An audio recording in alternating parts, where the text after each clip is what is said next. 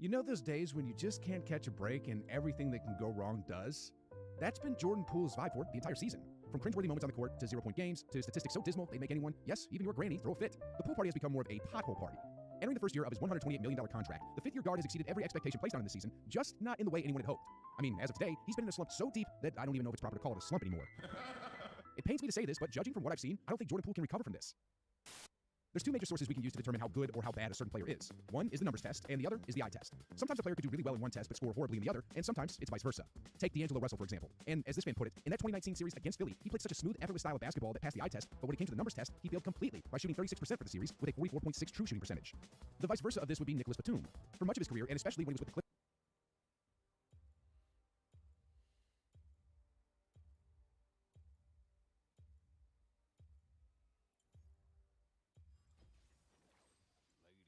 first, he was an outstanding numbers guy, shooting north of 40% from beyond the arc, mid-40s from the field, and about 80% at the line. When you watch him play, however, you might notice that he looks a bit awkward. Now, shifting gears to Jordan Poole, my skepticism about his ability to recover from his current predicament is because he's failing both tests. Let's first dive into the numbers for a moment. Here's a comprehensive list of NBA players in the league who've hit the necessary requirements needed to be on this list, which takes into account games played, minutes played, etc., etc. Well, when I sort it by effective field goal percentage, a critical metric for determining how good a player is, or how bad in this case, Jordan Poole unfortunately finds himself languishing at the absolute bottom of this list. To put into perspective how bad this situation is, translating this into more traditional shooting figures, we're looking at Poole shooting just 40% from the field and a mere 30% from three-point land. For those wondering what counts as decent, shooting over 50% from the field is pretty solid, while around 45% is average. And frankly, shooting 40% is like you're flirting with being cut from the league. And as far as 30% from three-point range, that's about what Giannis shoots, and let's be real, defenses practically send him an invite to shoot from downtown.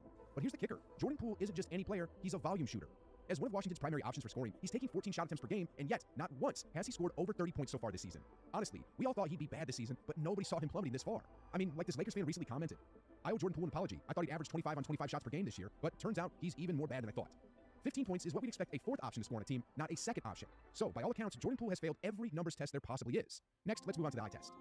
So, here's Jordan Poole up top with the ball in hand. In the fourth quarter with the Wizards trailing by 4 with 30 seconds left on the clock, it's do or die time. But what does Poole do? Jordan Poole, oh my gosh, that's a carry! Oh my gosh, switch hands, look at crossover. You know, I'm not a big one for a carry goal, but look at this one. That was late. Yeah, guys, this has pretty much been the tail of the tape when it comes to Jordan Poole in Washington, and I'm not exaggerating one bit. Things like this don't happen in every game, obviously, but I'm serious when I say that every time I'm online scouring for fresh video ideas, I stumble upon new lowlights of Poole, like this here, for example. In this particular play, Poole takes on Drew Holiday, trying to back him down in the post not once, but twice, and botches both attempts. Then in a scramble to save face and the ball, he ends up throwing a grenade to Kuzma, who airballs it. Like I said, I didn't want to make another Poole video, but every time I'm on the internet searching for video ideas, bam, Poole does something else. And you know what? By just barely digging in and doing the bare minimum of research, I quickly find even more content which backs up the narrative. Like, look at how he plays defense on De'Aaron Fox here. It's like he just throws his hands up and gives Fox the green light to blow past him as if it's just practice. Honestly, this might just take the cake for the laziest defense I've witnessed all year. And no kidding this time, guys. About 2 weeks ago, I was diving into a highlight reel of the Wizards versus Cleveland game. I was there for one reason, to see Jordan Poole in action. But after watching a 10-minute video, not a single highlight featured Poole. And I'm sitting there puzzled thinking, what's the deal here? Naturally, I did what any self-respecting basketball fanatic would do. I headed over to ESPN.com to sift through the box score, because let's face it, it's just easier to navigate around than NBA.com. And that's when it hit me. The reason Poole was MIA from the highlight reel, he didn't put up a single point that game. Yeah, you heard me, guys. The supposed second option on the Wizards in a recent showdown against Cleveland scored a grand total of 0 points. Nada, zip, zilch. Now, if Poole was a bench warmer or was a relatively unknown player, we might give him a pass, but nope, this is the dude raking in $27 million this year for this performance. So, the real head scratcher here is, why is this happening? Rewind just a few seasons back, and this guy was hitting playoff stats like 50% from the field, 40% from 3, and 90% from the free throw line. We're talking about a guy once dubbed the third Splash Brother, the one Steph Curry himself said was next in line for the Golden State throne. How do you go from being handed the keys to the kingdom to becoming the punchline of the league? Well, there's a couple theories. Some people might blame it on Draymond's infamous practice incident. Others argue defenses have figured him out, claiming he was never really top tier. But if you're asking me, it feels like he's walking down a path similar to Ja Morant's, a case of the alligators got him. What that metaphorically means is that the superstar lifestyle with all the trappings of fame and fortune got to him. Many Warriors fans are of the same opinion. Like this fan here who commented, I've said it many times, winning a title in year 2 and having some strong playoff games broke his brain. He convinced himself that he's Steph Curry, and this is what it looks like when a guy has Steph's confidence with less than half of his skill. And then there's this spot-on comment. Every time Poole touches the ball, you can tell how badly he wants to be a highlight for Instagram. And it's true. I mean, he even tried Steph Curry's no-look 3 at one point, which turned into another low-light for him. Anyway, with a contract north of $100 million and with a ring already on his finger, honestly, I don't think Jordan Poole can really recover from this. It's like how Zion can't stop eating in New Orleans, or like how Ben Simmons can't be bothered to strive for greatness. Jordan Poole is now in a tricky position where it's hard for him to be great. In Golden State, it was easy because he was always around legends like Curry and Thompson, who were more than just teammates. They were mentors, eager to lift him up. But in Washington, it's a whole different ballgame. They've been one of the worst organizations in the league for the better part of the last decade. And let's face it, it's tough to find motivation in an environment that doesn't really care about winning. When there's no championship aspirations, it's hard to wake up at 4 a.m. and go to practice. Which then begs the question, what's next on the horizon for Jordan Poole? Well, the harsh reality is, NBA history isn't short of stories about players who vanished into thin air post-signing those big, fat, lucrative contracts. Chandler Parsons, for example, inked a 4-year, $94 million contract back with the Grizzlies in 2016. But because of injuries and, well, a bit too much partying, he played out most of his contract on the bench before eventually drifting away from the NBA. Then there's Luol Deng, who signed a 4-year, $72 million contract with the Lakers the same year, but when Magic Johnson became president of basketball operations, he was keen on developing Brandon Ingram, and as a result, Deng found himself warming the bench for the majority of his contract. At this point, it seems that Jordan Poole might be treading on a similar path. I mean, when the Washington Wizards don't see you as part of their future plans, where else is there to go? With $100 million in the bank, I'm sure he won't want to go play in China, where he'll be paid like 5% of his current salary. Then, with all the fame he's had earlier in his career and the pride he has, I'm not sure if he'd be willing to come off the bench for non-championship contending teams. But whatever the case is, here's something hilarious that happened recently. For those who think it all went downhill for Poole following that infamous spat with Draymond, where he supposedly called him an expensive backpack for Curry, here's a twist. Brandon Podziemski recently gave Draymond a piece of his mind during a scrimmage, and Draymond took it well. The internet had a field day with this, with fans commenting, Jordan Poole cannot believe what he's reading.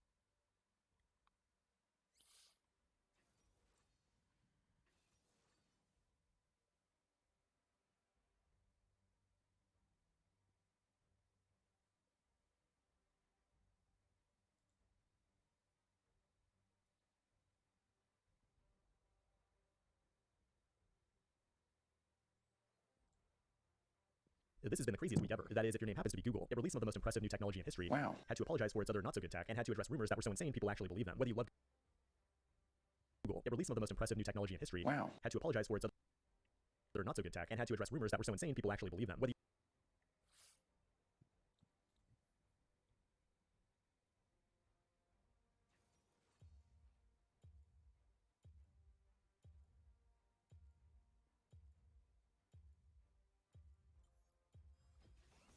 I bring the heat.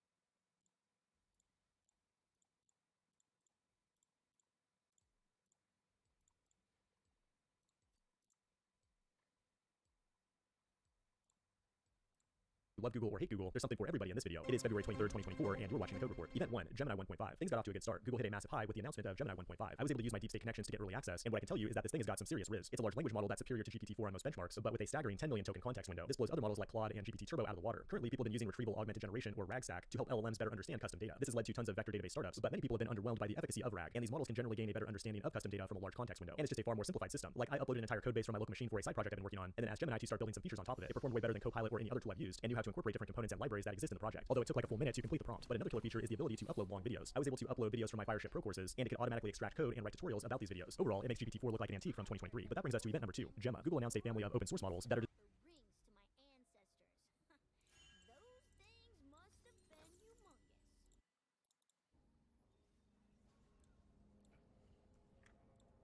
Those things must have been humongous. Welcome to Summoner's Rift.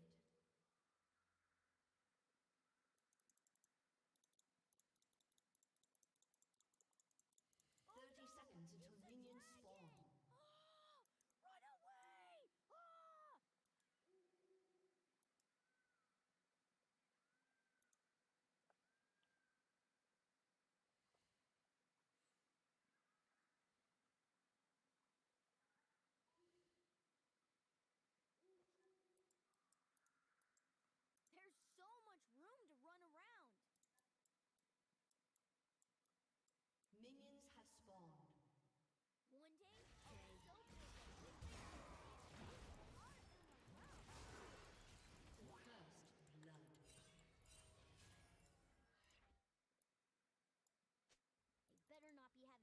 fun without me.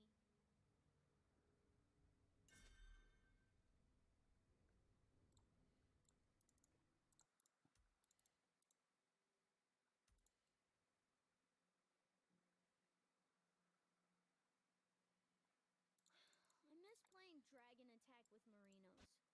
I wonder if this new baby will want to play with me.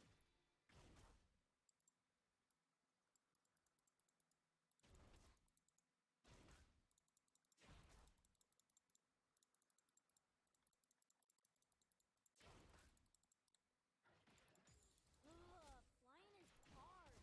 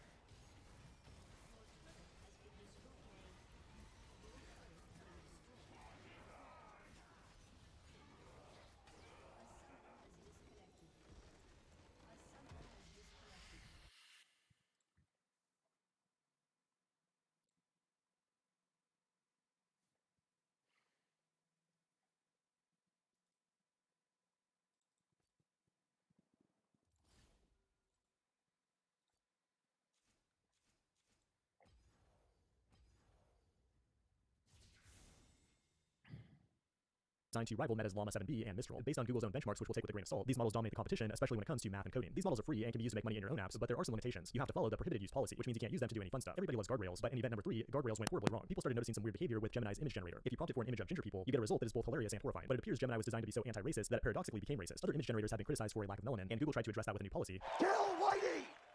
No, no! But they ended up making everybody mad. The left wing was outraged seeing multiracial Nazis, while the right wing was outraged seeing multiracial founding fathers. This culminated with an apology from Google, and they temporarily suspended Gemini's ability to generate images of people. It's going to be the technical challenge of the century to make everybody happy, but this next event was a monumental achievement for web developers. For weeks now, Google has been showing this banner, talking about how it's improving its sign-in page with a modern look and feel. Well, this week we finally got the new feel, and it's mind-blowing. We went from a vertical layout to a more horizontal layout. It's hard to understate this achievement, because not only do you have to center a div here in the middle, but you also have to center a form input inside of a flex row. Pulling off a change of this magnitude is no easy feat. That likely involved hundreds of product managers, all of which are making like $500K a year, who are managed by multiple vice presidents making over $1 million a year, all just to have an intern modify some HTML. The only thing we're missing is a keynote from Sundar. But the craziest thing that happened this week was this email from the Gmail team, which explains how Gmail is being sunsetted and shut down. And in August 2024, you'll no longer be able to send, receive, or access your email. It's unbelievable that Google would shut down a product that has 1.5 billion users. I'm so mad right now, I'm literally shaking. That was everybody's reaction when they saw this email spread like wildfire on Zitter, but it was all just a prank. The email was so perfectly crafted in Google's corporate language that they had to come out and clarify that no, Gmail is not actually shutting down. It sure has been a crazy week, but that's just the way things go when you're riding the hockey stick towards the singularity. This has been the Code Report. Thanks for watching, and I will see you in the next one.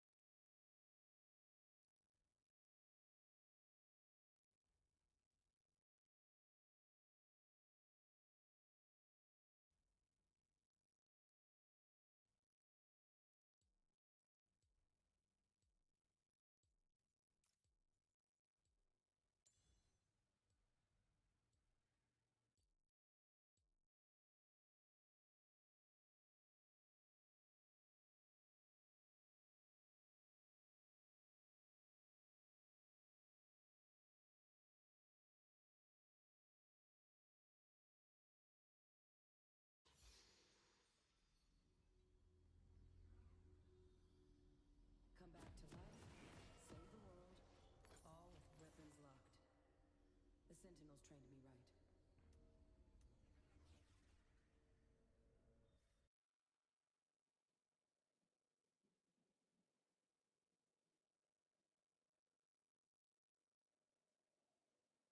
Welcome to Summoner's Rift. I'll get us through this.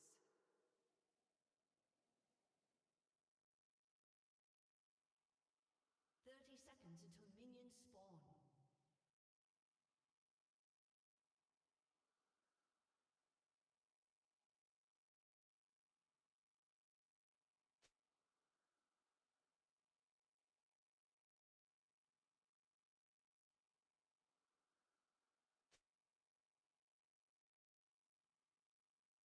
The only way out of the mist is through it. Minions have spawned.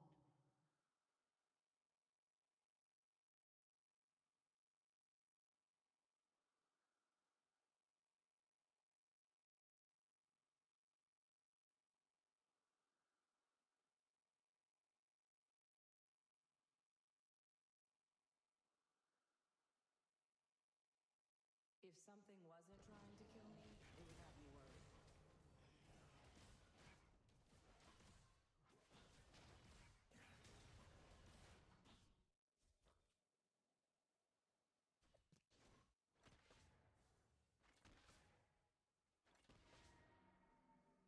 It's just nice not to be in catacombs. If you've got a problem with me, make it 2. 1 for each barrel.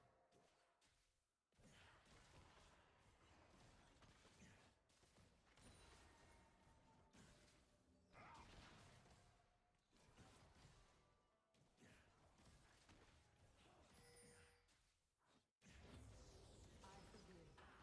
No one else has to.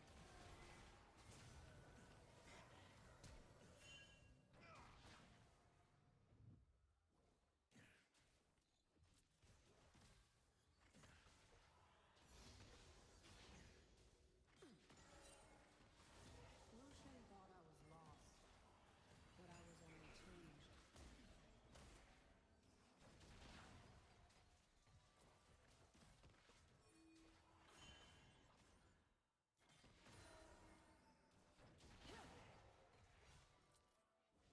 First blood. That monster wants to hear me scream. He can keep waiting.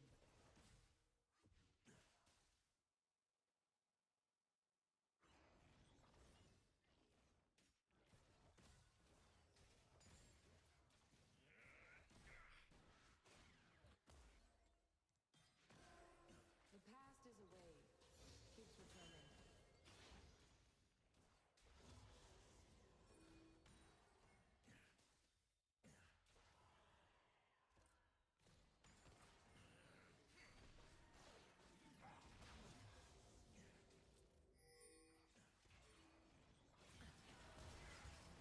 Your screams and your waits are so loud, you can't hear your own.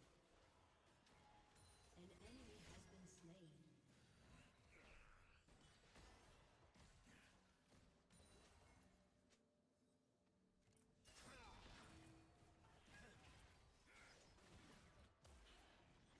By the time I'm done here, dying will be the easy part.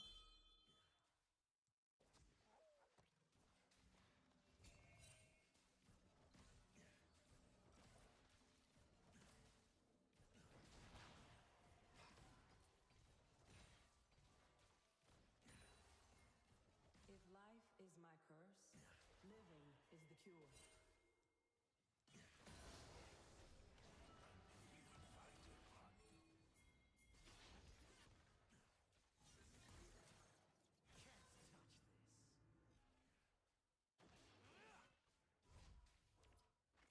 Hunted by the forces of darkness? Okay, I can make this work.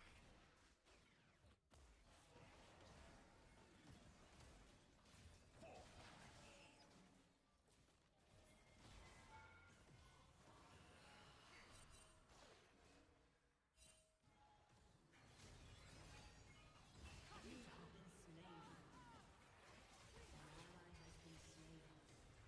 An enemy has been slain. Every day I fought for my life. Why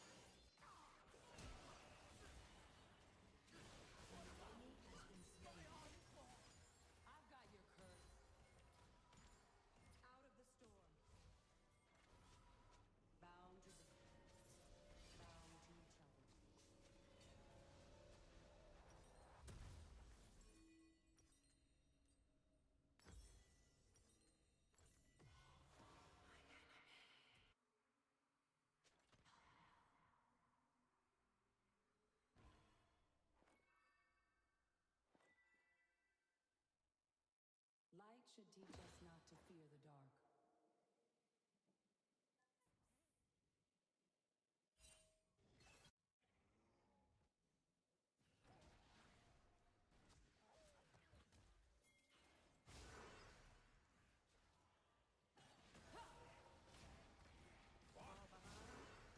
Follow the screams.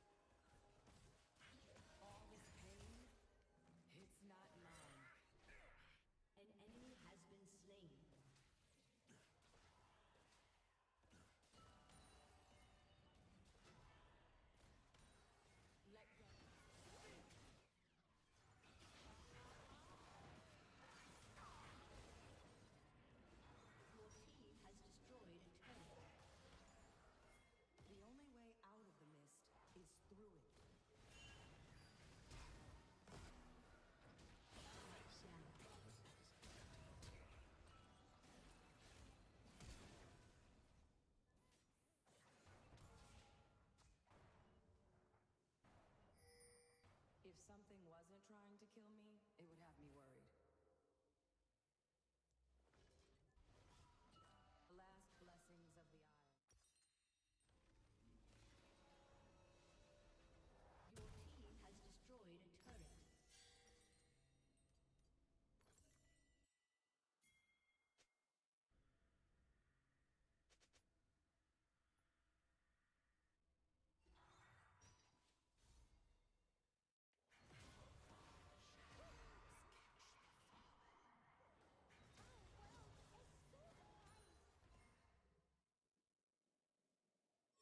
It's just nice not to be in catacombs.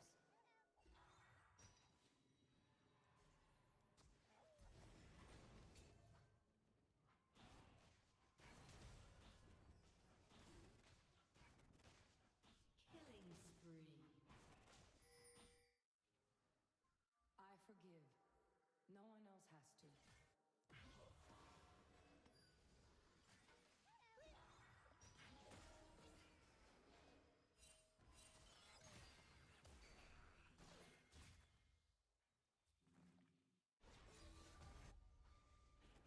Lucian thought I was lost. An ally has been slain.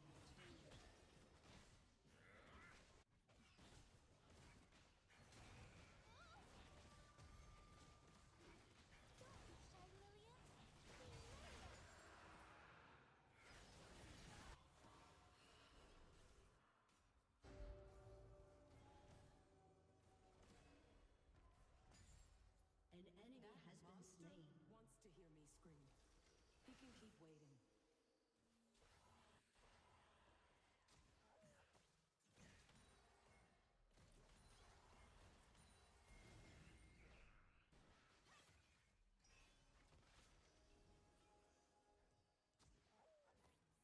The past is a wave. Keeps returning. An enemy has been slain.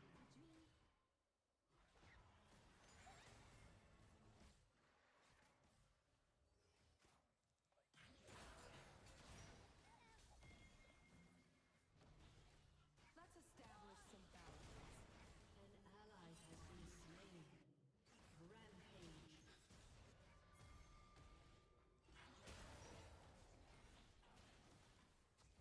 An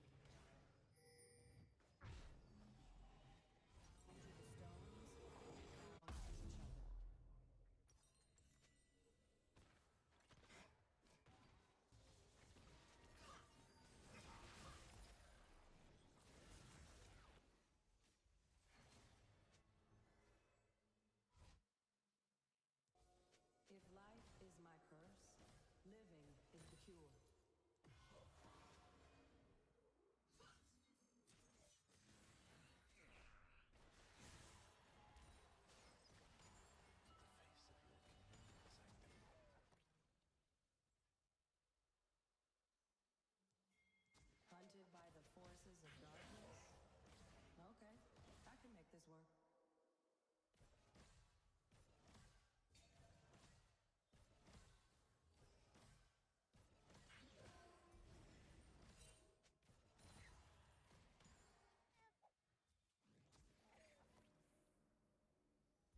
It's harder to hold a hand than hold a gun.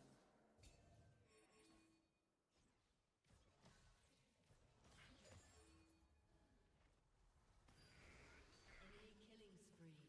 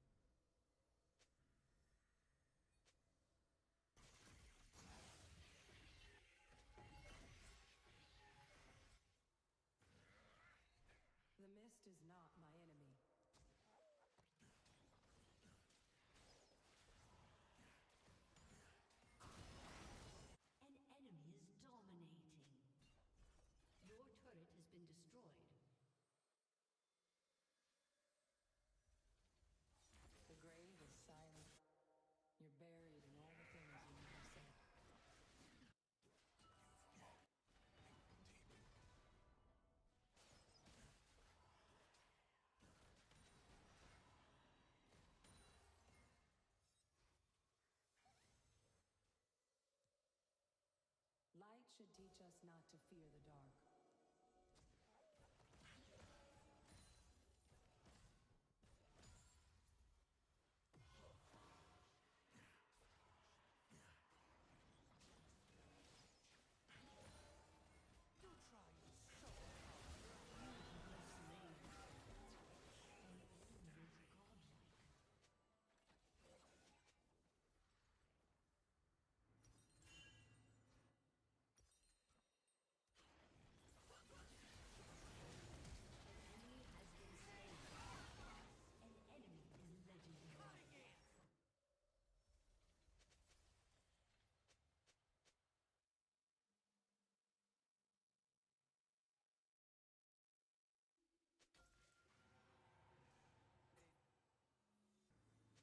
Everything that's happened, I just want it to matter.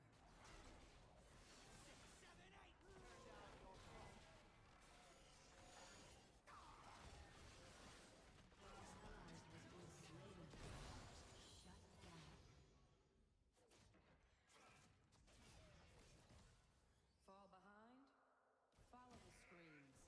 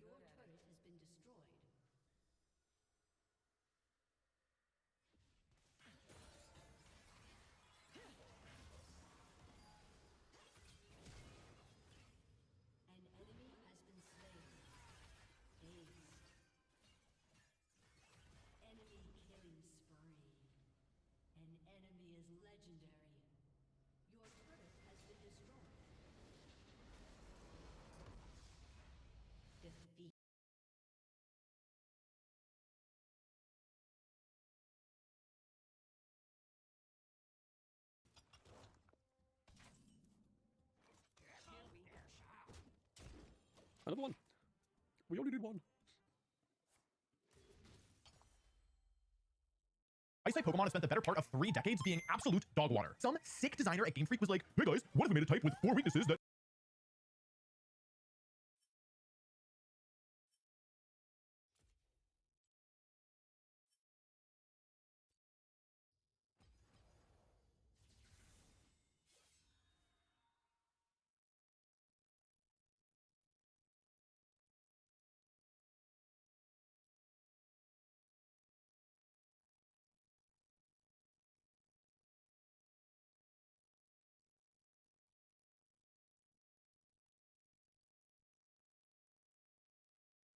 hop vaguely in your direction and kick slash you. But like as a community, okay with it, which is like okay, fair. As a community, we're less okay with Ghost. It might be the shorter cooldown. It might be the duration at which they are dominating you because Ghost is very strong for 14 seconds.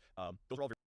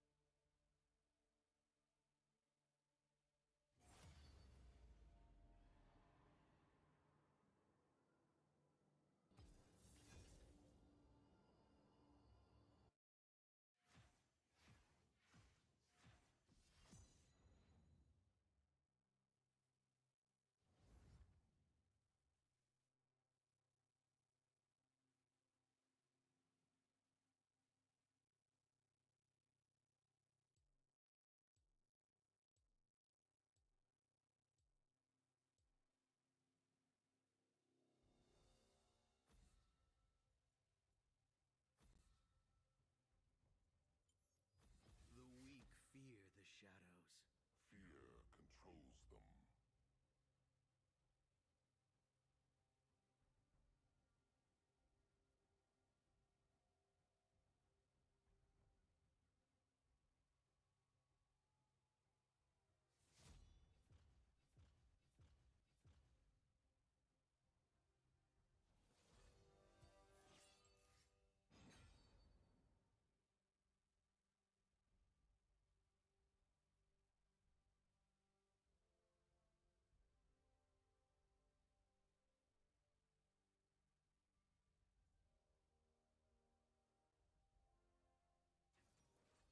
very valid reason to be like, but this spell doesn't feel okay. I mean, Ignite has literally no gameplay. Press button on you, Vladimir's sad. Press button on you, take 300 damage, right?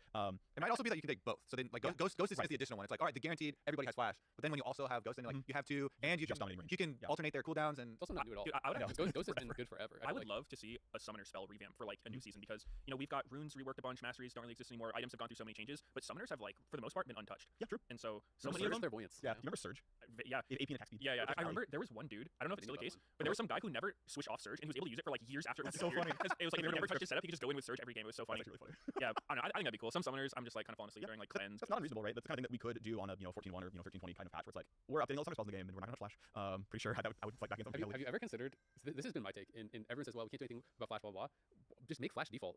Yeah, I mean, just, like everyone just gets flash, and then you can pick other summoners. Yeah, I mean, yeah, that could be a thing. I think that would be way more interesting. It's like everyone just you just load in the game, everyone has flash, you get 2 summoners, and then you can actually change somehow those different summoners work, right? Like that would be a significant change to the game, and something that I think would actually give you the ability to mess with things a bit more, because everyone would have flash kind of like by default. Well, I was thinking of making Flash and Ghost, like all mobility summoners, maybe they add even a third one, be one class. And so you can only have one of these mobility ones. That way you can have both. Because if you have Flash default and 2 more summoners, then I feel like we're getting bloated power maybe. And you want to fight a cleanse Ghost Flash? Yeah, I know everyone's gonna get it, but then you get into the arms race where if everything's OP, then yeah, I think it's fun, right? And I'm not saying that's like anything you change like that requires a lot of changes, right? Because some champions become wildly stronger than others, and so on and so forth. That's the same with item reworks. It's the same with all this stuff. And maybe none of the current summoners are in the game still, right? Maybe it's just Flash, and then everything else is new things. But to me, that's stuff that I think would be fun. And I know anytime people talk about changing summoners, they're like, well, we can't change Flash, and it's like, okay, we'll just make Flash part of the game by default almost. That'd be good. I had one other question for you, Freak, that I've been very curious about. What do you think about all the like cantrips, if you will, in the game when it comes to like, you know, added damage from runes and items and stuff? Because one thing that I noticed, I was going back and watching some like really old League, and it was kind of a lot easier to tell what was going on in fights, because it'd be like, you know, for the most part, all the damage I'm dealing is my champion's kit. Whereas nowadays, it's crazy. Like I get hit by a Lux E in lane, I'm not taking Lux E damage. I'm taking Lux E, Comet, Scorch, Cheap Shot, like my Luden's gun, my like there's just so many layered effects. I agree with you. Do you think it's gone too far? Do you think like okay? Yeah, I mean, so right, 14 ships 2 weeks ago, and nerfed a bunch of them. Did nerf it. Yeah, so I think we're pretty over. I think so. Again, like a bunch of moving parts here, right? But like, so in general, my opinion, but this is something like I'm not gonna force it myself, is like, yeah, I think we have way too much proc damage in the game. Where I land one spell and it applies another 80 damage on top of it. Yeah, I mean, in terms of I agree. I think so. For example, opting into an item like Storm Surge is really cool and it has a really good effect and all that. But you know, currently right now, Electrocute out damages Storm Surge late game. And that item is so nerfed. I know. Storm Surge is so yeah, and unfortunately, it's like, well, because people's current builds right now are Electrocute, Cheap Shot, or the one where you sudden impact, and Storm Surge and Lich Bane. It's like, oh, I just did 800 damage to you and Fizz W, by the way. It's like, oh, okay, it just adds up so much, and a lot is like, yeah, there's a lot in runes right now, right? And I would much rather Storm Surge be the like this has most damage in the game, it has the best effect, you know. And you have to like find a home for Lich Bane where it doesn't actually beat Storm Surge, because that effect is like really subtle. I like Lich Bane. Yeah, it's a good item. I like the idea of every champion. Yeah, it is really strong. But I just really like the idea of auto attacks being a part of every champion. Because like when you're a mage, you know, auto attacking is just something in the game that it's sort of combat's mobility creep in a way, right? Because you have to stand still to get off an auto attack, right? And so I think that allows more counterplay from the other side. One thing that like not even just the strength of all the like, you know, procs. I think just as far as clarity goes, as a player, it's a lot harder to tell what's actually happening to you when there's so many procs, because say you're bot lane, right? You're against 2 champions, and now that's double as many things that are just layered onto you. And so I don't know, maybe changing them more to be, because I think Cheap Shot versus Sudden Impact's actually like a pretty good example of this, where like Sudden Impact makes their thing do more damage, which is at least more intuitive, and like their ability does the same damage, but then there's a little extra on you from Cheap Shot, because it's like, you know, who's got the mental capacity to try to like weigh like, okay, there's 6 potential procs that are hitting me, like how much is each one gonna do? Yeah, no, I have to agree with you. Wild Rift, my understanding, I wasn't really big in the game. Tried this for a little bit where they said, oh, you actually bring like 3 runes in the game or something like that. Like they just cut the number of runes that you ran. And my understanding is like people are like, oh, I just have fewer choices now. You just like made runes worse, even if like we think the gameplay quality is better. And like, you know, I like both agree here. And they went back and runes are like the same as League right now. Now it could be like we should still just replace what the effects are, and there should be like way fewer proc damages, or way fewer ways to get mana is another one where like it's just mana items exist because we just run Mental Wind or whatever. You know, this used to be a thing where like, back in the day, you know, fighters had mana on Sheen, and that was like, oh yeah, part of the reason I like Sheen is because once I buy the mana crystal, I like have a way better time playing my lane out. And just like having that small transformation of like, oh, my abilities feel way better first recall, is like there's value in that. And that gets, you know, deflated over time as you know, it's like, well, I just run Mental Wind or whatever, I just run Presence Mind. You know, one interesting thing that I've noticed got a little lost with Runes Masteries is so like it's like a trade-off where before the masteries were very class specific, as far as like, you know, okay, if I'm an 80 carry, I'm getting all these things by pathing down the tree. Like I'm getting percent armor pen a little bit, like I'm getting some 80 per level, whatever it is, lifesteal, and these are just the package I get as an 80 carry. But with Runes for Forge and stuff, like I know that an intentional goal they had was making it so you aren't just going to lose the game from loading into the wrong setup. Like most of the runes now are like a one-size-fits-all kind of deal, because you know it sucks to load into the game as Caitlyn and you've got like 15 AP and no attacks or anything. So I get that, but in a way it almost feels like it kind of like limits how unique each class can be. Like, you know, if it's like all fighters, you have this package of things that's going to make like these items synergize better for you and whatnot. So I definitely think that got lost a little bit. I'm almost to play devil's advocate a bit. Like I think, you know, Runes Reforged obviously was a while ago now, but I remember when Runes Reforged came out and the explicit stated goal, even like earlier, just Google it, is talking about, you know, choosing your playstyle and like picking the way that you want to play the game by picking runes. And I do feel like when more and more power gets taken out of runes, and I think this absolutely happened with Runes Reforged, and I think it happens, you know, a lot in League. Like everything just starts feeling generic, and then I just don't even care about runes anymore. It feels like everything starts doing the same thing, right? And I even feel like we're somewhat in that problem space a little bit now, where it's like, okay, you're calling out all these different runes, but functionally it's all just the same crap, right? It's like Electrocute, Comet, Airy, all these things. It's really just like, are you doing a 3-hit paradigm? Are you poking constantly? Do you have a slow and you're thinking, okay, we're going Comet? And for 80, it's the same stuff. Okay, PTA, do you have a quick hit combo? Conquer, are you extended? Lethal tempo, do you value attack speed, and are you extended trades? Like they all just start feeling like the same thing, right? And so to me, maybe I'm an outlier. Reforge him again. Maybe I'm an outlier here, but like the ones that I really enjoy were things like, okay, Storm Raider Surge I thought was fun because it was different. I know people hate Glacial Augment, but like Glacial Augment I think is actually interesting because it's different. Spellbook is interesting because it's different. Like these are ones that I actually feel like I am changing a bit how I play based on those. Whereas most of them, I'm just clicking the damage one that fits my champion's like playstyle the best. Still in the game? I haven't seen it unleash Spellbook in so long. Yeah, because like, still in the game. It's still good. And right, Azael's the alien here, where it's like, yeah, no one runs the funky stuff. Like I'm one of the only sports who buys Wardstone. Item is insanely overpowered. Crazy, Like Wardstone is cracked, but like it has less pick rate than most Ornn items.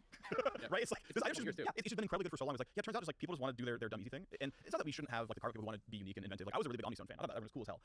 But people that run it like, this rune sucks. I just want Predator all the time or whatever. It's like, this item is amazing. But couldn't you get trolled really hard on Omnistone, like you get stuck on Dark Heart or something and you like just can't proc it? There were some rules around it, like decaying back out if you couldn't do it. There was a timeout. I'm not saying it was sniper really, right? But like, the idea that rune is cool as hell. Yeah, it could betray, but I also get 3 keystones in 5 seconds. That's my favorite keystone in the game, right? Like, you know, on average, gonna wash Flash Out. It was my sort of read there, but like, so that's the weird thing, right? Is there's always someone who's like, oh, I like the unique thing, that's really cool, and there's also it has like a sub 1% pick rate, and you're like, okay, well, most people don't though, and just be here, no one's gonna pick it. And obviously we have things like Predator, which we keep weak intentionally, and there's some things like Phase Rush, where it's like actually the gameplay quality is kind of bad when it's like I can't gank mid, Ryze just presses EWQ and then is ungankable, and it's like, oh, so that's the tough thing, right? Is like a lot of these effects are the kind of things where we kind of don't want to give them level 1, but we like to buy them. Like if Ryze buys Phase Rush, oh, he has like sacrifice build to go buy Phase Rush, be ungankable. Chance. Right, it's like a chance, like, actually kind of reasonable. I think that's a good bring back. But you know, it's the kind of thing where a lot of design space here that we kind of like to get behind items or get behind champion kits and not generically, and that's why it's like actually we're okay with Conqueror. Like Conqueror's like the safest in the game. It does no burst. It's like a little bit of healing. It doesn't make you anti-tank anymore. It used to give you like, true damage. Doesn't do it anymore. Isn't that insanely boring? Yeah, and yet it's the highest pick rate in the game, and no one's complaining that like Conqueror is making the game feel bad. But I see much like, man, Phase Rush Garancher is BS. He stops me and I die from full health because he runs faster than me.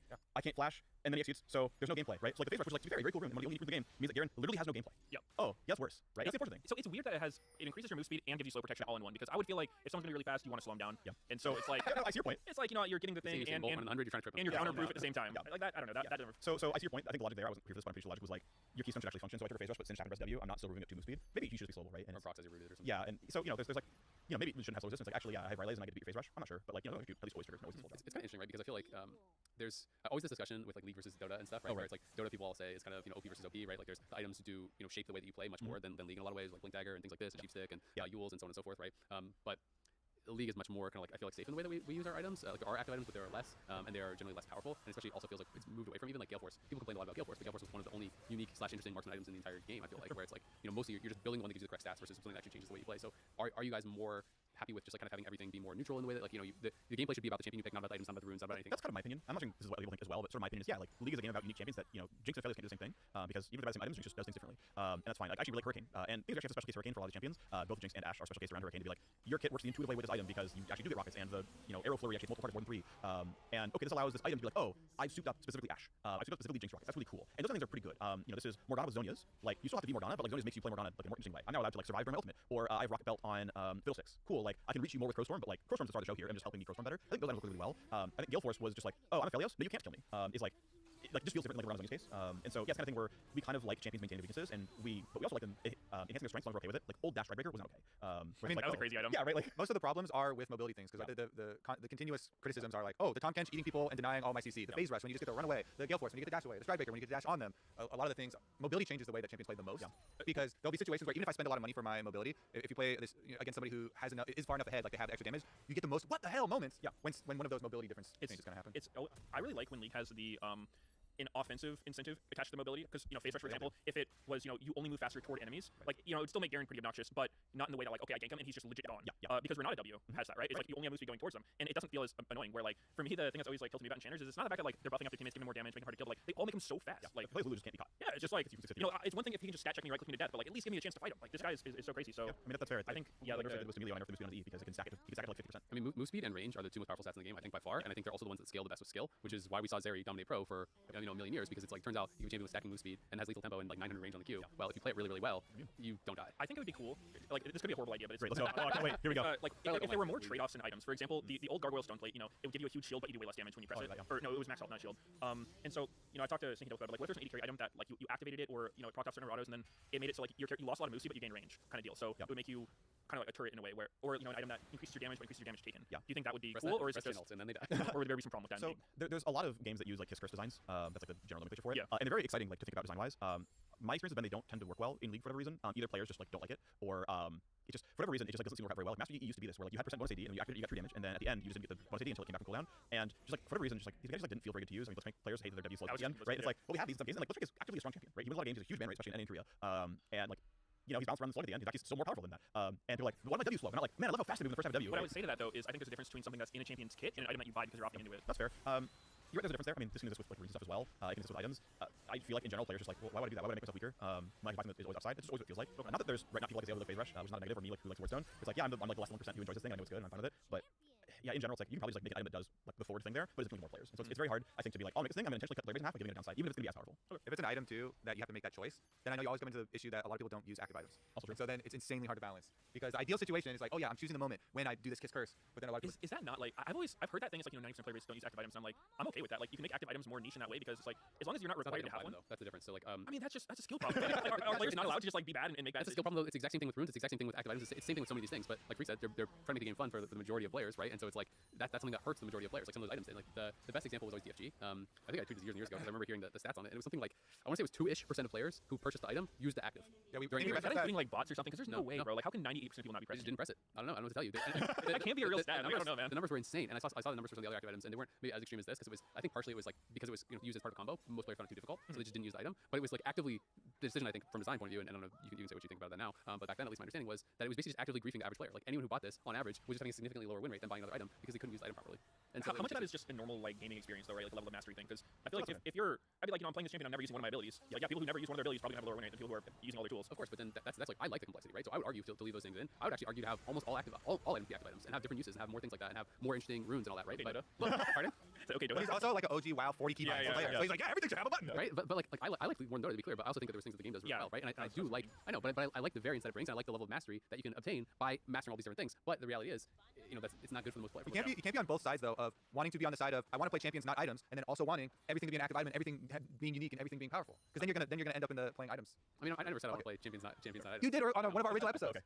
I did this episode. on like original episode of this year, because I remember echoing because I'm on the same thing. And at the beginning of the year, you're talking about because there was this huge conversation for all of last year of people having to chase items, and I 100% was championing that conversation as well. No, I don't honestly remember, but I mean, to me, I also think that like there's different levels, right? And I still think that like League has a unique enough champions that if you have more active items, I don't think it removes the champion aspect from the game. Right? There's like varying degrees, right? So if you're taking like the extreme Dota example and stuff, it's like okay, I used to play a lot of Nature's Prophet. Like you could build this champion and build like full AD like items essentially and be like on hit AD character. You could be spell with like Agnams where you're just pushing waves and bouncing your ult over the map. You could build like red zap item. What was that called? Yeah, you could be burst. Like so, there's things like that. But also like you can approach those things in a different way. Like so, for example, by giving things AP and AD ratios, right? Like how League does. So limiting those. So it's like in that case, Nature's Prophet, Freak Decides can only build AP. So like you can't go the AD on hit thing because your abilities aren't going to scale or so on and so forth, right? Like there's ways around that where I still feel like you can be playing the champion and have interesting unique items. Like this is pretty like off topic, I guess. But I feel like you could have both. But I also fully understand that it probably doesn't appeal to most people. But I also am someone who like I play a lot of games. I play a lot of RPGs like WoW, but also I play like every single player RPG that's good. I like the customization. I like thinking about builds and thinking about items and feeling like I'm smarter than my opponent by building the right thing or speccing the right way or picking building Wardstone or going runes that are intelligent in this space. But I also realize that most people don't care about that. They just want to click their rune page, they want to choose Conqueror, and they want to go in the game and they want to build the recommended items. And like I get that, but for me that is less interesting than the alternative. No, it's important the depth is there, to be fair, right? I don't have a good answer for like should we have more or fewer active items because like people failing is that's part of the game being skillful, right? There's probably a degree to which it's probably not okay. Like I don't think you should permanent death when you die once in League of Legends, right? Like, yeah, sure. But like you'd be more hardcore, and I'm not trying to strawman like what you're actually saying. But yeah, how bad is the failure case? But the ceiling's gonna be very high. Like no one can do what Faker does, right? Like once 0 players try and is down 4%, that's fine. But you can have. I think to be fair, I think a lot of it is the opt-in experience. Like we have a Zero and Misfortune in League of Legends. One of these champions is way harder to play, and that's fine. And there's a bunch of Zero players out there, and that's awesome. They got really super NFL. Yeah, but like MF is like the most picked champion in League of Legends, basically. Like yeah, turns out a lot of people just want. Yeah, I mean, the character design is also great. Don't get me wrong, but like yeah, she's a pretty easy to play champion with a very high point that like isn't that hard to pull off. Like it's not really big variance, right? You can stand out of it, they can run away. Like the star's always the line, but it's like MF's a really sick ability. It's part of why she's so popular. And yeah, she's easy. And that's also Ezreal is super hard and one of the most. And that's also cool, right? And that's also good, right? And it's like great, they both exist in League of Legends, right? You have both experiences here. And the thing is like even the Ezreal case, like I would argue like easier to play than Zero, and that like even if you're failing, like I can throw Qs out, it's okay. That's whatever, it's a very minor thing. But like yeah, we can count all these experiences. And so if we're in a world where it's like, oh actually, here's your Misfortune, but also you have 6 actives. It's like no, right? Like and so it's okay. There probably should be some, right? And like Youmuu's is pretty low 6 active. Collector is especially unique at the end, where like technically you can play around it. I'm gonna save my E for when someone's low to like get maximum damage because you only get 5%. Yeah, but you could. All my teammates do that with or without Collector. No, but like that is an optimization that like truly exists in her current live builds and whatnot. And so there's something there, right? It's kind of why I like situational passes because you can get them for free, but you don't play around them. I think Thunder Sky is a little OP, but like if you look about this, where it's like oh shit, I'm gonna die 1v3. Hang on, bonk, I bought 2 more seconds. And it's like I think Thunder Sky it's actually pretty smart. Like it's a well-designed item, and kudos to the designers who made it. But it's like that's why I like those because you like there is optimization, but you don't like really not get the item. And so there's a nice mix there for me. But again, like we want like really hard champions like Azir. We want the easy ones like NF, and you erode that if every item requires your attention, but you also erode the Azir, like the high end case if no one requires your attention. Yeah, and you're not gonna make everyone happy all the time. There's going to be people that just want to one trick a single champion and want to play this one way. And it's comforting for them. Yeah. They're not playing it to be like, oh man, I wanna outthink you. I wanna Megamind. I can play everything at any time. They're like, they'll do worse than you will, right? For elo, they'll do worse than you. But they're gonna have fun playing the game because that's something that's comforting to them that they keep playing the same thing over and over, and they really identify with that. That's why there will be front page Reddit posts where people are complaining about a splash art for a champion that is different from their idea of what this champion core concept is, and you're just like, what? It's because like he has a hat or he's like younger with a different haircut, and I'm just like, I can't even like understand that perspective. I don't fully relate to. I'm not fully encapsulated, by various identity being this old general, and it's so crazy that now he's got this like academy kid skin, and now he's a jock, and I'm just like, I don't know, he plays the same game, dunks on people. I know not to get hit by the outer ring of his Q, and I know he stacks up and dunks on you. That type of stuff. It's just like there's so many different perspectives of people that really love and enjoy this game so differently. That's great. Yeah. Should we talk about Rek'Sai? Yeah, sure. Yeah, the entire time. So I've been looking. His computer has been open to the Rek'Sai changes this whole time, and every time he talks, I'm like, oh, here we go. Yeah. I mean, there's a lot of good stuff to talk about, but yeah, I'm pretty excited about it because I was mentioning to you a little on the way over here was like, I've always been really surprised that Rek'Sai has such a low play rate because to me, Rek'Sai is like one of the most fun champions. She always feels like, satisfying, like there's something you can do, but for whatever reason, like when I'm streaming or I'm reading social media stuff, people will be like, oh, I forgot Rek'Sai was a champion. Like, I never see Rek'Sai. And so you think these changes are gonna make her more popular, more accessible? Yeah, so the goals of accessibility, the goals are definitely like actually players like you are like, I'm gonna play more Rek'Sai. So the goals are entirely around like depth of play, depth of mastery, where you're gonna stick with the champion. So yeah, currently she's the second least picked champion in League of Legends behind Skarner. Really? She was third behind Corki, and then Corki's up in Pro, so it's picked right like 8x. So you know, he's like up there a little bit for now. But yeah, she's the second least picked champion in League of Legends right now. Her win rates are, I guess, okay. Like she's like 50-ish, which is fine, but like high elo skewed. Yeah, and not extremely so, but like she's still high elo skewed, right? So she's actually like good because games end quicker and because yeah. early ganking is. And she still has 1 season master curve in League of Legends. She's like top 10%. And so all that matters because challenger players play more League than solo players, right? So they're higher master curve. Okay, so anyway, yeah. So the point of this happening, this came out from just like random in-office conversation. So August actually tried Rek'Sai changes like a year ago, and then just like ran out of time and like just like scrapped the project. I don't know exactly what was in all of them. And then Flox, who's one of the designers on Seasonal, he did Assassin's, for example, and he did the train changes. He used the design gameplay and in charge of that. Was like, hey, actually, like, you know, Rek'Sai kind of sucks. Like, we should try to play like the sort of like tunnel lord thing. And I was like, actually, like, I had some free time. I was like, I'm just gonna like spin up some changes and just like try, like see what happens. And so I built a bunch of changes out, and I like dug into the scripts. There's a whole bunch of like Rek'Sai's 10 years old. Like there's some like really old janky scripts that are like our tools are way better now, and you can build stuff in a way better way. So anyways, like, okay, I'm gonna play a tunnel lord. So one of the first things was like your tunnel cap is like 1.5x. You have 12 instead of 8. I like lowered the cooldowns and everything. I like increased the action and everything. And if it was like there's too many tunnels, like I'm just sitting here with busy work, like gardening, like all the time, just like standing on tunnels, like getting rid of the molehills. So I got rid of the tunnel cap thing because turns out just having a lower cooldown on E gives more tunnels. Yeah, because if they get stepped on or you know time runs out or whatever. And it's basically like, okay, let's just like chase this down. Like what is highly mobile Rek'Sai look like? And the second thing is like, oh, actually, we should also play up the passive because that's the other unique thing about Rek'Sai. Like, let's have her stand out and be Rek'Sai and not just a fight or just whatever. It's like, let's make you the most Rek'Sai you can be within reason, and that's what we think is a reasonable E cooldown. What we think is enough healing on the passive, to where it's like, okay, you're really hit and run. So it's like, oh, that's the upside, right? It's like you have really good regen, you can go leave and heal back up and come back in. We're gonna try to sync your cooldowns, so it all makes sense, and you have like that flow, and the timing all works out. And you're really fast, and you're just like very mobile, and you're gonna get around the map really fast. And so okay, we have to lose something at that point. And it's like, well, oh, we kind of less damage. Like her base stats already pretty bad. Her health growth is low for a fighter. Her move actually went up a little bit. This one was like, she's not that tanky. So okay, you're gonna have to rely on your passive for your tankiness. You can't just stat check in 1v1. So you have to leave. That's okay. And so again, the only left is damage, and I wanted to give all the various things around regen and tunnel speed that I did. It was like, okay, we have to take enough damage so that she's balanced. If she comes out to like 53, my bad. That's not the goal. Yeah. For you get your 3 days or 2 weeks if she's really overpowered, basically my crash or not. But it's like, okay, you know, and the goal is like, okay, we still can't really make her a functional late game fighter, and like Jax can like play a team fight out of 17. Like, he just exists and is like, I'm just gonna fight you until all of us die or hacker him or whatever. It's like, now you're going to leave. Like you just can't stick that well. So one of the things I tried was bring the E cooldown down to 5 seconds. So it's like, okay, I'm gonna unburrow auto E once, then Q combo, and then E again, and like extend the Fury out to like 200. So like you had to like hit like 7 times something to get your second E, but like that timing would sync up. And they're like, yeah, I still can't stick for 6 seconds, so like I can't get my second E off anyway. Also, when do I leave? Because like with 5 second cooldown, I just like keep fighting and I never go back to the passive region because like I might build it back up. So, okay, that didn't work. So as much as like I tried it didn't work, was like, can I make you a fighter? No. Okay, you're not a fighter. You're actually gonna be like bursty, but like you're not gonna burst like Talon burst you. You're gonna do like meaningful damage, but you're gonna be like cooperative. You're gonna like help someone else kill them.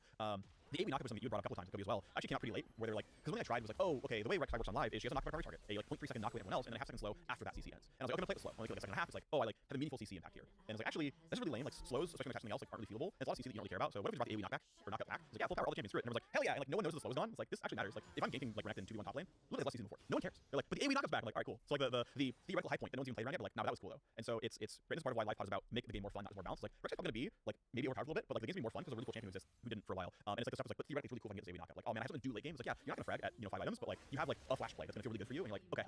I have like oh no, go ahead. Are you worried about bringing back the AoE knockup for pro implications? Because when the champion came out, it was Cinderhulk at the time, right? There was everyone's like, it's gonna go warrior, it's a damage dealer, and like we're building Cinderhulk and we're flashing in the middle of the team and AoE knockup, and it got played every game as tank Rek'Sai, really competitive, and it was just based around this AoE knockup. The thing is though, what I would say to that as someone who played a lot of tank Rek'Sai in pro play, it was the ult. The ult was like the biggest reason why Rek'Sai was so good. I think if Rek'Sai only had if Rek'Sai had the same CC now, that's like a single target knockup, Rek'Sai still would have played back then all the same, because just the fact that you had the ulti for tempo was so annoying to play against. Rek'Sai would always be ahead of you, and you know you could also save it to like you have tunnels on both sides of the map and you just like counter gank. Am I wrong though? Didn't it, as soon as the AoE knockup went away, it's pick rate and pro just? I mean, it was all the same patch. The ult got changed with the AoE knockup. It was just a rework. Yeah. Because Rek'Sai got turned into more of a fighter. Yeah.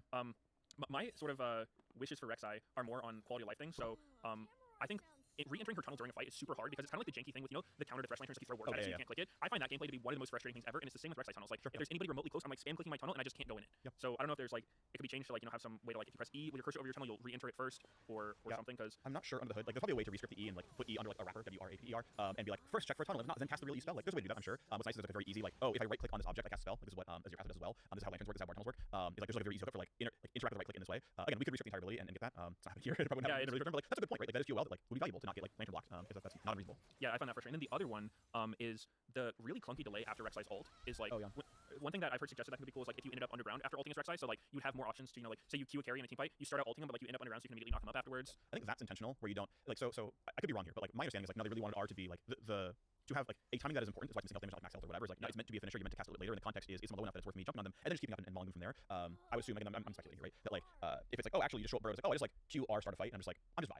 And obviously like there's somebody's like, yeah, I want Vi ult on Rek'Sai. That would be nice for me. That's not unreasonable, right? Let's be a better initiator. But I think that's kind of a limp use of the ultimate. I could see it still happening, but my I mean the other one is just like, even if I'm not saying like you have to end up underground, I think that would be cool, but it's okay not to. But there's also like a really long delay before you can start autoing again after the ult. Unless you have your Q available, which will like, you know, cancel the delay, or like sometimes you can E, but it just feels really inconsistent and like super clunky using Rek'Sai ult and then trying to do anything afterwards. I can look at that and see like if there's a reason why your autos are weird.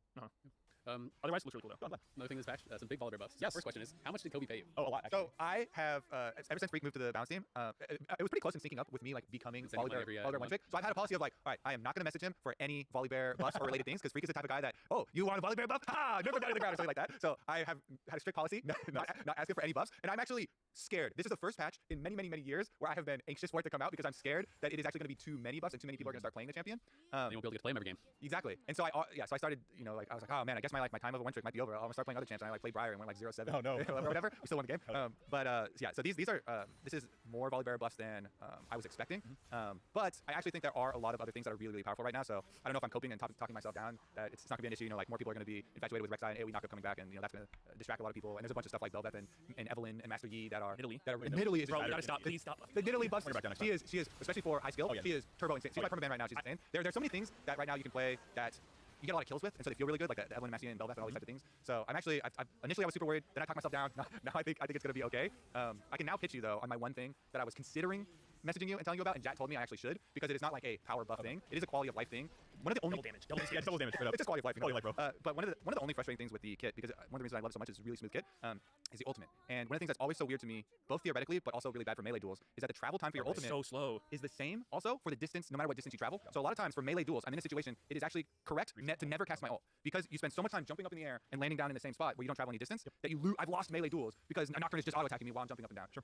So my idea was to make the travel time scale with distance travel because I think it would be OP if you just shorten the travel time. Sure. It's actually really powerful ultimate. The max range would be But the same. yeah, the max range would be the same travel time, but then it would shorten, you know, the closer to your Feels a character you little cast. Yeah. Also, there's a lot of skill expression. One of my favorite parts of Volibear is immuning CC with my ultimate cast. Right. This would actually make it more skillful because if you're casting close to yourself, you have less time of immunity. And I also saw, is that still in there where Volibear, you no longer will be immune to like you're not immune to CC. You're unstoppable. Yeah. So You stun me like- exactly. So if I get hit with a long stun while I'm jumping, then I'll be stunned when I land. This would also put more skill into the player choice of like, ooh, I actually want to do a long jump so I can stay in the air and be immune to the CC and I'll gain this distance even though you know I don't want to do, or I want to do a really quick short jump to immune it.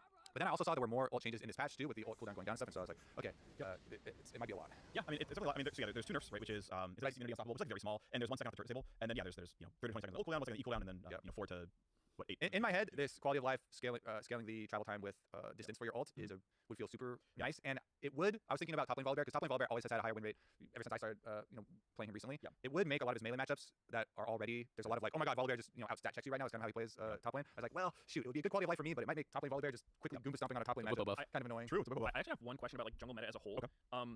In your mind, like you can speak either personally or from like the whole live pod team, what does a balanced jungle look like? Because to me, it seems like it kind of oscillates between like you have your Graves, Nidalee, Kindred, like the power farming meta, and it just seems like it's almost related with how much you get out of camps. And then if like you know those champs will be strong, so it's like okay, you know all jungle golden XP nerfed, so that now it's you know the complete opposite, and it's the Rel, Maokai, Sejuani, the champions that just don't need to farm and can function on no income. Yeah, it's tough because you're right. It oscillates quite a lot. For solo queue, I'll start there. I you know, would rather have sort of more moderate type champions. So if I think about like let's say Lilia, I know she's like really OP for Rana, she's like pretty fine. It's like okay, she's like a big damage threat, she clears a lot, but she doesn't like turbo stomp you in the way that like Rek'Sai level 3s everyone every game. Basically, right? It's like if the meta is Rek'Sai style champions, I think laners are really sad. If the meta is like Hecarim, where they omnivore the map and kill champions and will be on team fights, players are also really sad.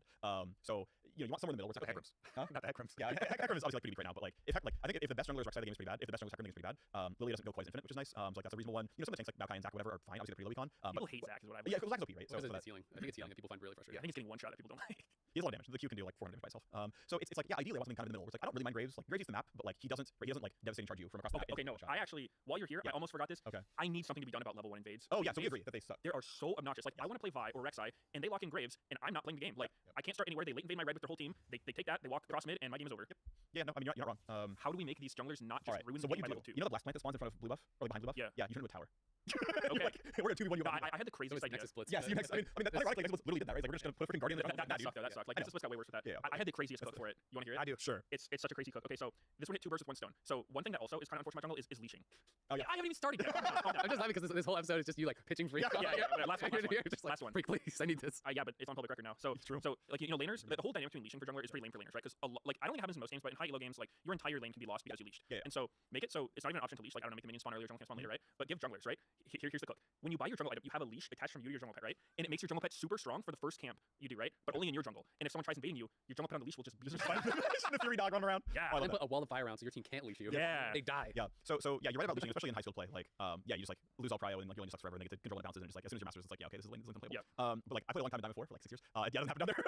just like, doesn't matter. But yeah, so once you're like top, 0.5%, yes, something matters a whole lot, right? And obviously in Pro League unleashes. So yes, there's a lot of ability being like the game starts sooner, you can't easily invade, like leave your base, go start your blue buff, game starts, go to your lane, game starts. There's a lot of ability there. There's one counterpoint that like you might not think it matters, but it kind of does, which is like, hey, for 99.5% of players, you're cooperative at the very start of the game. It's like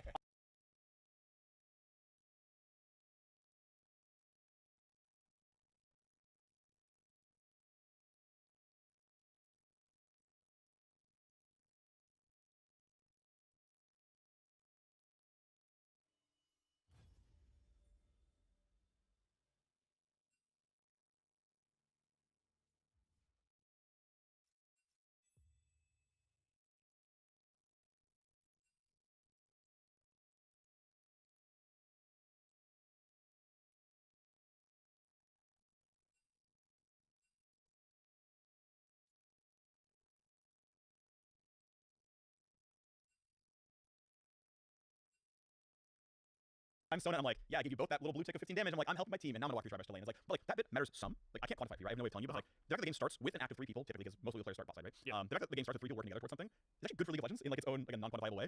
And in Masters like, I'm just gonna leash, like like it weirdly, especially in the main case, solves itself because in Masters they just lane and they understand, right? Like all your laners are gonna leash you, and that's okay, and all your champions can clearly leashless. In low, no one cares about like lane prep anyway, and they're together. And it's like, okay, so like it weirdly like isn't a problem because players self-solve. The ABK sucks though. Okay. Yeah, Great. It's perfect, but like it kind of self-solves, is why I'm like not super anxious about it. Yeah, I see where you're coming from. Yeah. Understandable. I was gonna say some of the frustrations with things like Graves or like Kindred with red buff or something is like you're like, oh yeah, I'm okay with it because you're like a support player now. Instead of like mostly it's like junglers. And you're like, oh, Lilia's not that impressive, and I'm like, she's infinite power. Like I start the game and I'm like, oh shit, she's ahead of me. I mean, you're right. That's playing Volibear, which yeah, Volibear's clear suck, right? Like yeah, that's why I'm like, and Volibear just gets kited around. Also, it's literally Volibear's hardest counter. So I permaban that for the whole time, and then when you nerf Lilia, I was like, I guess I have to ban Lily now. Oh yeah, but I still, even in Lilia's nerf state, she's still really good into Volibear. So it's funny. Maybe with the QSP you'll catch up. It's been really interesting because I played League for 12 years, and I've always been like, oh, I play like probably like 4 champions a lot or 5 at a time, just to have variety. I've never, since I first started, been like, oh, I'm gonna be a one trick. Like I never really like fallen in love with a champion that much. But so it's really weird to be like after nobody becomes a one trick after they've played for a long time. It's usually at the beginning they start as a one trick and then play into it. But it's been interesting getting into that mind. I noticed in one of the early episodes I was also on a patch, I was complaining a whole bunch on the episode, and it's because I had Volibear brain and I was like, I don't like all these things. Right. That are bad for Volibear, and I was like, whoa. Yeah, that's never happened. I was like, that never happened to me before. Dude, nah, one tricks have like the worst. They're so warped. No, I mean it's just objectively wrong, bro. Like if you only play one role, one champion, like what do you know about other champs? Yeah. Nothing. I noticed that happening. And I was like, whoa, this is crazy. And so I was like, well, maybe I need to step outside and touch some non-Volibear grass for a second. So I was like, I was like, all right, I gotta have some mandated diversified.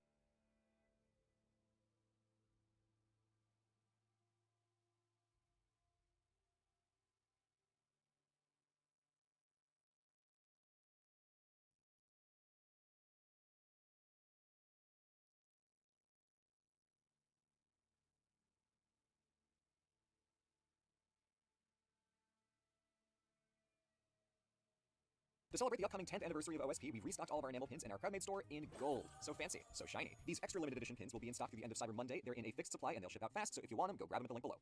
When the Western Roman Empire fell in 476 AD, the average citizen could be forgiven for not noticing. The Roman Senate still convenes, the new king Odoacer was a Christian like his predecessor, and he ruled over Italy with the full approval of the emperor in Constantinople. Compared with the sacking Rome suffered 21 years earlier at the hands of the Vandals, the arrival of Odoacer, barbarian though he may be, was painless. Any citizen old enough to remember the city at the start of the century could say what monuments were smashed or which provinces had been lost, but even they had only known Rome since it became Christian and could never imagine a time when their battered city was the singular master of the world's grandest empire. By 475, Rome's capital, its culture, and its state were already unrecognizable from the time of Constantine, let alone the glory days of Hadrian and Marcus Aurelius 3 centuries earlier. So as consequential as it was to depose the last Roman emperor in 476, the fall had already been happening for a while. Yet, as we will learn, there was a long way still to drop. But despite its many hardships, the next half millennium also saw Rome renew itself, changing with circumstance to take on a vital role in the new medieval world as the seat of the popes. So, to trace how the city of ruins became a city of cathedrals, let's do some history. In answering what's essentially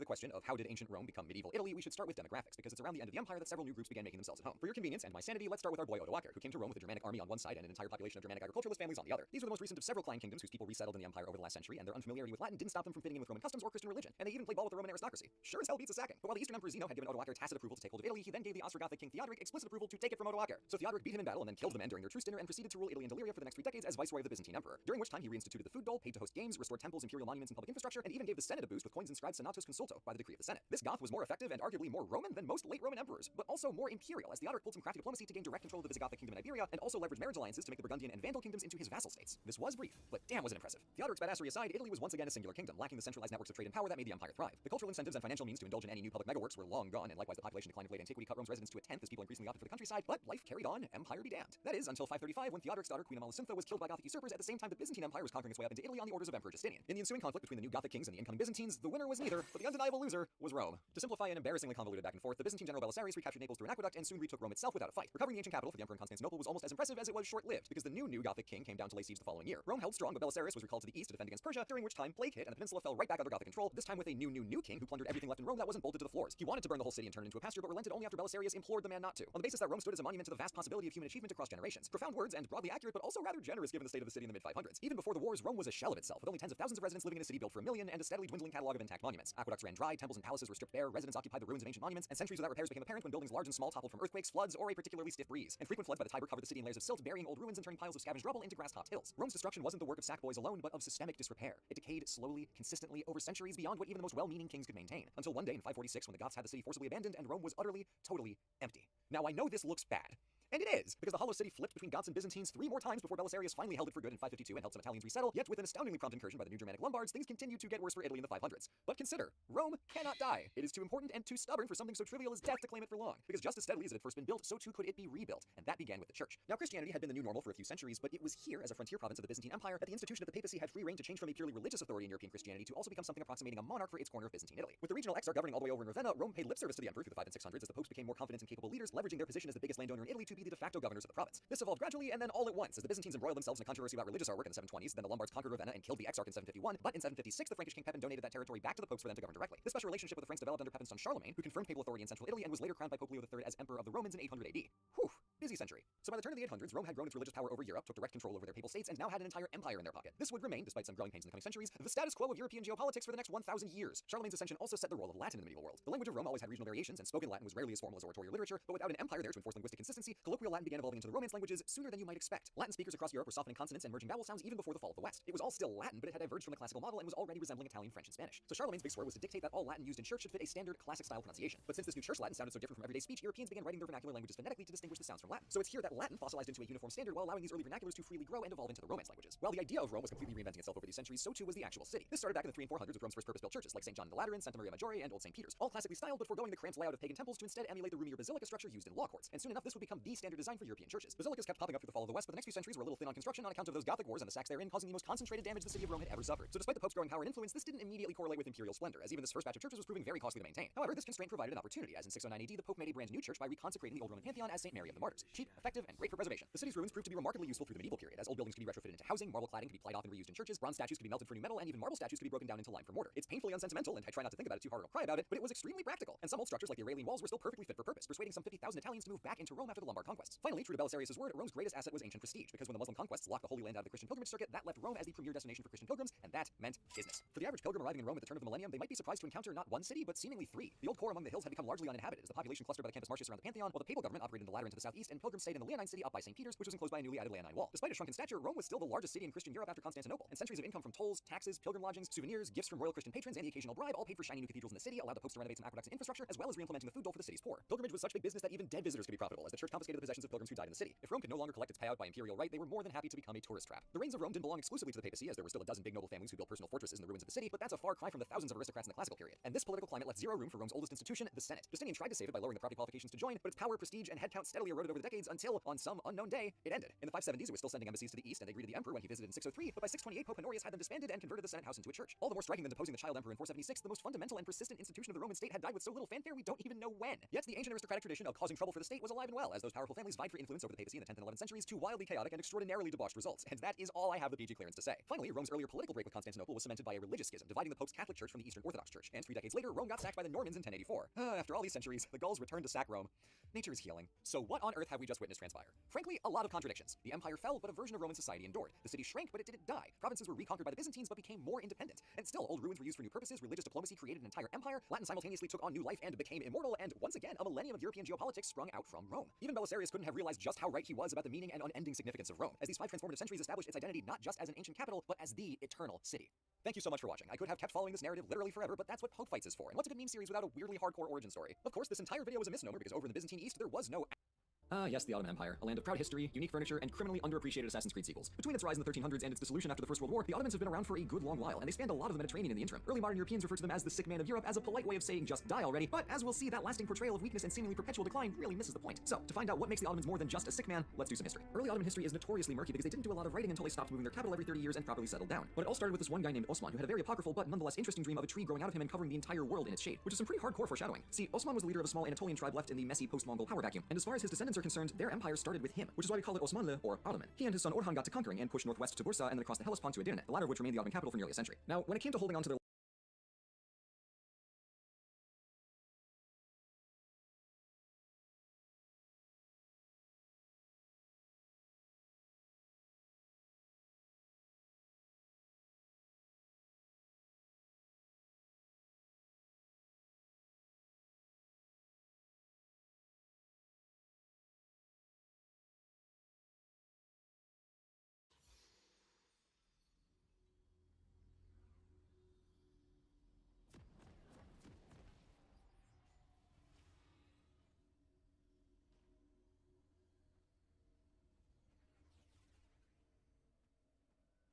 Here is where we make our stand.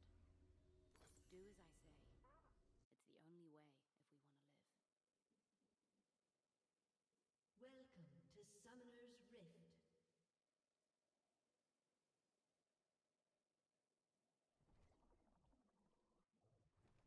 Seconds until minions spawn.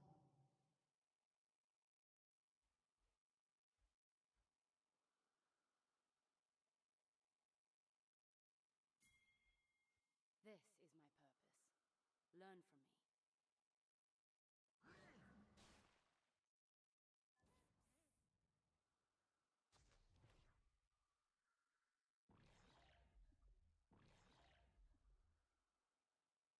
Minions have spawned. Survival is an instinct we all have.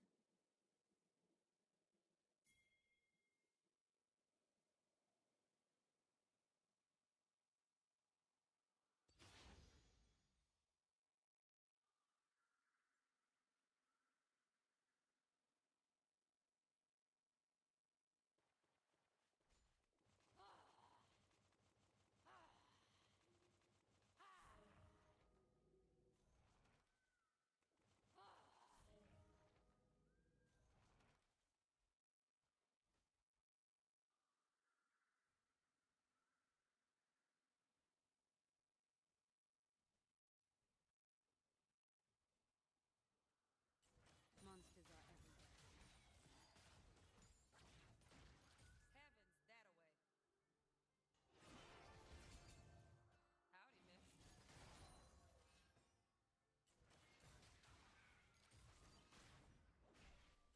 I return stronger than I left.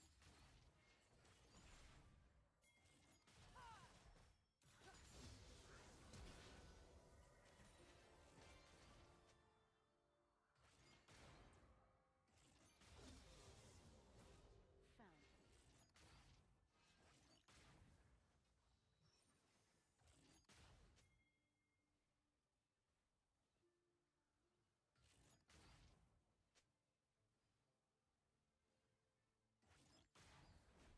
My seat hunger.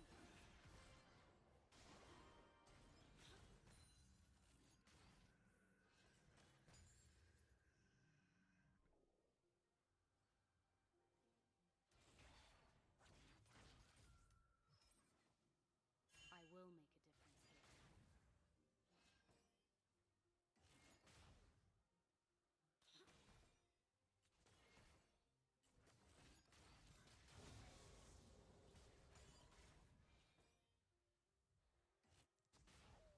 This skin lives on me and hunts with me.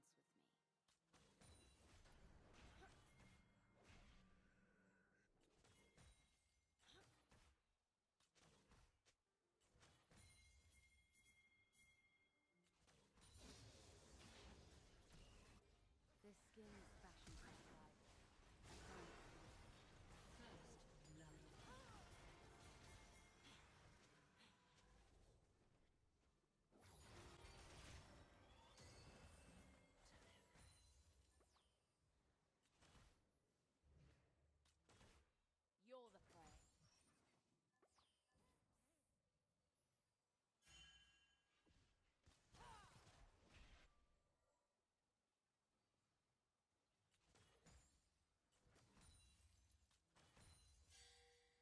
world is changing. We decide into what.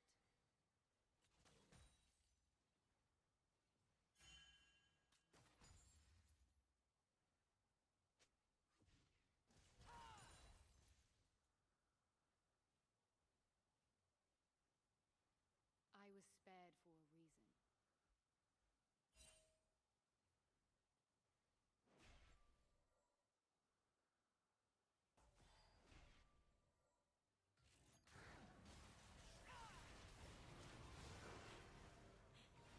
I return stronger than I left.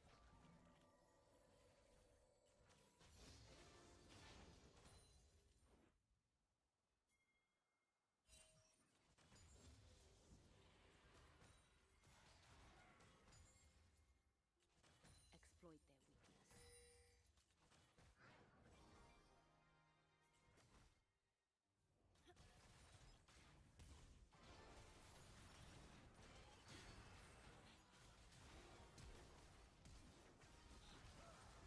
Stay alert.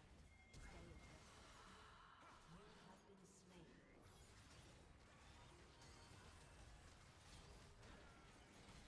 Double kill. In the void, I had no one. I was a doomed outsider. Here, people are everywhere. And they are all mine.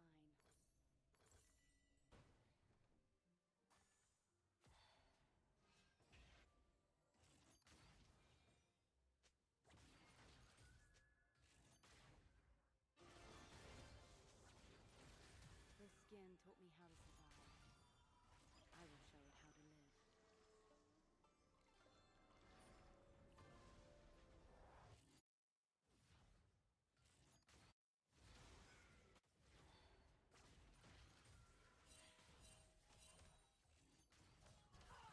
I will make a difference here.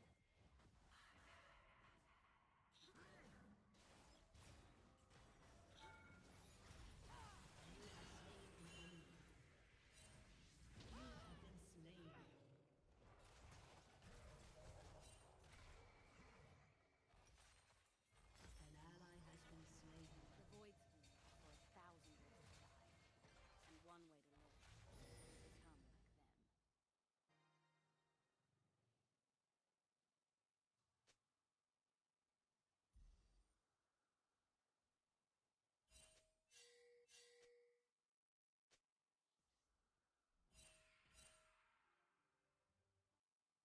Just the beginning.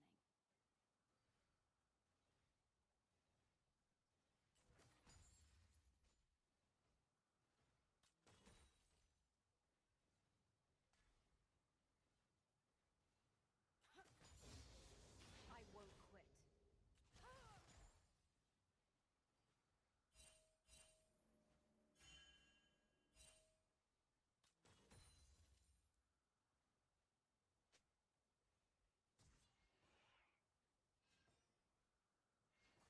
Hit and move.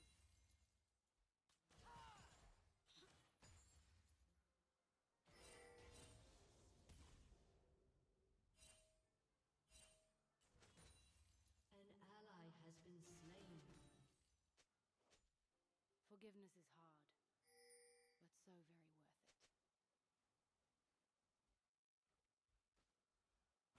An enemy has been slain. An ally has been slain.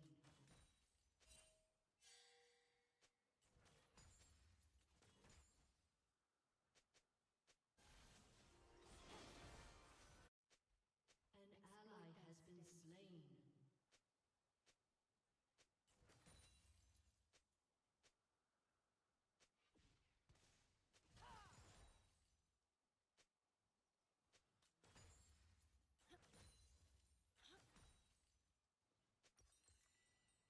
Hold our ground. Attack them and theirs.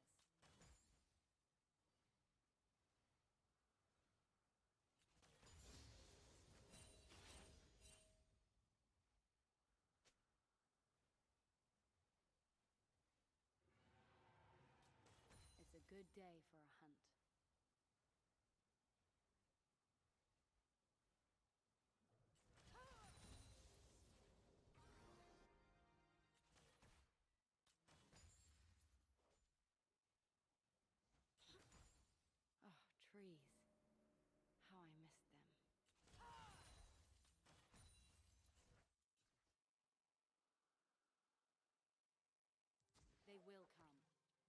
will be ready.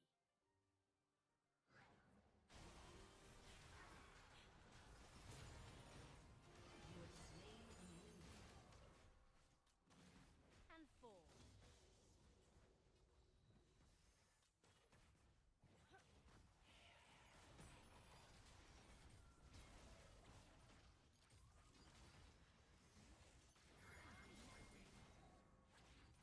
This is why I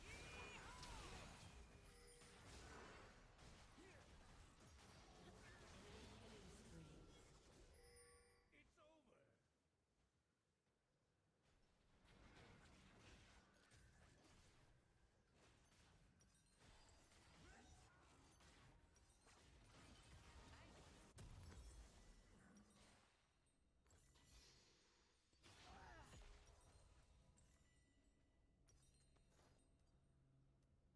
Survival means never stopping. The void means waiting.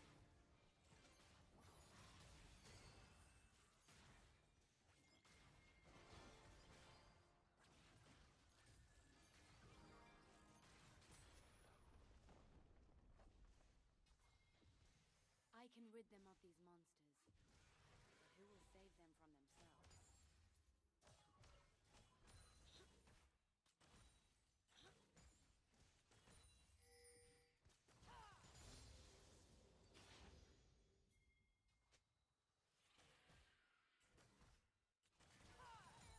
Feed the beast, or be its meal.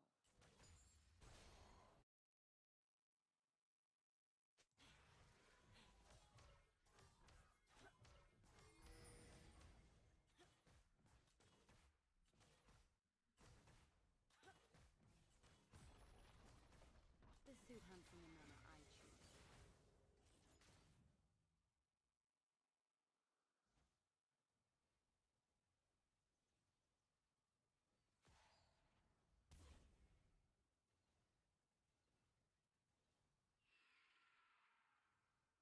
I came for the hunt, but I'll stay for the fruit.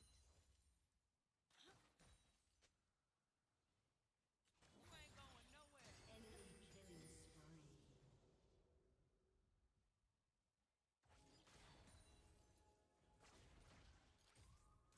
Get up, stand firm, strike hard.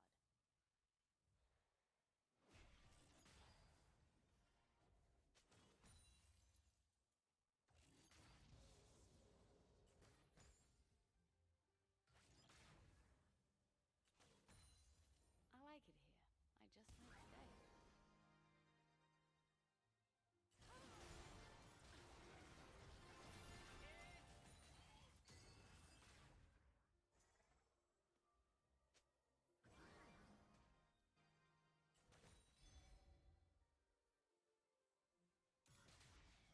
It's fight or flight.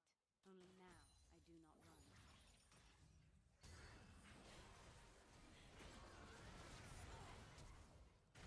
You have slain an enemy.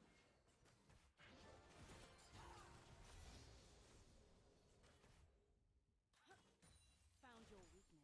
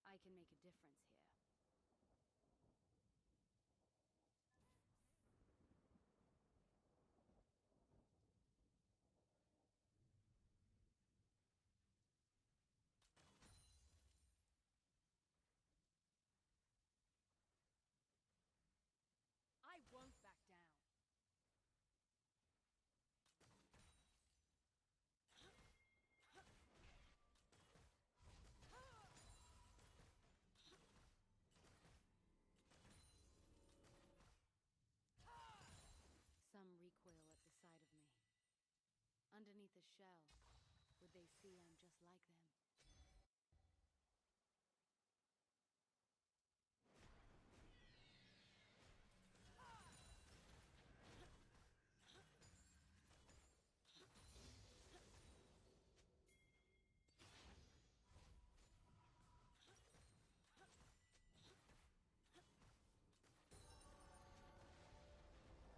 Your team has destroyed a turret. That sent a message.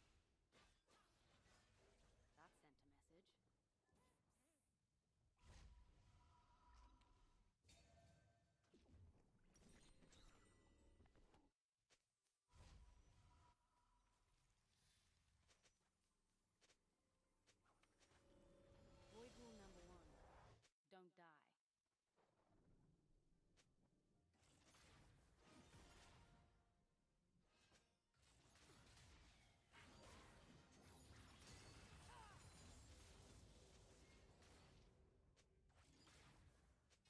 This is my purpose. Learn from me. The hunt will resume.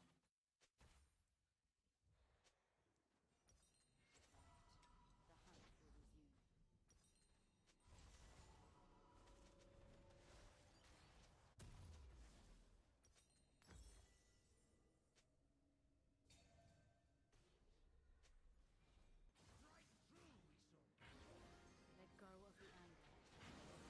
Serve. Your turret has been destroyed.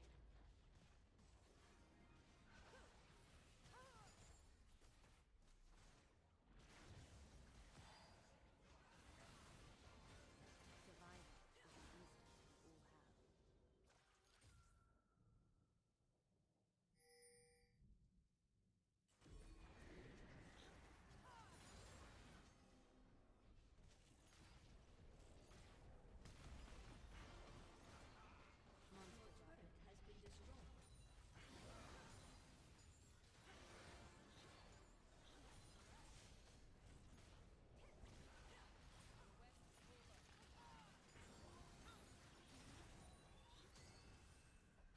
I return stronger than I left.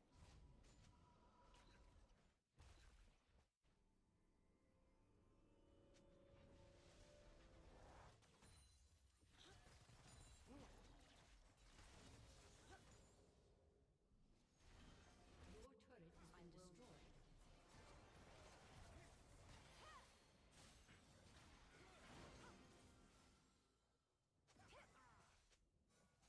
Just brilliant.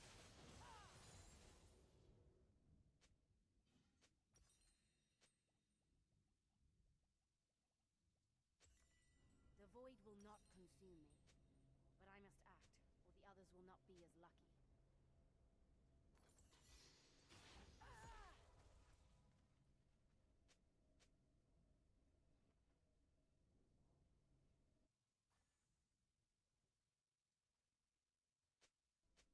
They need to listen to me.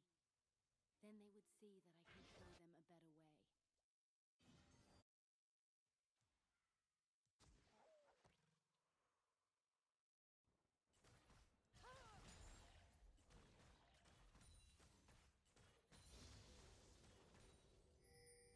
This skin lives on me and hunts with me.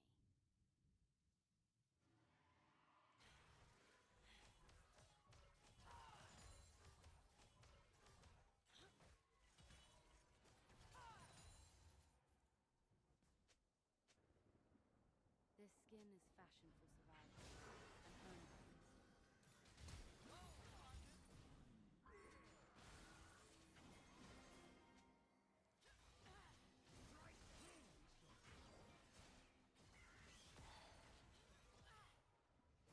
Gotcha.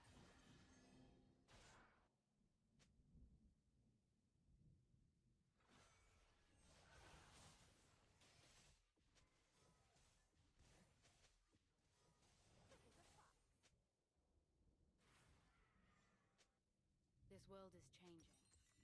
We decide into what.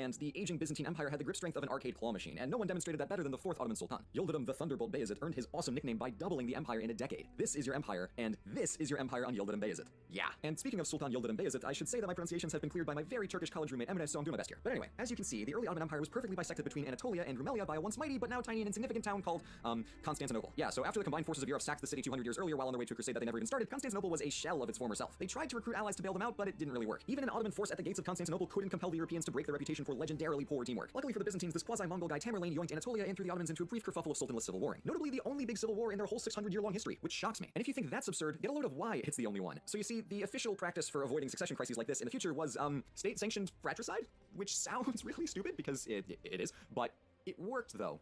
So I have no choice but to file this under history's greatest ideas that were just dumb enough to work. So with that sorted out and the empire reconstituted, the Ottomans directed their attention back to Constantinople, the so-called Red Apple of Christendom. Besides being the one strategically non-Ottoman speck on the map, the conquest of the city carried huge secular and religious prestige. It also provided a strategic center between their split holdings in Anatolia and Rumelia, and it had a built-in source of income from Black Sea trade. Sultan Mehmet II really wanted Constantinople to surrender, but they didn't, so he sacked it with insane siege weaponry and a 10-to-1 army size advantage. Mehmet made conquering the most historically impregnable city in Europe look easy. As congratulations, Venice added the Ottomans to the official Constantinople Conquerors Club, where they mostly just shared history news back and forth. Thankfully, although lots of the city was destroyed, the famous Byzantine church of Hagia Sophia survived, and the Sultan was so awestruck by it that he ordered its conversion to a mosque to preserve it. As a result, Hagia Sophia, as it's known in Turkish, is still standing today. The Ottomans may have been conquerors, but they were keenly aware of the historical legacies they were inheriting along with the city of Constantinople. And speaking of Istanbul, let's clear up those names. Constantinople, before and after the conquest, was known to the Ottomans as Constantiniye, which likewise means city of Constantine in Arabic. And it stayed as that for most of the empire. Unofficially, people called it the city, and Greek phrases about being in or going to the city, translated as Stinboli, turned into what we now know as Istanbul. For convenience, I'll be referring to it as Istanbul from here on out, even though that wasn't really its official name until the 1920s. With Istanbul incorporated, Mehmet the Conqueror lived up to his name by pushing out in all directions, even getting the Ottomans a foothold on Crimea in addition to their Aegean and Anatolian holdings. They quickly figured out that the Europeans weren't really as tied to their religious fervor as they claimed, and were much more interested in fighting each other. So the Ottomans played enemies against each other and conquered peacewise, unmet by any wall of pan-European defense. And they got themselves a really nice domain out of it. Between their natural resources and control over key trading routes, they had a doubly advantageous position for most of their history. At this point, their biggest rival was the Republic of Venice, who held strategic trading posts across the Mediterranean, like Cyprus and Crete, in part thanks to their massive navy. But at the same time, Venice was also the Ottomans' closest trading partners, so when they weren't squabbling over islands, they were making each other fabulously rich. It was a fruitful, if tense, relationship, and it happened in large part because of the Ottoman geography and both parties' willingness to cooperate across religious lines. It's largely due to this partnership that we ever got the Renaissance, as trade brought back classical Greek and Roman works preserved by Muslim scholars, in addition to the piles of cash that funded new artworks in Italy. Mehmet II loved his classics and thought of himself as a New Age Alexander, but truth be told, he wasn't all that far off in terms of lasting historical significance. And I'm talking a lot about the sultans here because the Ottoman government was pretty dependent on their head honcho being, an empire. Aside from local governments, most administration relied solidly on the sultan and his small army of viziers and bureaucrats. Speaking of armies, he also had a notoriously badass personal guard called the Janissaries, who were supposed to serve the sultan at all times, but in the long run they had a suspicious amount of input into who did and did not become the next sultan. That was a problem the Ottomans never quite solved. Sultan Bayezid II didn't do much in comparison to his old man Mehmet, but then Selim I shows up and boom, he conquers Egypt and Syria in no time flat. You can imagine the collective that the Europeans were making the news of that one. And this was a big deal because with the Egyptian Mamluk Sultanate defeated and the entire Eastern Mediterranean under their belt, no one could go east or west without crossing the Ottomans. But there was another option, south, and this is where their actual biggest trading rival shows up, Portugal. Situated on the opposite end of the Mediterranean, the Portuguese figured out how to get access to the Indian Ocean by sailing around Africa. Since the Ottomans had control of the Red Sea and the Persian Gulf, they had a similarly advantageous route to key markets. They tried digging the Suez Canal in the later 1500s, but they didn't have the right technology for it, so oh well. Also, the back and forth between the Ottomans and Venice was still going on, but it had settled down when the Sultans found much bigger fish to fry. The Ottomans also had beef with the Safavid Persians to the east, but that's not the biggest deal in the long run. And speaking of enemies who didn't put up much of a fight, the Pope called for a crusade when the Ottomans took the Holy Land, but come on, this is medieval Europe. Of course nothing happened. But then Selim dies, and it's Suleiman time, baby! So, let me take a minute to explain my excitedness at this, because this is honestly pretty exciting. Suleiman the Magnificent, aka the Lawgiver, reigned from 1520 to 1566, and he is the coolest sultan. Call me basic all you want, but I know what I'm about. In addition to codifying secular and religious law to make the justice system fairer and more efficient, he went on 13 campaigns in pretty much every direction. Europe was convinced that Suleiman was using cheat codes because the game looked like it was way too easy for him to win. He also sorted out some trade deals with the Portuguese, which before then had been rather messier and involved a lot more cannons. So he fixed the laws, expanded the empire, solidified a gigantic source of revenue from Indian Ocean trade, and things were looking pretty dang good. For most, the reign of Suleiman was without a doubt the golden age of the Ottoman Empire, and it's because of this ridiculous trade money that he was able to go all out on building projects and art. In addition to the strong colors and bold designs of silks, manuscript paintings, and unreasonably gorgeous calligraphy, Suleiman commissioned hundreds of mosques and other buildings across the empire. The most famous examples are from the architect Mimar Sinan, whose work set the tone for centuries of Ottoman architecture. That man really knew his geometry, but let's get back to that again. It's after Suleiman's death that the general perception of the Ottomans starts to shift towards that sick man idea. And I hope I can explain in the rest of this video why the truth is more nuanced than that. The big obvious moment that people point to of, oh hey look, now they're really in decline, is the Battle of Lepanto, where the combined forces of Venice, Spain, Genoa, and the Pope banded together in literally the only instance of substantive European cooperation in the entire Renaissance. But they succeeded in stopping the Ottomans from pushing any further westward. The battle was a loss for the Ottoman navy, but since the European alliance promptly fell apart the second the battle ended, there was no follow-up, and the Ottomans happily kept everything that they had already. Honestly, not a terrible outcome. Although this famous battle signifies a broad end to Ottoman conquest, I think it's short-sighted to say that it signaled the empire's decline. After Lepanto, they still had their trade networks, they still had their government, they were still producing beautiful art, and they happily held on to lots of their territory without any threat of civil war. They had some rebellions, some client kingdoms came and went here and there, and there was some business with Vienna that didn't go anywhere, but aside from a few fuzzy frontiers, the Mediterranean core of the empire was very stable for another 2.5 centuries after the Golden Age. Modern scholars have started filing this period under stagnation, but I feel like even that has a negative connotation. I personally prefer to describe the Ottoman Empire as chilling in the 1516 and 1700s, and I honestly don't think there's anything wrong with that.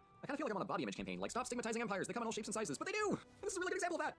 Anyway, I'll share a couple fun stories from this period, and then I'll hop forward to wrap this all up. So in the early 1600s, Sultan Ahmed raided the state treasury to build a new imperial mosque, nicknamed the Blue Mosque for the abundance of rare Persian aquamarine stone decorating the interior. Legend goes that after the mosque was built, some French traders were very impressed, and when they went home, they told all their friends about the beautiful turquoise, i.e. Turkish stone. So with time, the word turquoise or turquoise simply referred to that bright blue color found inside Ahmed's mosque. And I generally think it's a gorgeous building. When I saw it in person, it absolutely blew me away. And on the other side of that, you have Sultan Murat IV, who banned alcohol and coffee, and then would go bar hopping at night in disguise in search of lawbreakers. If he found one, he would surprisingly reveal his true identity and then gleefully behead them. So you win some, you lose some. Also, some pirates of his captured Iceland for a hot minute, which is like 17 different layers of confusing. But again, I'm jumping ahead because the 1700s are mostly just Russia and Austria flexing their muscles and pushing down on the northern Ottoman border, and Persia still poking around the eastern front every once in a while, but internally things were still doing well overall. The problem was that a general apathy towards reform kept the Ottomans half a century behind the rest of Europe in terms of technology, scholarship, and military training. So it's the 1800s where the problems come to a head all at once and stuff actually starts going tangibly downhill for the Ottomans. You remember how earlier I was saying that it would have been really easy to stand up to the Ottomans if Europe properly teamed up? Yeah, so this is exactly when that happens, and unsurprisingly, it worked really well. The big threats this time around came from the west, as the Napoleonic Wars were spilling out all across Europe. France rolled through Egypt and Britain followed shortly behind, with the result being that Egypt became semi-independent, turning into a vassal state rather than a fully fledged Ottoman territory. After that, France, Russia, and England helped Greek revolutionaries gain independence, and then France yoinked Algeria into confusion.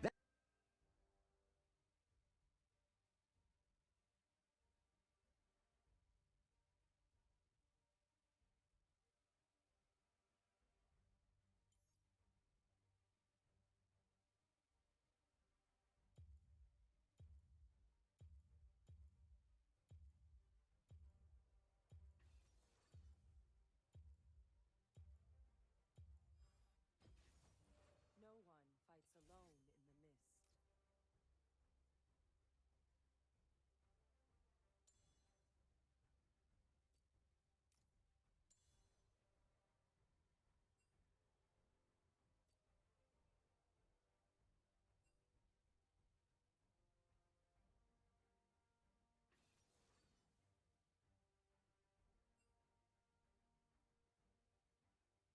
In 1878, another war with Russia saw 50% of the Balkans go poof. England officially swiped Egypt for themselves in 1882, and Italy colonized Libya in 1912, the same year that Serbia, Bulgaria, and Greece swept up the rest of the Balkans. At this point, it's really just a big European game of, hey, let's partition the Ottomans, woo! And as you can see, it's really after 1870 that the proverbial sick man started dramatically coughing into that handkerchief. On the one hand, it wasn't all terrible, as there were a handful of economic, military, legal, social, and technological reforms that helped modernize the empire through the 1800s. As a side note, this period saw the refinement of a centuries-old technique of water painting called ebru. In what's really reverse watercolor, artists transfer dyes into a pool using special tools to create shapes out of spots, and ultimately transfer the image onto a piece of paper. The effect it produces gives it the nickname paper marbling, and it is gorgeous. The best part is, ebru is still widely practiced today. But returning to my earlier point, pretty pictures usually can't save an empire, and the fact that them sort of keeping pace is news proves the point a little bit, so let's wrap this up. After the Ottomans allied with Germany and the Central Powers in the First World War and promptly lost, the post-war Sykes-Picot Agreement between Britain and France carved up the Levantine and Arabian territories, confining the Ottomans to Anatolia under strict supervision of the Allies. The Turks proceeded to fight back against the Allied powers in the Turkish War of Independence, which ended with Mustafa Kemal Atatürk and the Republican People's Party officially canning the Ottoman Empire and founding the modern Republic of Turkey. And having fun with the Turkish word, sue me. And that's the Ottoman Empire. It had a really long run, and I would say a pretty solid one at that. While it's a fascinating story in general, it's useful because it addresses in the half-century following the Peloponnesian War, Greece wasn't really doing so hot. Athens' once mighty maritime empire had been rendered moot, and its continued relevance was primarily, if not entirely, owed to its lasting dedication to culture, art, and philosophy. Sparta's population, which was never all that large in the first place, steadily dwindled through the 4th century as its military similarly deteriorated. Thebes, who has a particularly humorous episode in the 4th century that I've covered elsewhere, had scarcely a decade of military dominance to its name. Greece was effectively the passed-out drunk guy on a couch at a house party, and their forehead was tempting any and all would-be knob artists to uncap their finest permanent markers and start scribbling. It wasn't long before Philip II of Macedon hoisted his proverbial marker and began drawing plans. For a little background, Philip spent most of his childhood in Thebes during the time of the awesome general Epaminondas. While there, he learned a few things that become absolutely invaluable to his subsequent military success. First, he learned the importance of using specific units of elite troops, which was pretty much unheard of in the Greek world. He also learned how effective it could be to concentrate effort on a specific part of an enemy's line in order to disrupt and or break them. For those of you familiar with Thebes' famous Sacred Band, this is textbook Theban tactics. Two of Philip's big innovations were the oblique attack, which we'll see more of later, and his integration of companion cavalry, which, given Philip is Greek for lover of horses, checks out. Lastly, Philip gave his soldiers a cartoonishly long 20-foot lance called the sarissa. Look at this thing, it's nuts! So, conquest time. He began by swiping up Thessaly, and then a decade later he took the entirety of Thrace. That was a rather bold move, but he ultimately didn't have all that much trouble in pulling it off. With all of northern Greece under his wing by 342, which already should have been setting off some serious alarm bells, but apparently didn't because screw that, that's effort, Philip proceeded to push down into central Greece. I should say, the famous Athenian orator Demosthenes made several impassioned speeches urging the assembly to take some precaution against the seemingly unimpeded Macedonian advance, but again, being passed out on a couch doesn't exactly lend itself well to a coordinated military defense of one's homeland against as skilled a tactician as Philip. It wasn't until 338, when Philip had reached Boeotia, that Athens, Thebes, and friends realized that they had a serious problem on their hands, and by then, it was way too late. The last battle in Philip's conquest of Greece was fought at Chaeronea, and it's a fantastic example of just how clever and innovative Philip was. On the defending side, Athens held the left, while Thebes and their famous Sacred Band held the right. Philip's strategy was predicated on the astute assessment that the Athenians are lousy hoplites, mostly because they're a bunch of philosophical nerds. As such, he placed his best soldiers on the left to meet the Thebans, under the command of his young son, Alexander the soon-to-be great, who at the time was just 18. And this next bit was especially tricksy. As I've described in this video here about ancient warfare, the general way of hoplite combat was for both lines to meet head-on, but Philip had Alexander the oblique advance on an angle, refusing the left flank entirely. That way, the Macedonians wouldn't have to actually fight the very skilled Thebans directly, and the plan worked brilliantly. Philip broke the Athenians and split the defending line, and then Alexander the Swell charged his cavalry through, surrounding the Thebans and killing them all. And recall, Philip knew these guys. He had lived in Thebes, and these soldiers were his childhood friends. So that's really brutal. That said, Philip was no fool. He knew what he did, and he explicitly said of the Thebans, let no one say that what these men did was dishonorable. And with that, the proverbial knob was drawn, and Greece was his. Well, not all of Greece. Sparta was so weak and irrelevant that Macedon never actually bothered conquering it, which, considering Sparta's collective attitude towards weakness in all of its forms, must have stung something fierce. So,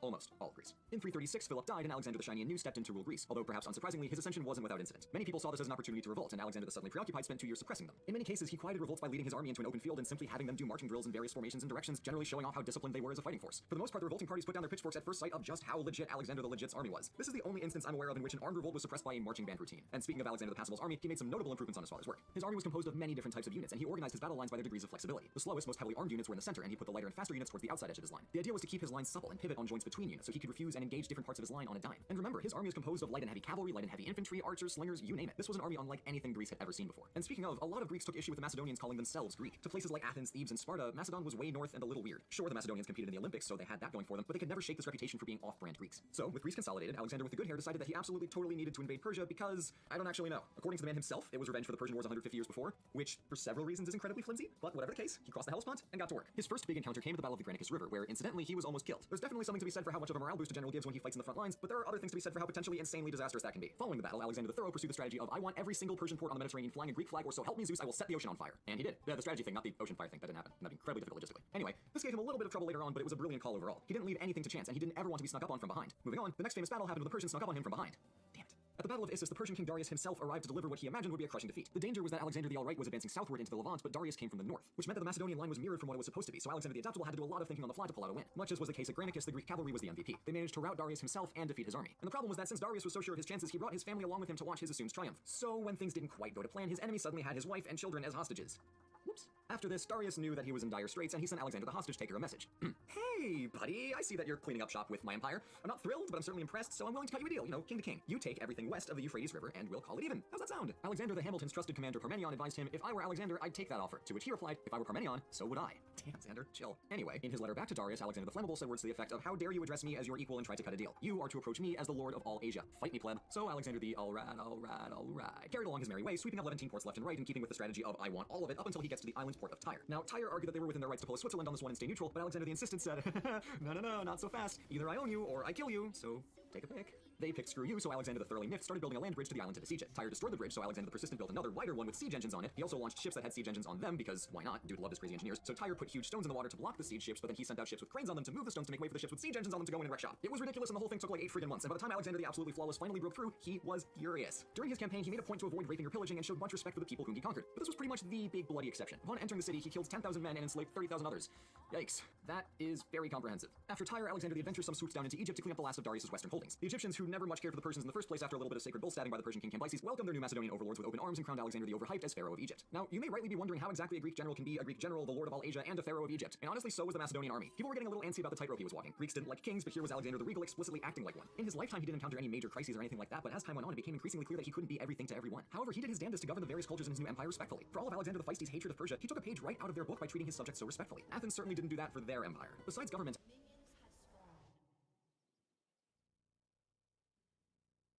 I'm so hungry I could eat a whole bunch of grumps. Fine.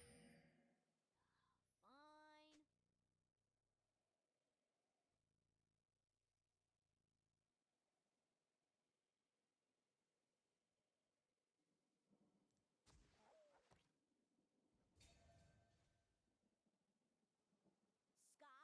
Land? Flame? Haha.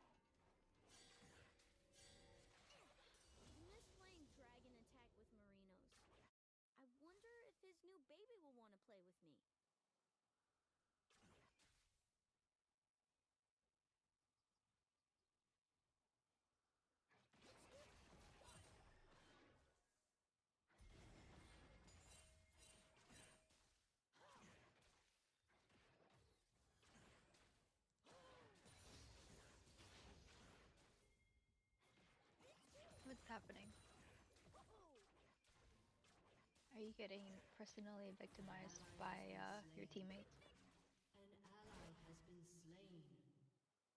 An enemy has been slain. Marino says people think there's no more Imperial dragons, Hello? but he never lets me prove them wrong. Oh. It's fake derp, isn't it?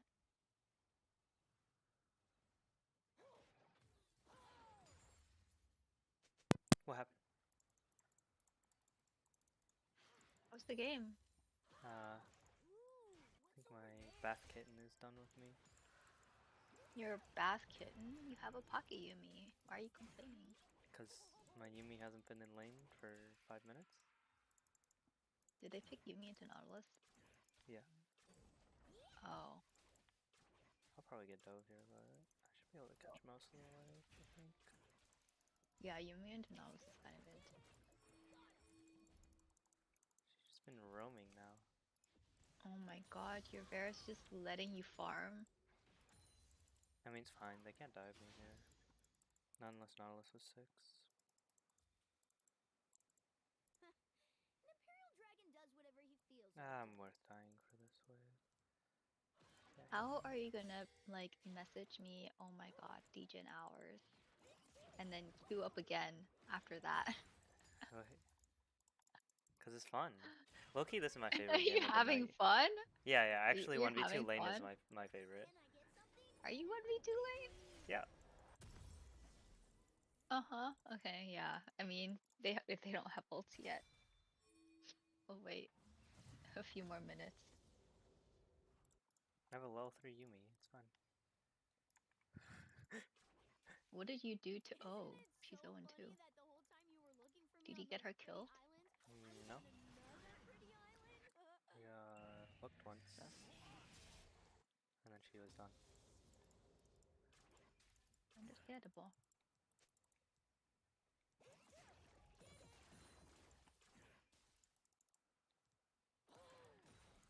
I just want to ping her away. She's so worthless. Oh my god, you're not even her best friend anymore. That's tragic. Do you see anything? She's gonna take my CS. What the fuck? An enemy has been slain. An ally has been slain.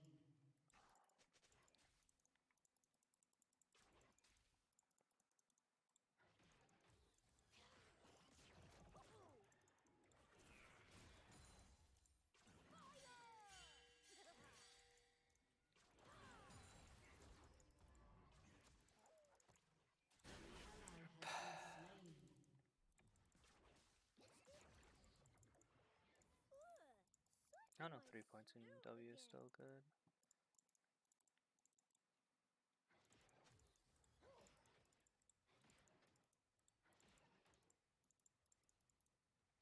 Gotta stay on my claws, like Mom always says.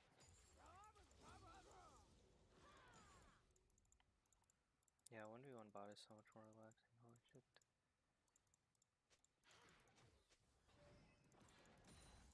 Why is your Varus so scared? Because why is he all the way back there? He definitely saw Gragas on something. Oh. Like, what is this play? This is such a bad play. Goodbye to your jungler. Or not. Goodbye. If I can't eat them, then why do they gotta smell so good? This is a terrible all-in. I need to turn on the Vigar. But I get one shot by him, so... Wait. I'm trolling. Bath kitten is stuck. Bath kitten! Oh. Oh. At least you guys are stacking, I guess. Both of you are stacking. What the fuck was that?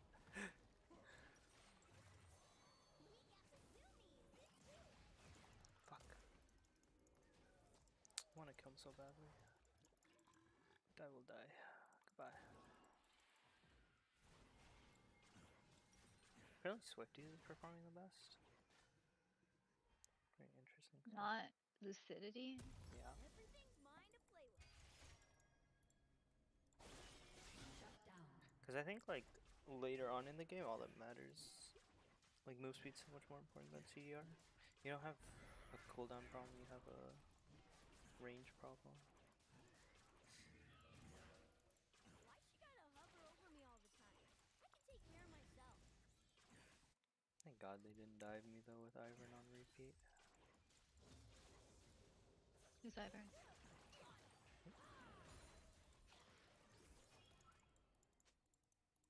Jungle bot, yes. But now that I'm 6, I can die for a wave. Whatever. Yeah. Empress Evelyn. Ugh, flying is hard.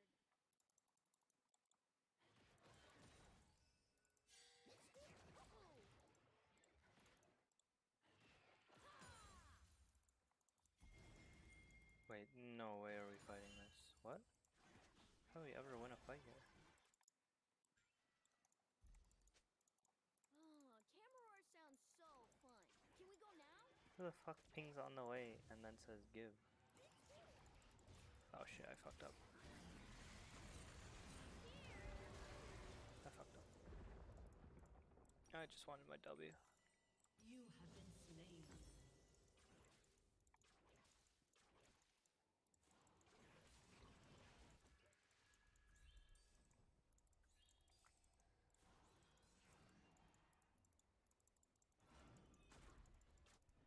Oh, I gotta work on my landing.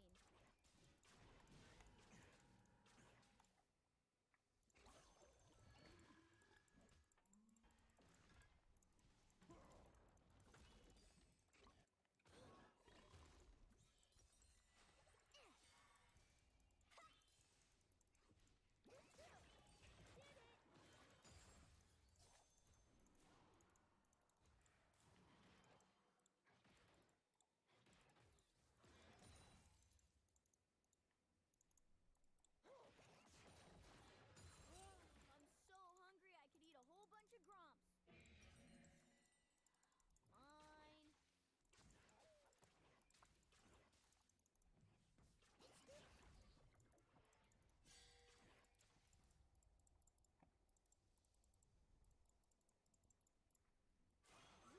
That was a terrible play. Oh.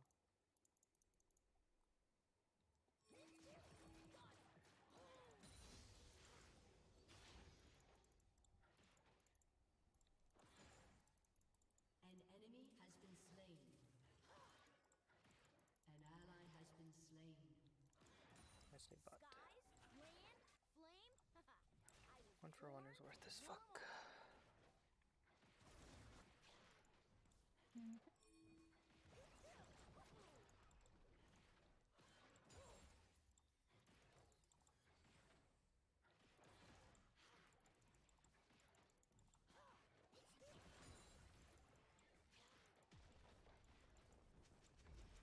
Fuck.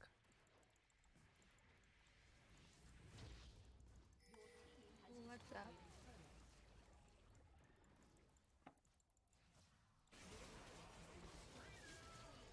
I have decided that I need to save more money. Oh. Just a story. What happened? Is it like an actual problem?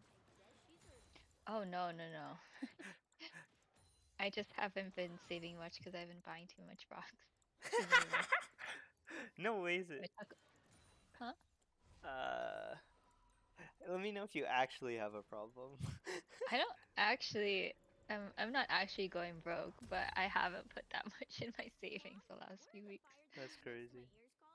I mean, I've like put money into like Roth IRA and like invest some, and obviously I put it into my 401k. But Wait, you're still eligible for Roth? wait, isn't everybody? No. How are you not eligible for Roth? If you make too much, then you can't contribute. Oh, I don't think I make too much. I make what is now considered to be barely surviving. That's crazy. Yeah. Amazon really fucking us up out here.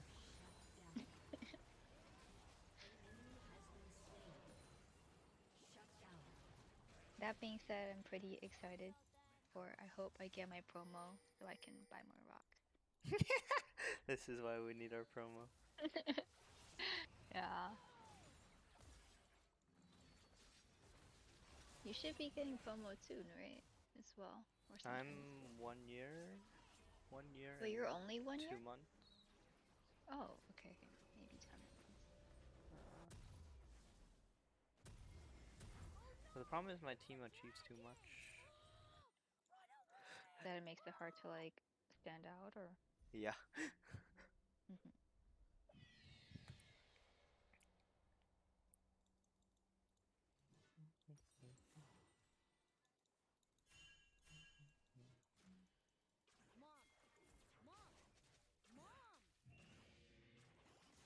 See?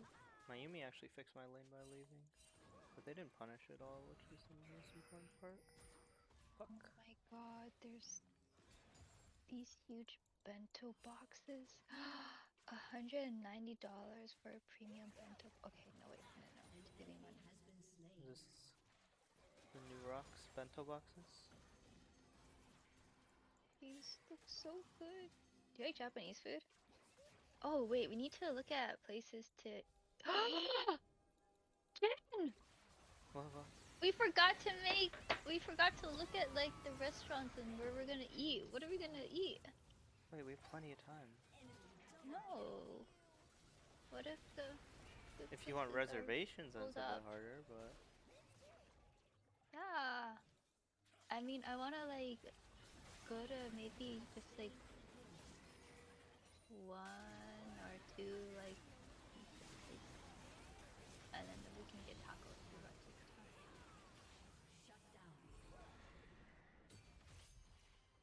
Did you get tickets to the thing?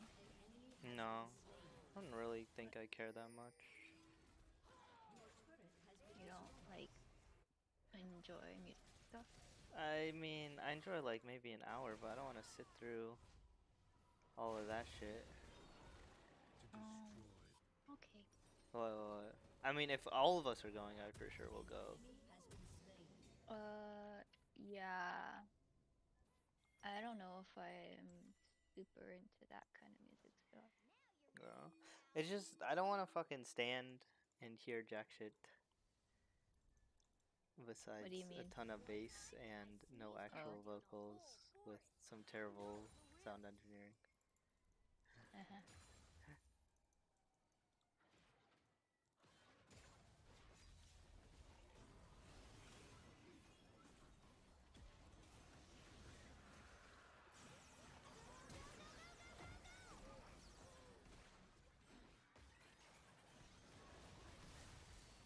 I'm dead. I'm dead. I had to flush up.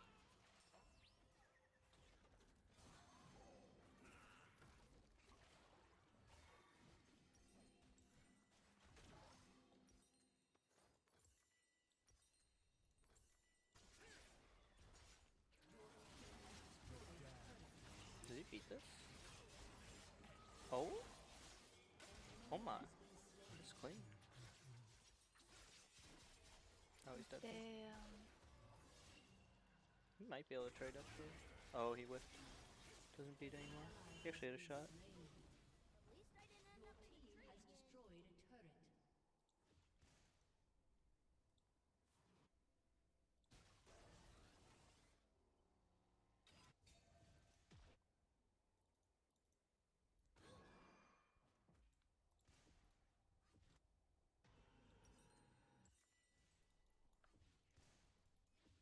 Your turret has been destroyed.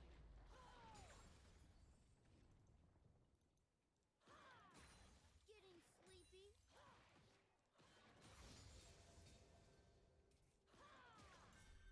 Fuck.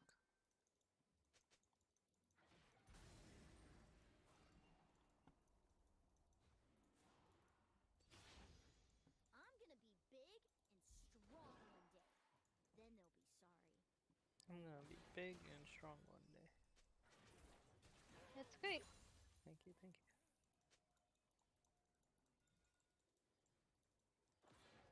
Then they'll be sorry. Mhm. Yeah, for sure. You tell them.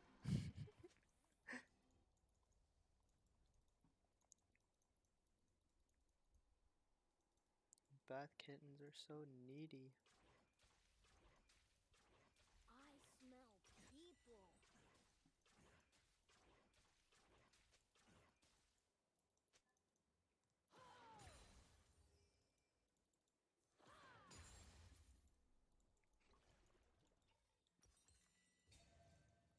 Marino says people think there's no more Imperial dragons. But he never lets you prove them wrong.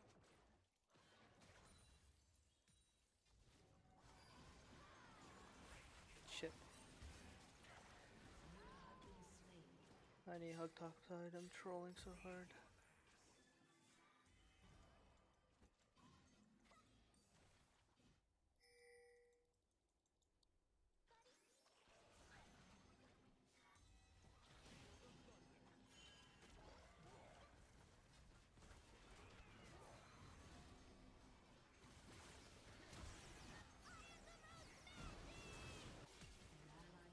Oh, we lost it.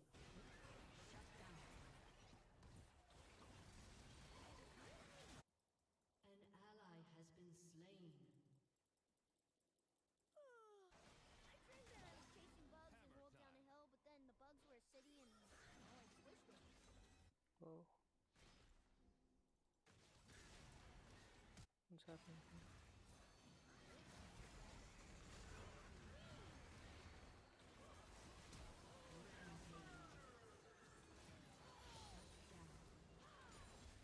Double kill.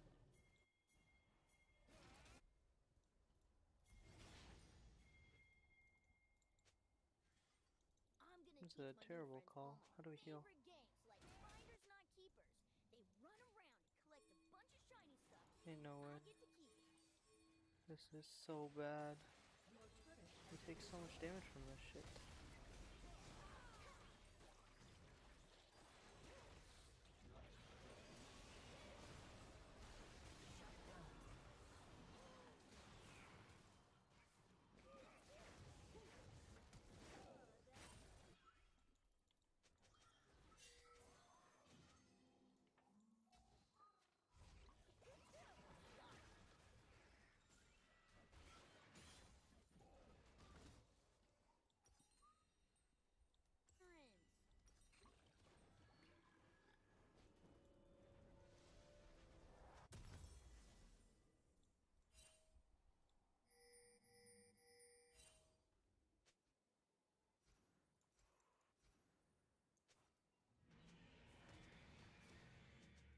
Friends. Maybe it's good no one else can understand her. No? Well, as far as Yumi doesn't die from it.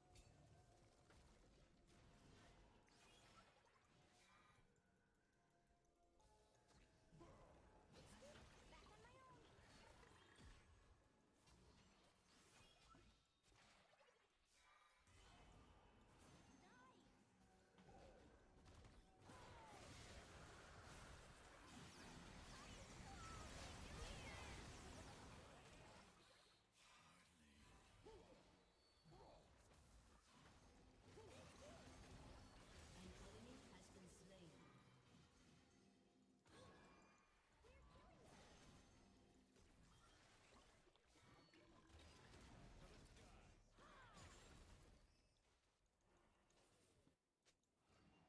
How is it going? Yo, can you fucking play the game? Oh my god. How many I'm stacks you getting. got? I have no stacks. Everyone's taking my shit. Just one's farm stacks. Must stack.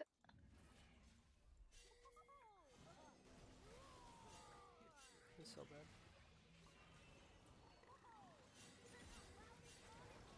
Formation complete.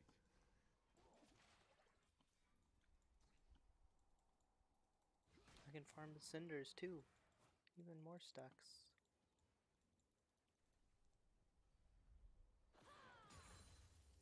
My Archimedes.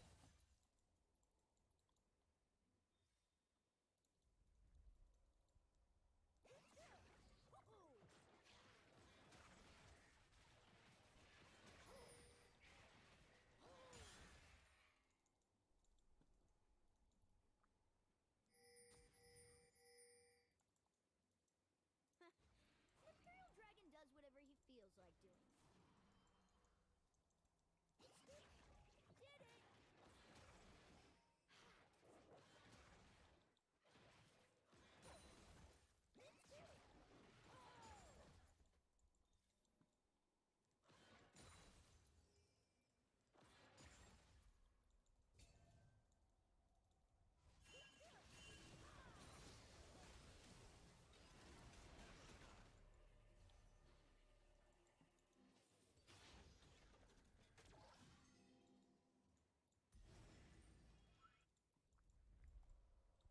Do you see anything? An ally has Shit. been slain. Ooh, I'll find him.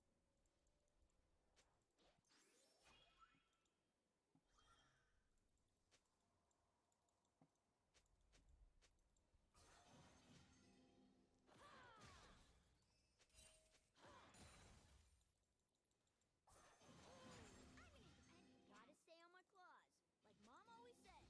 Rah, rah, rah, rah, rah, rah. Are we best friends now? Oh, it's coming out. What happened? Oh my god.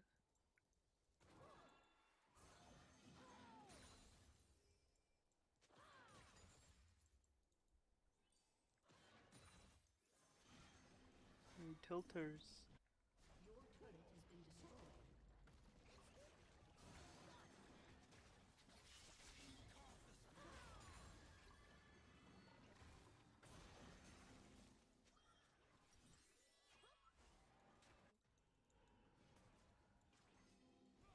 Humans are so weird. Shut down. One minute they're all small and round, and the An next ally has been slain.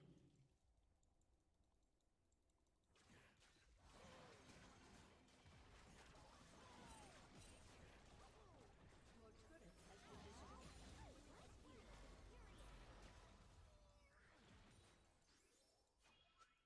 An ally has been slain. Holy shit, today has been a bad day. Why are you playing at these hours, bro? These are the hours I use to demote an entire rank. Holy shit. Your inhibitor has been destroyed. Very ballsy of you. Your inhibitor has been destroyed. Oh? And then you also don't mute all. Why are you not muting all? Because I'm entertained some of the time. You have to be tilt proof.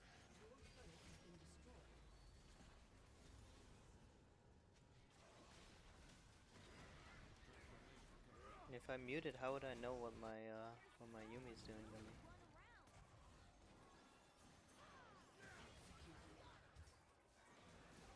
Oh my god, what the fuck is Maiden?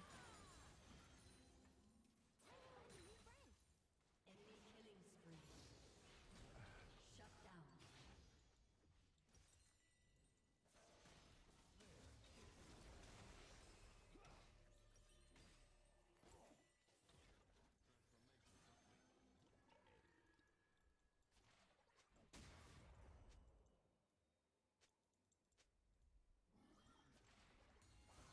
now you're ready to prowl. This is so bad. This is so fucking bad. Holy shit. How many stacks you got? Oh god. Oh, it's lost. It's lost. Turn away, turn away. We see nothing. Enemy double kill. Turn away. Mom, stop! You're embarrassing me.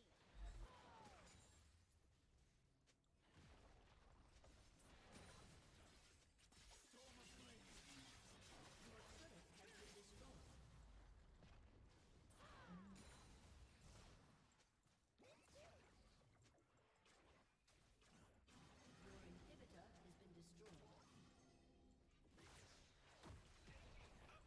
Your turret has been destroyed.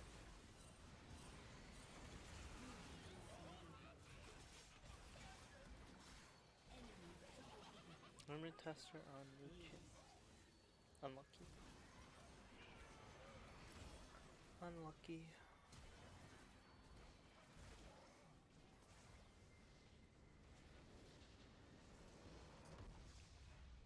Defeat.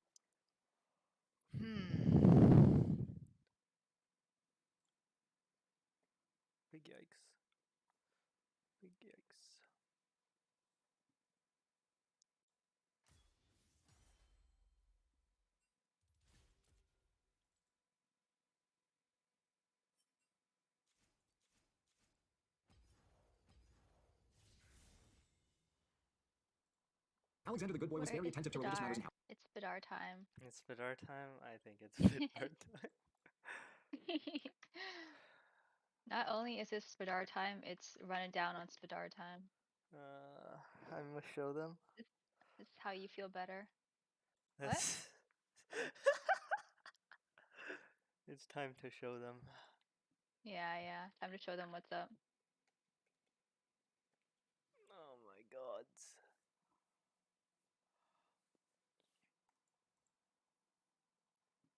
He presented himself. Back when he was in Anatolia, he diverted to the famous Gordian knot, as it was said that he who could undo the knot would go on to rule all of Asia. Whether the story goes that he pulls out the pin holding the knot or straight up cuts it in half, the fact remains that he wouldn't dare let such a perfect PR moment go to waste. Anyway, when he was in Egypt, he went out of his way to visit the Oracle of the Siwa Oasis in the desert. So out of his way, in fact, that the army he took with him almost got lost in said desert. Fortunately, they didn't, and Yeah, Alexander, she he loves is coarse and rough and Spidar. irritating and gets everywhere, Oh did meet with the boy. Oracle. And What? Nothing. What? Nothing. Good luck. I'm losing my mind. Are you okay? I don't know why this is a big struggle. Oh my god. Okay. Let me just go make Smolder, and then I can be happy stacking. Yeah, I think we stopped playing Smolder. No. Oh. Smolder is okay. my happy place. I don't think it's making you happy. You sound distressed. Oh, no. I was having so much fun in lane, just stacking. How long did that last? Like 10 minutes? Yeah, that's all I need. Crazy, it's crazy. What are you at? I'm playing ARAM. I'm actually happy. Oh. I can see why Pukiwuki enjoys this new Lisa champ. She's kind of fun. She also got crazy buffed. Oh, okay. Alright, it's time to enter my happy place. And see number you go should- up. You should disclose something to your teammates. About you.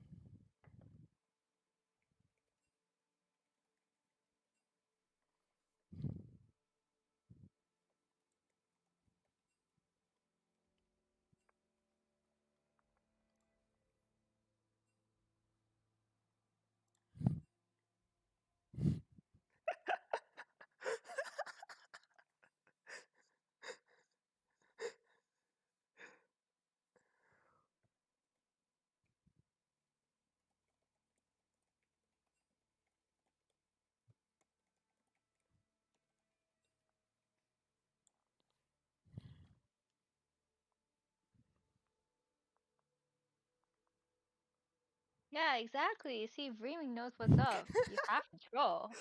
It's not even like haha, troll for fun. You have to transfer the karma. Very, very real. Unfortunately, I think it's getting transferred to Spidar. That's fine. I hope you don't have a lot of skins on Spidar.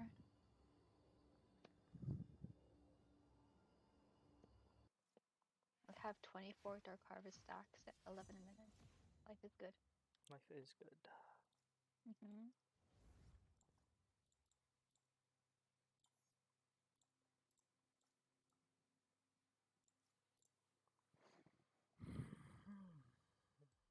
Oh, we do need to put a tea time reservation. Yeah, dude, we have to reserve something. Well, I mean, I didn't remember about tea, but yes, we need to reserve something too.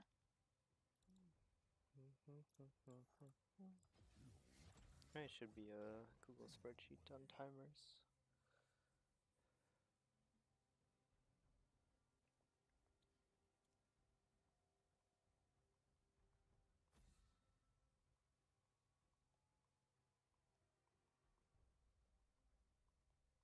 What did I do? They banned my Yep. happy place. Crazy. What is my next happy place?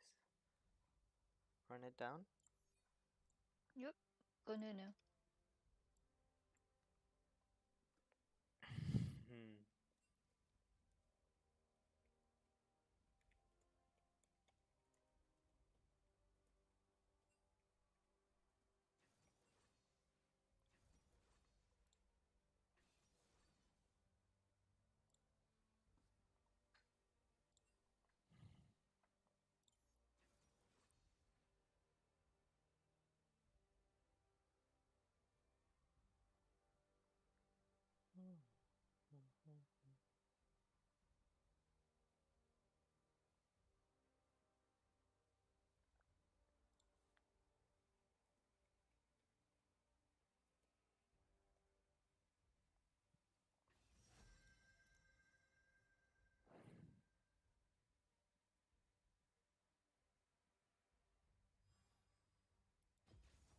No one fights alone in the mist.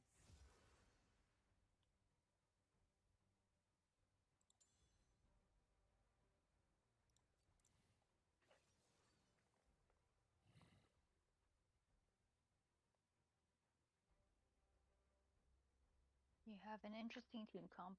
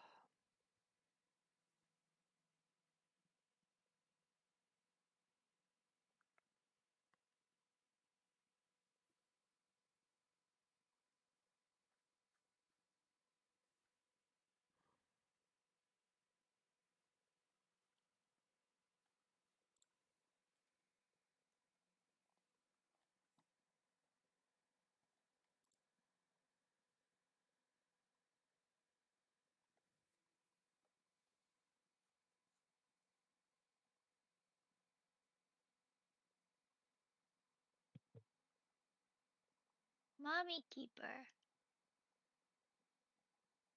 Traditional Karma. What? Nothing. Just reading out the names. Traditional Karma. Do you know what Old Karma did? Old Karma had No. some of the ugliest animations. Mm. The Fan of Knives. Crazy stuff. No, she's in Traditional Karma.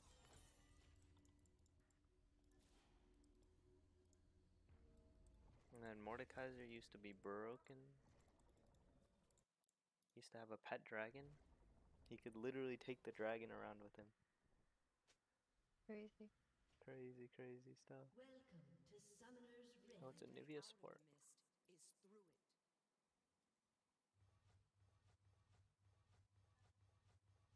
30 seconds until minions spawn.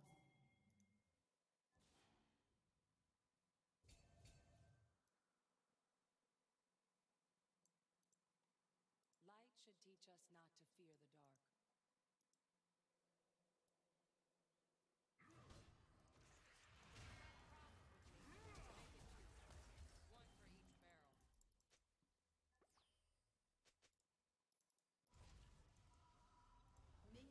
Well, on the right side, you're due for a win now, right?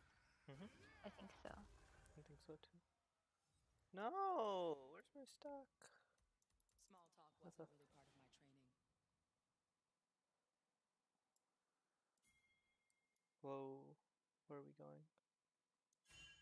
Whoa there. Oh my god. I haven't seen What this in so long. What?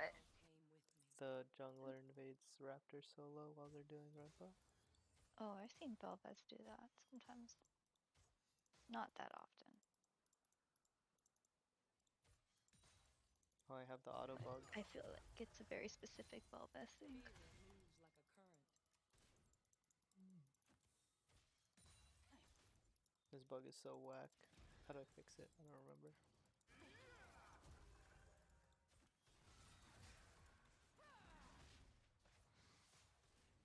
Your brand is getting a little bit shit on. No, it's fine. Wish I could remember to dream. Hi, bully. I am Senna. Okay, this auto thing is really annoying me, I'm not gonna lie. What's the problem? Do you have to A-click? No. Do you see how my animation's going to the side? Wait, let me see. Oh. That's weird. That's really weird. It's like a little bit. Oh my god. I'm Hello? trolling. Sir? I had to flash the Q.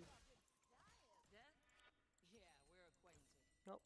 It's trolling time. Let's go run to the top jungle while they freeze. Oh my god. Wait, it's not 5 minutes. I can't even go to Grubs. Yeah. It's okay. Oh, I actually should have gone here. Holy shit. I want sushi now. Can't. What do I do? Go get sushi. Part of me keeps wondering when I'll run I'm supposed to save money. Why do I want sushi immediately after I decide to start saving money? Like, Make some budget sushi. Kimbap. okay. Good idea. Good idea. Genius as always. Thank you. No problem. Oh, I died. Why are you trolling? Because it's worth. I broke the freeze and we tried to kill. Oh yeah, you gotta kill. Okay, it's worth. to be reborn. Just gotta keep fighting. And it fixed the wave, see? I mean, that was For actually the most sure. important part, fixing the wave. Yep. I don't Waves wanna- over shapes. What? That's the boss Waves theory. over shapes. Yes, yes. This is how we do. I used to tell myself I was fighting back, but I was only running with a gun in my hand. Oh my god. Holy shit.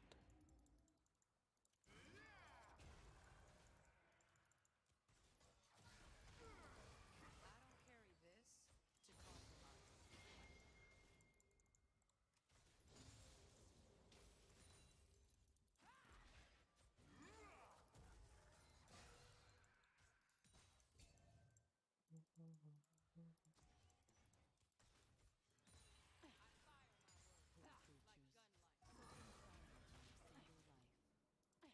So young, so naive.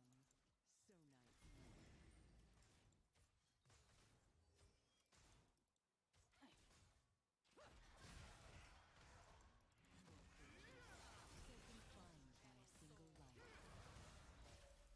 life.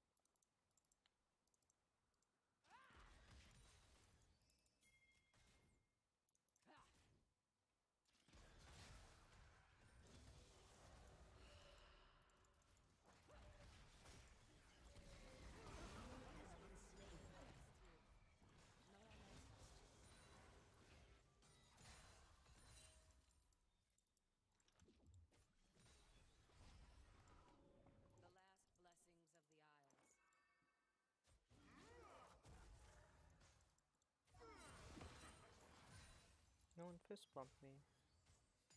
You don't like me.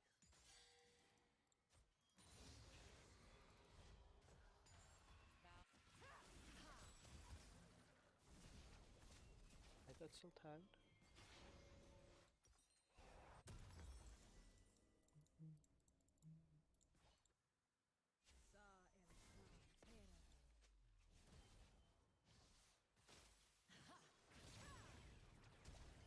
Oh.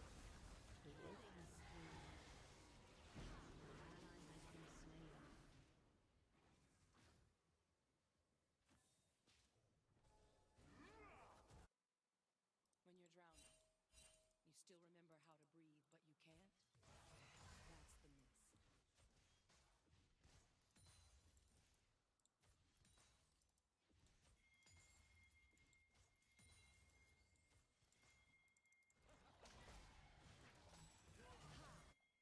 Shut down.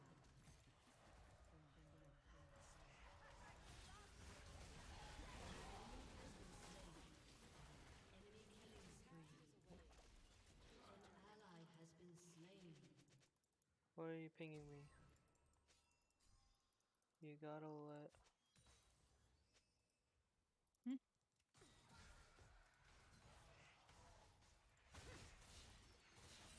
something Have been slain. hardly a warm up.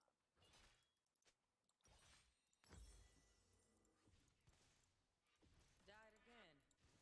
Must be getting good at it. Must keep fighting.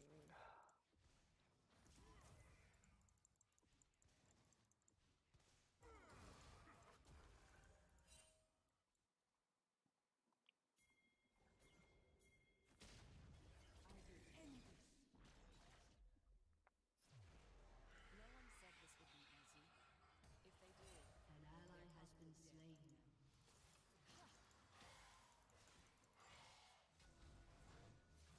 Enemy double kill.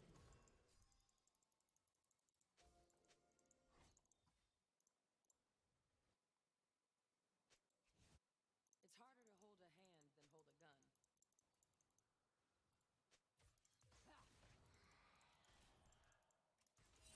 Enemy rampage.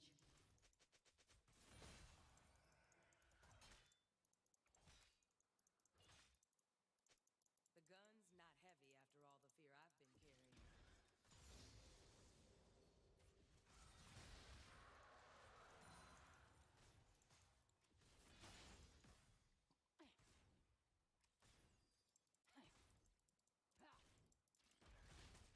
An ally has been slain.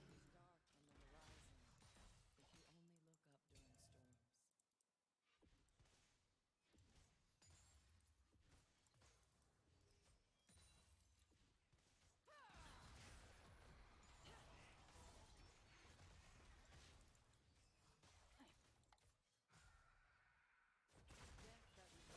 If you only look up during storms. If I got it off to 29, not enough. Life won't let me go.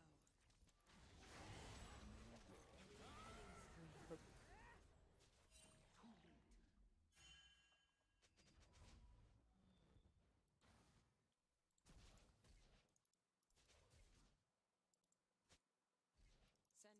white, beacon unto damn darkness. When can I just be a person? When can I be me?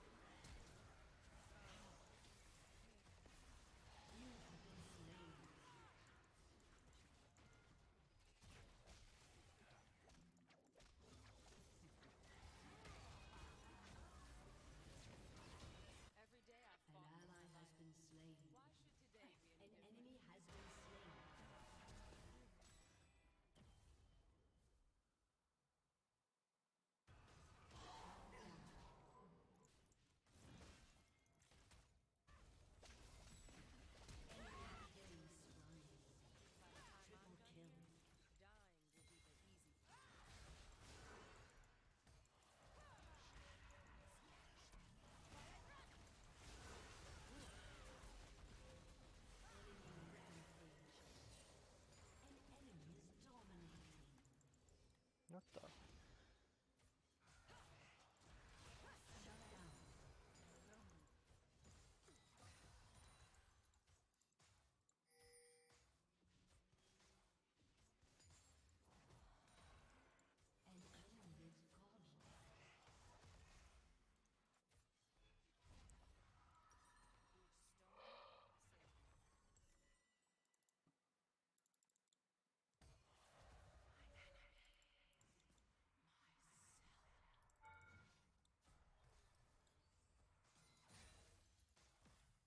godlike. Lucian thought I was lost, but I was only changed.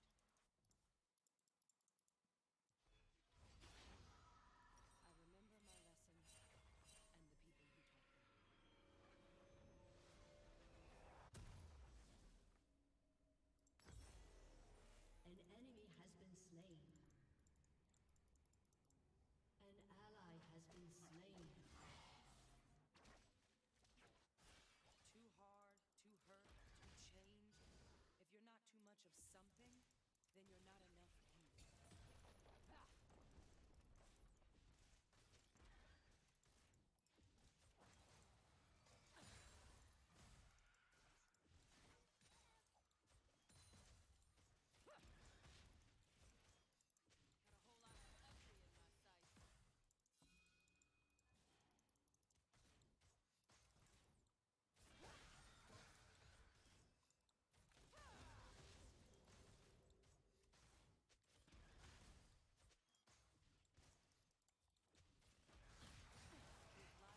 Your turret has been destroyed. Is the cure.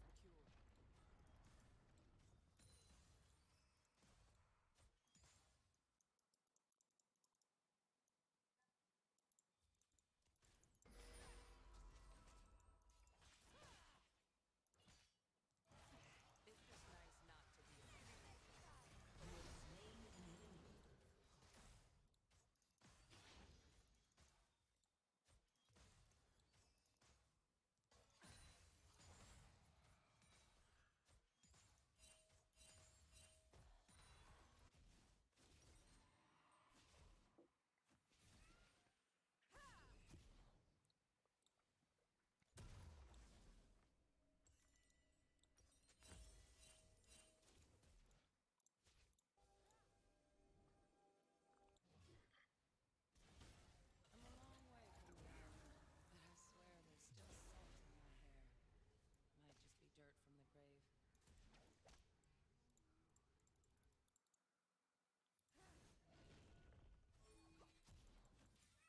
An enemy has been slain.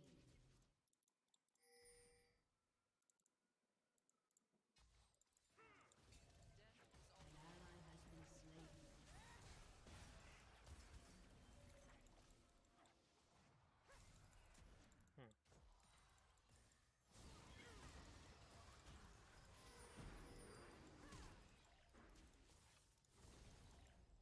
mist is not my enemy. Your turret has been destroyed. An enemy legendary.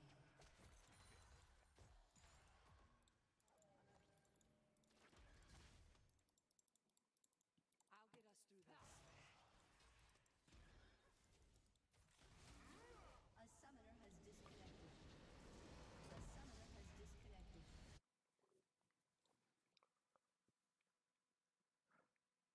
Did you lose again? Yeah? Can you stop FF15ing? What? Cause everything is winnable. Yeah, I don't want to sit through that though. Oh God. What is happening, Chan? Well, we're collecting Need- karma. We need to stage an intervention. Number go down, so number can go up.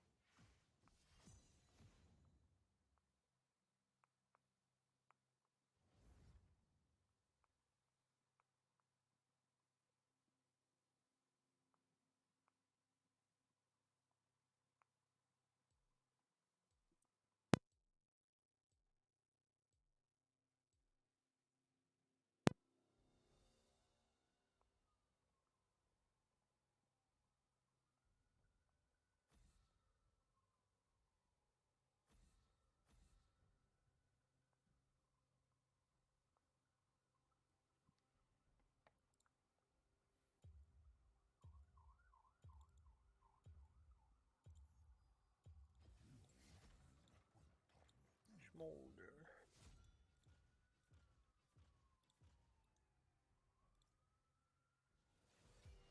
Oh, they took Smolder. What do I do now?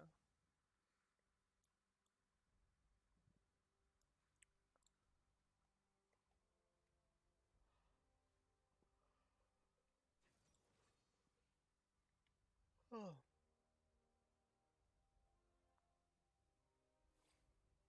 Maybe I play Rat. No, Rat is too try hard. We're not try harders. Right?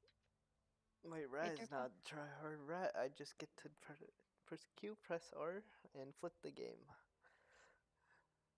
That sounds like fun, no?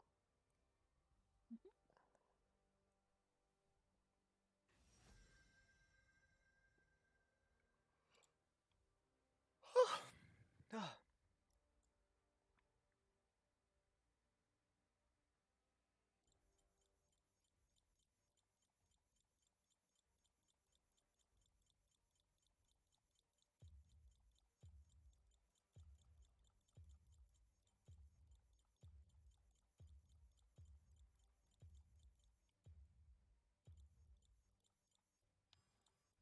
Yeah.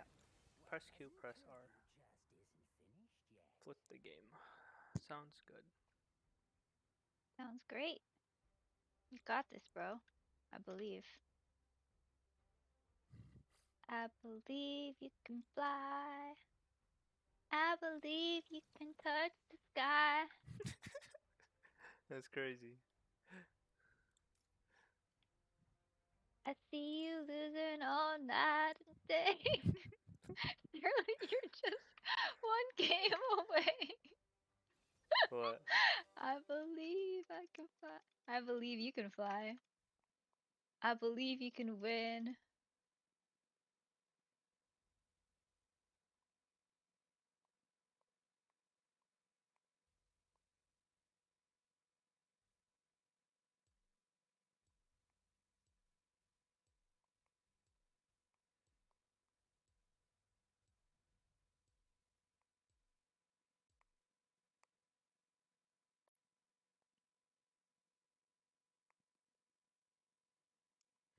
I will win. I will win. Mhm. ADC in Not 2017. to win would be a sin. Most Call me a sane poet. solo queue ADC. Who, you? No. Oh. Oh. Yeah.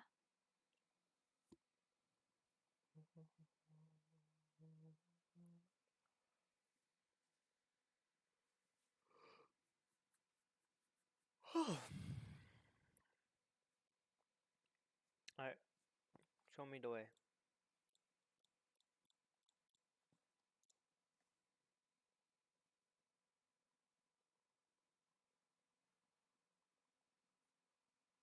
Thai milk tea.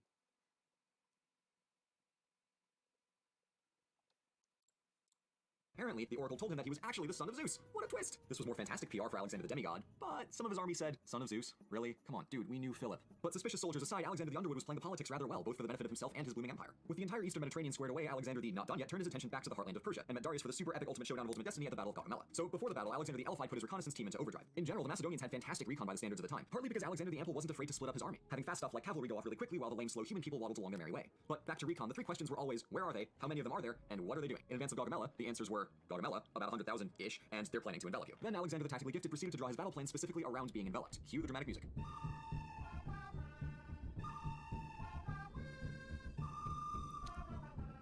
The Macedonian line turning up to 11 on the extremometer. I'm a rat. I'm a rat.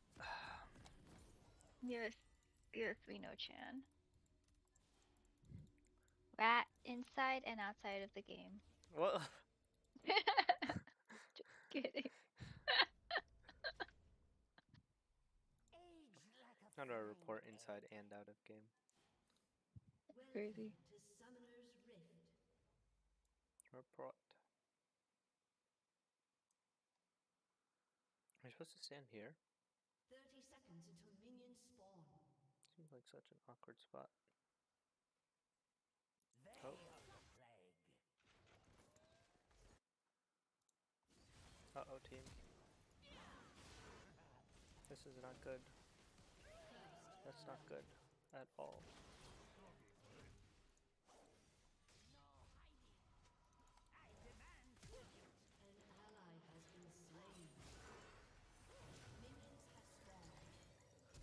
Oh.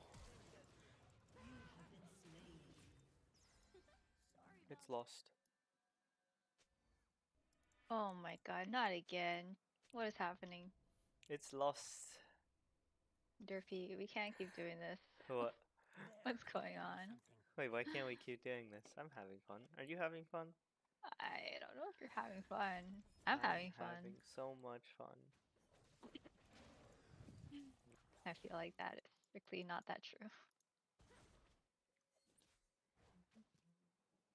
I'll be right under their noses. Hello, strawberries. Are you ready to watch this shit go down? JJ Are we ready to watch Pan have fun? He's having fun, do you know? You muted, Richie?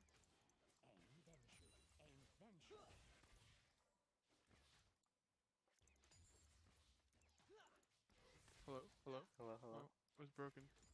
Why are you broken? I've been watching Derpy Sparrow to Despair. This is and fine. I think This is fine. And I think there needs to be intervention soon.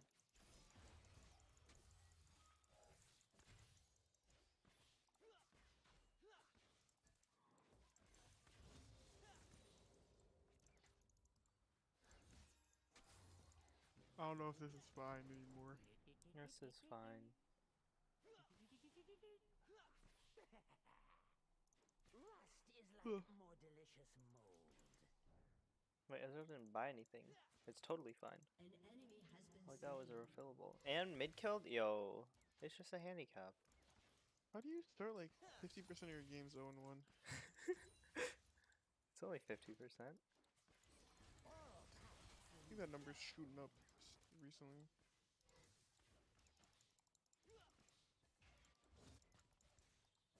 Oh, FF. Oh, it's Jover. It's Jover.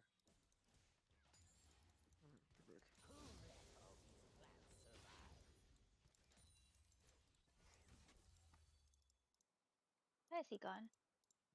Wait. Huh?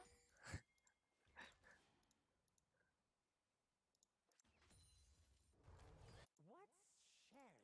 How's Time Milk Tea doing? Not well. Crazy. Wait, they live. Time Milk Tea is doing so well.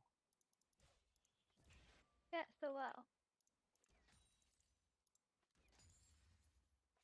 Don't trust any liquid you can see through.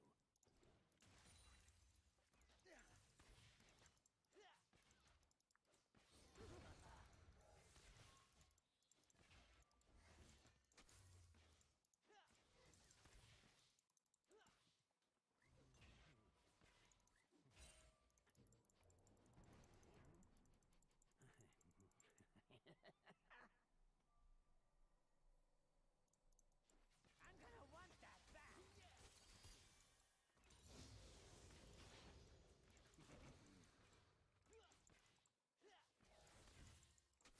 Oh my god, my dude just yoinking all my CS. Can't even taste the air up here.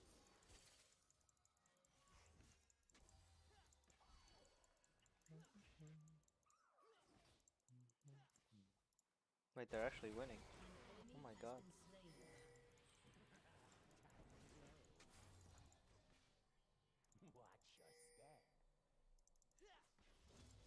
Watch your step. I was hiding.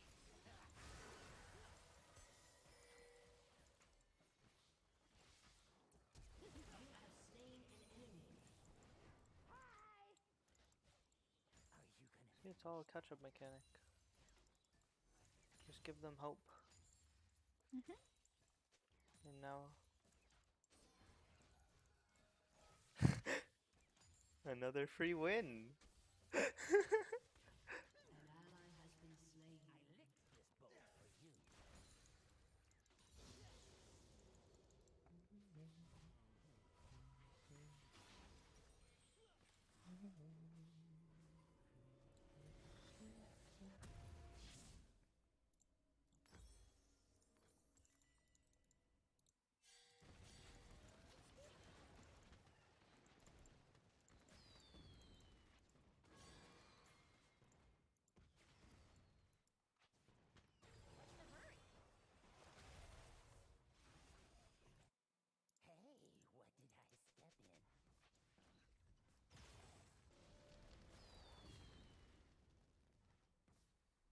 Wait, that's so awkward for my dude. Sneaky, sneaky. Have you met my flea? An ally has been slain. Oh, I think they made a mistake.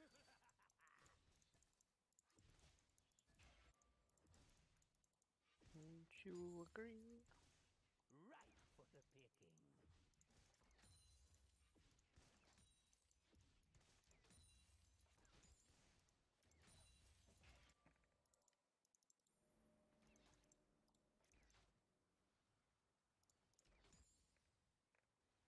Hope that gets infected.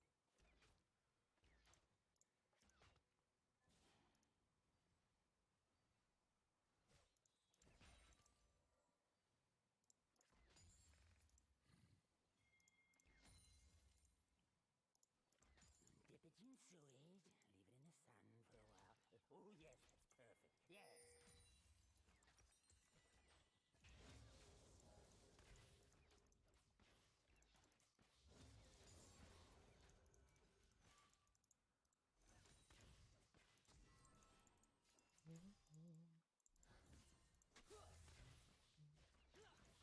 I'm on to you.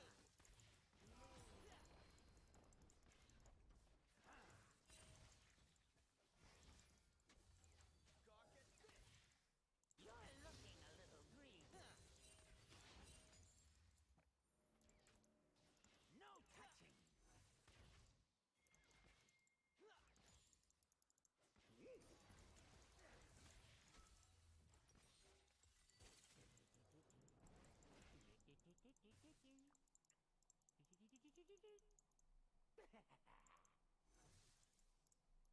Oh yes, yes.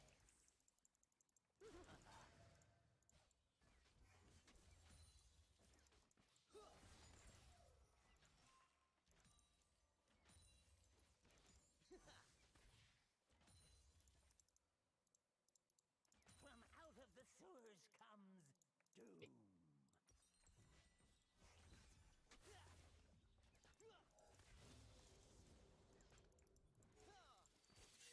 I'll be right under them. It's sticky, so you don't drop it. Hi!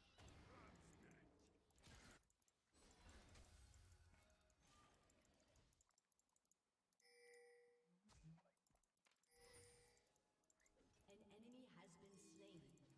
Who's following me? Now, there's a smell you can feel.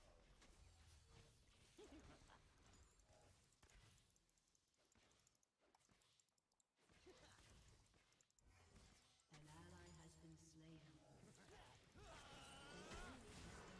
Here's something that won't wash off.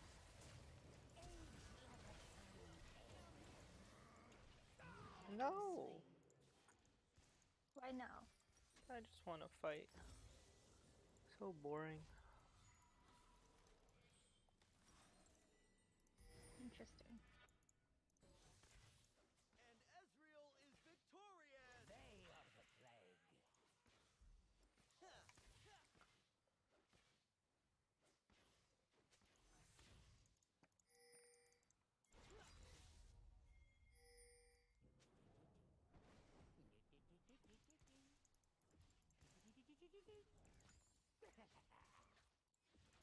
planning something. I know it. You're looking a little green. My summoner has disconnected.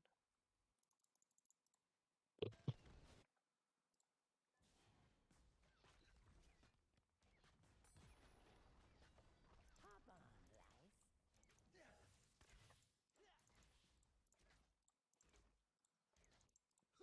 I'm gonna want that back.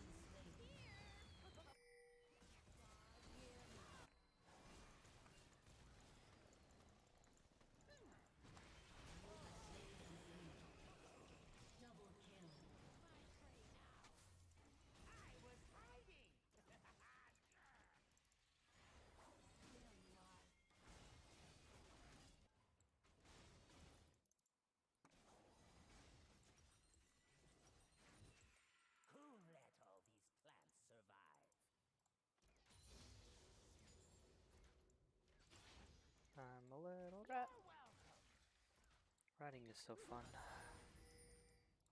I'll be right under the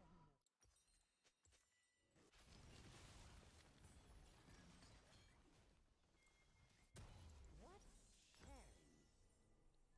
Hi! Don't you love rats? Mhm. I agree. Mm-mm. Huh? Mm-mm. That's blasphemy. It's rats for me. Don't trust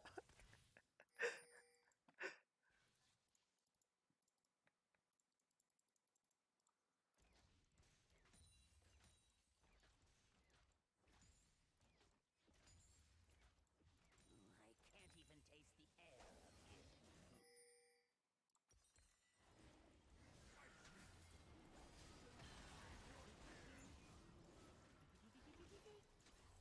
A summoner has disconnected. How do you aim with all this light? A summoner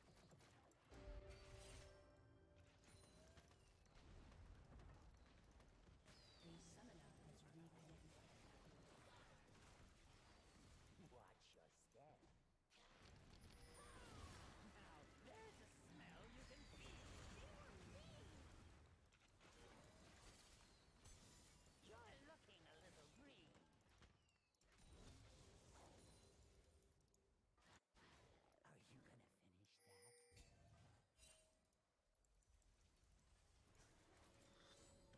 gonna finish that?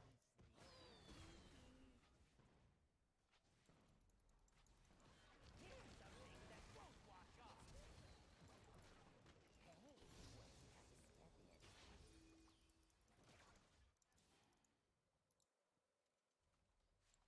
I'm a little rat.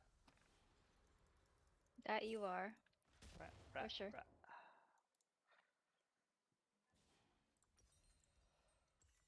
Have you met my fleas?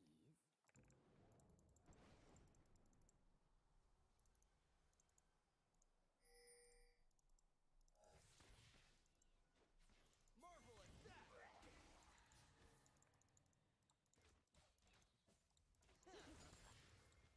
Did you say the sun will go up? Oh yes, sir. Yes.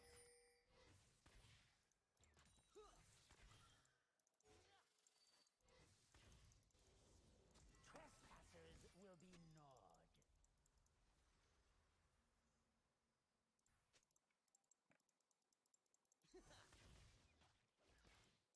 Gawk at this!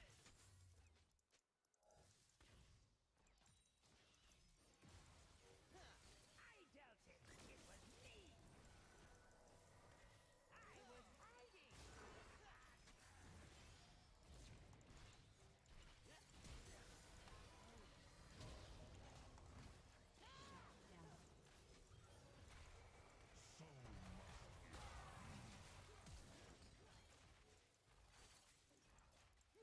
Enemy double kill.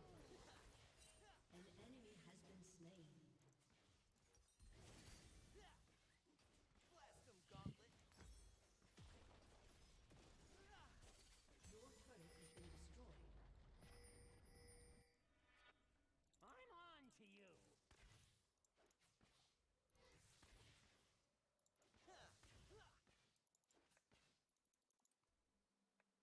I'll be right under.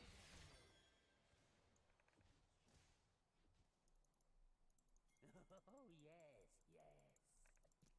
Hi.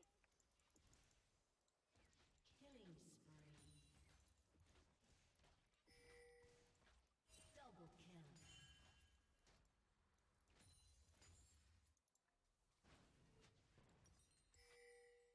From out of the sewers comes doom.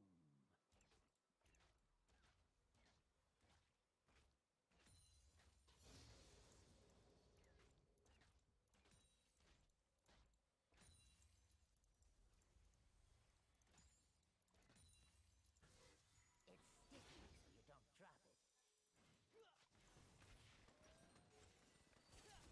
It's sticky, so you don't drop it.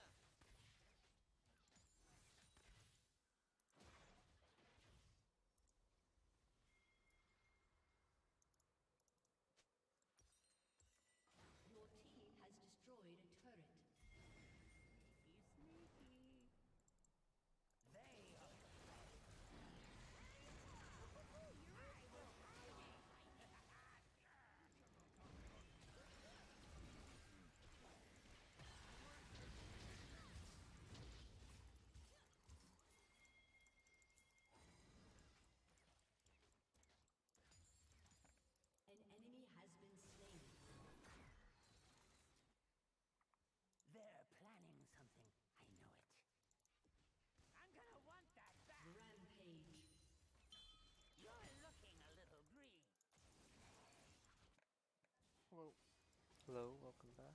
How are you? You know, maybe it's time to cool down with an ARM game. I saw you CSing under a tower and it kind of disgusted me a little bit. You literally gave up on CSing the minions and you just went to Oh my the tower wasn't hitting. I kind of have, like, don't want to input movement. That's crazy. I just want to right click people. Shut down. I just want to turret as the rat.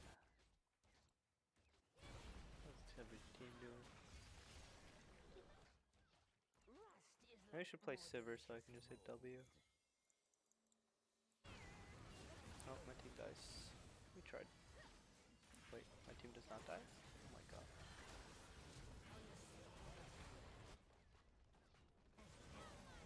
Oh my god, Poppy is broken.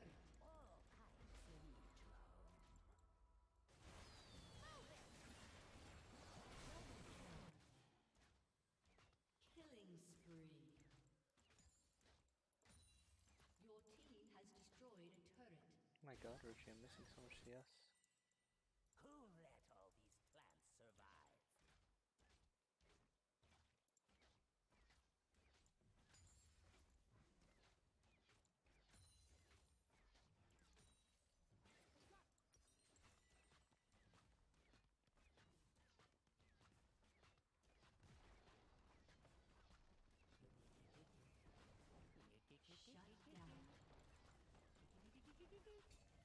Shut down. I see you got your wish by pushing down the bottom. I got my turret, that's all that matters. Got your wish of only auto attack. You have been slain. It's worth. Está Should've just terminado. ulted for the wave, honestly. Probably. Oh, Corky fucked up. He'll kill both. Oh, he couldn't dodge one.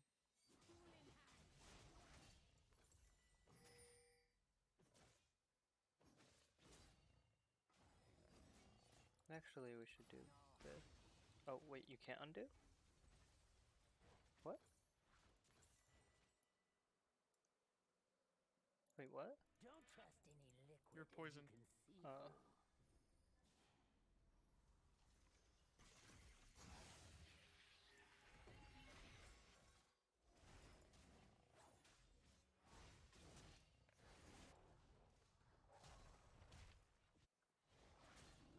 Can't even taste the air up here. No, wait. It's Baron time.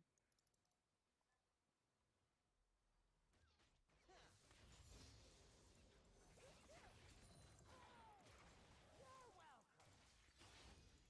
Watch your step. Sneaky, sneaky.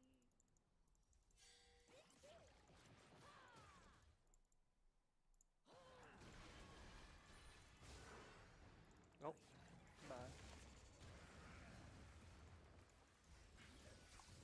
Oh, I'm trolling.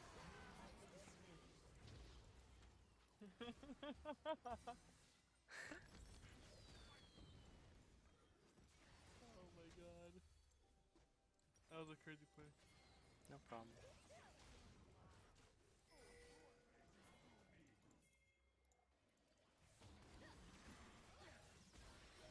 Come on, go back to splitting top.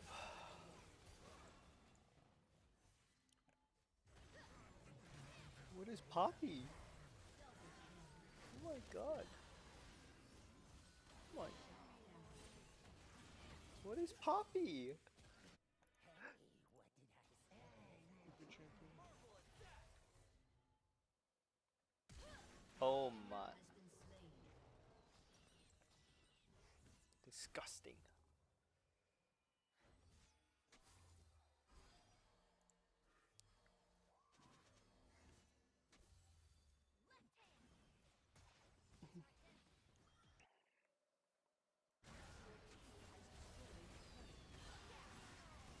An enemy has been slain. What the pipes washed in.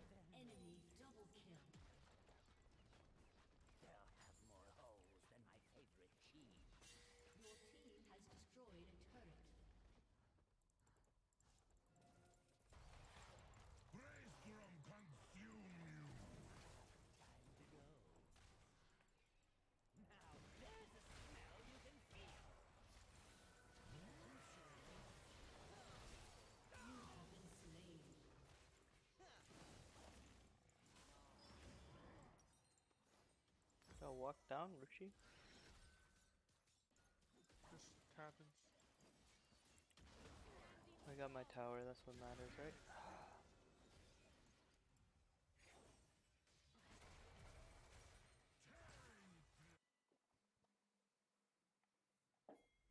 Oh, I have 0% crit. That makes sense.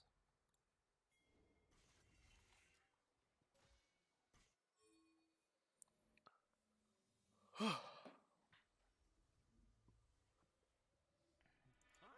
to you.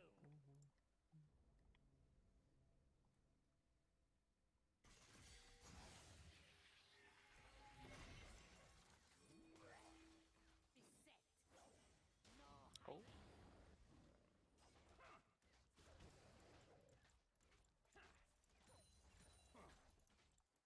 Oh yes, yes.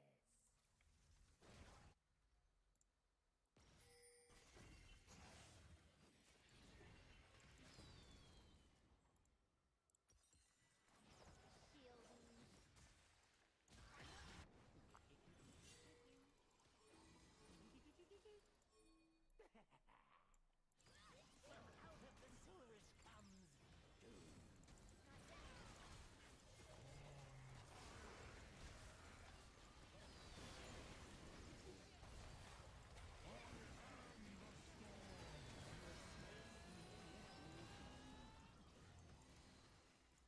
It's sticky. Sneaky, sneaky.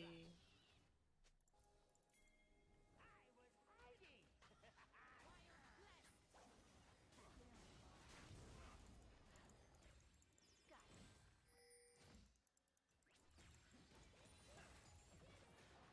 Who's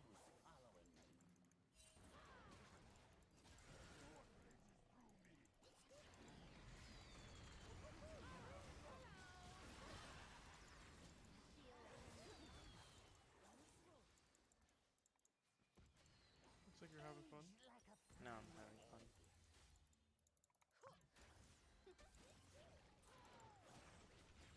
Oh, he actually has a lot of stacks.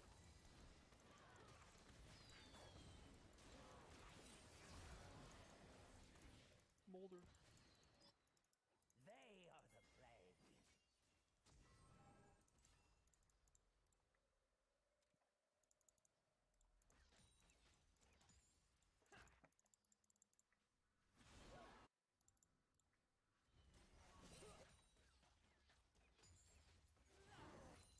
Shooting's easy, aiming's hard.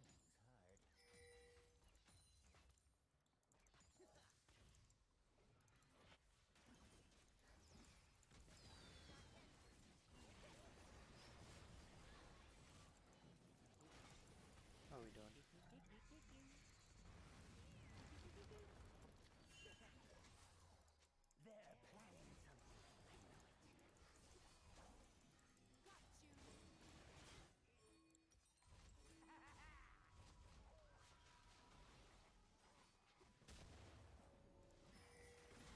Mine is so scuffed.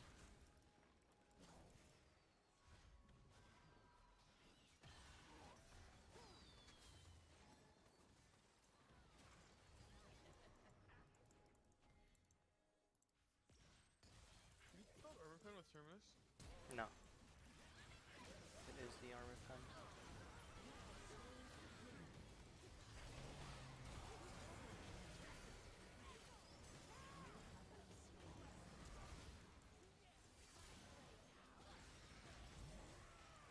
Maybe with the Terminus buffs, like Kaisa on hit.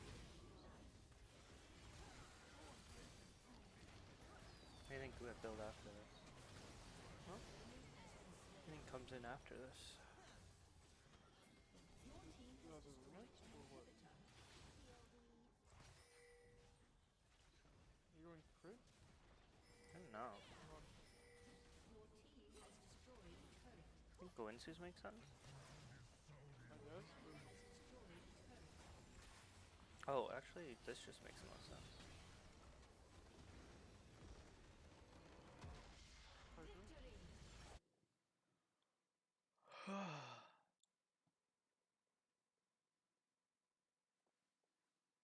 Shiv PD. Black clear. Seri? Why is Jeff up? What do you mean? My name Jeff. I want a game, Ruchi. This isn't supposed to Good job. happen. I was supposed to This collect is your good karma. karma game. This is your good karma game. Now you gotta go on your main. Wait, what? That's not how it works. Yeah, you have your games mirror each other. Uh.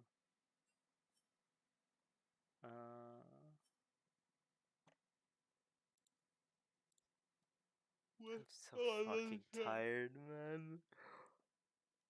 Tired of losing, I know. Yeah, tired of losing. Alright. We go on the main and we win. You're going back on the main? Oh, good luck, buddy. I think it just might be an ARAM angle, I'm not gonna lie. You want an ARAM? Yeah, Why'd there you is tell me you ARAM. want an ARAM? I just went in an ARAM. The fuck? You didn't Oh, ask that is so me. unfortunate. No, I'm just kidding. Report this guy.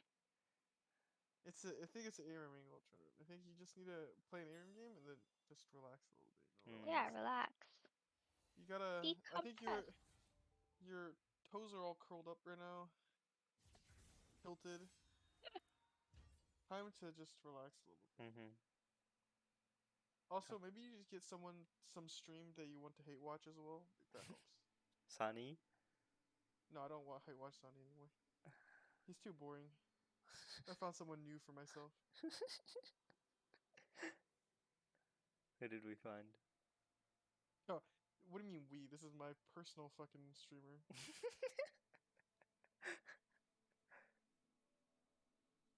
But if you're curious, it's Plufi. Pluufi. What? Pluufi? Yeah. 1.7k followers.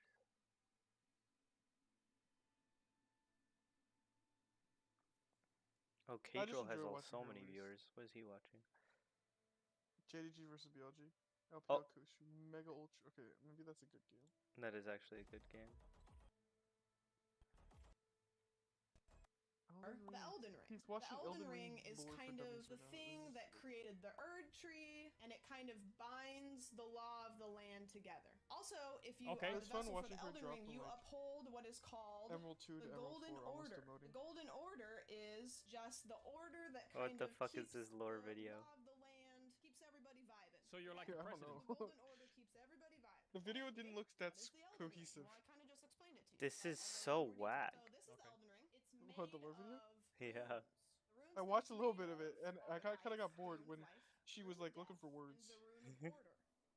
It was created It's so much editing, but it's so slow. the law of the land. Yeah, I know. 4 hours on this. I can't believe Renekton got buffed this patch, I'm not gonna lie. No, I'm not.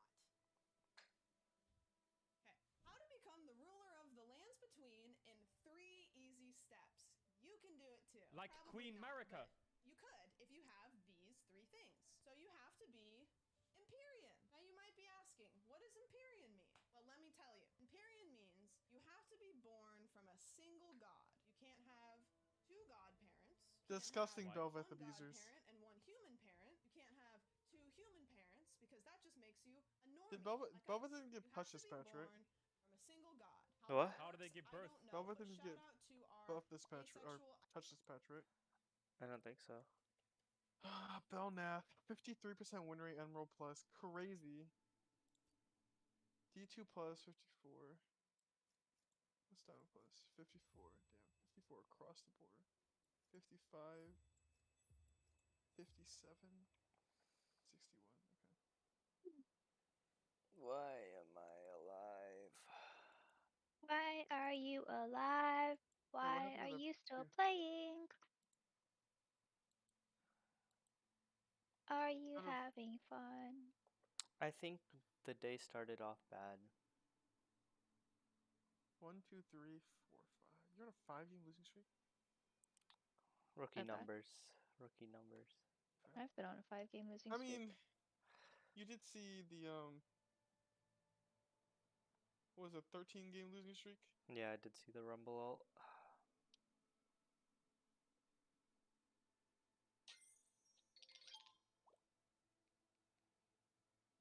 Dude, Eclipse is so good. That's great.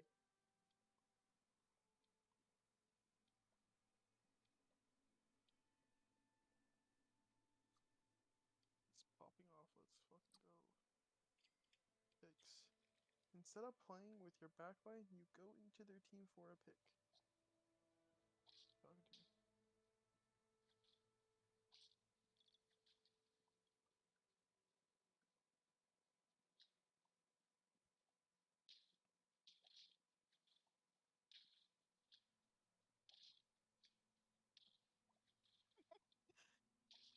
Trundle. Somebody said Trundle, and then this guy just responds with silent.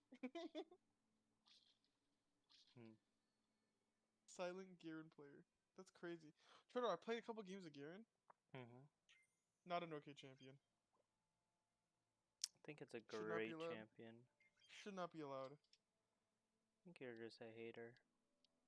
I am a Garen hater.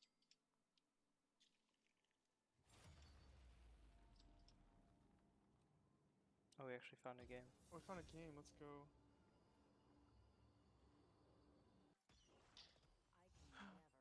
I'm a Garen hater.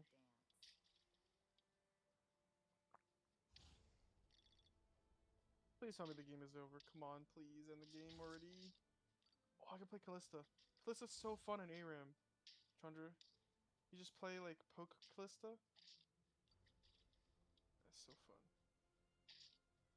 Go Dark Harvest. No! They finally lose. Please, please, please. No, they went to get Baron instead of ending.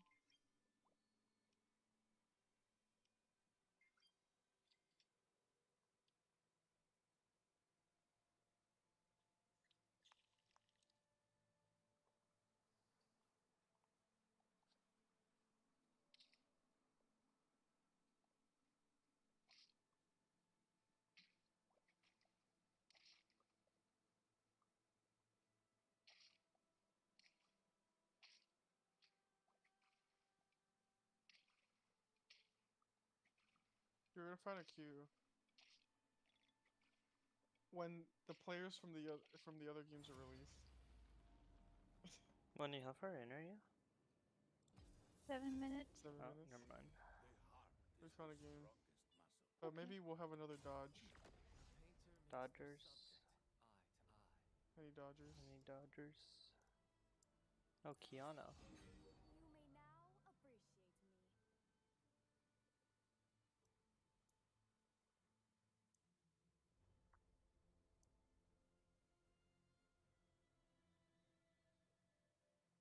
Kiana's fun, right?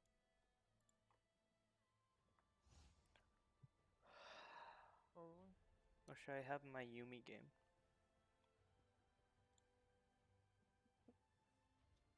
That's crazy. It's all, I mean... Oh, Kiana's always not good in a to have good spot. Yumi game. It's always a good game to have a Yumi game. Alright, I'll have my Yumi game.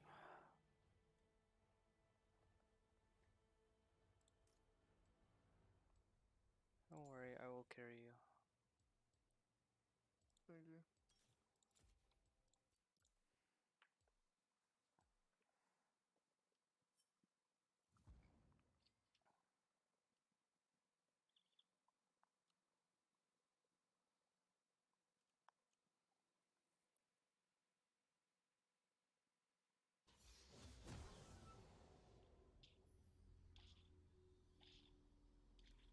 Man, you know what's crazy, Chandra?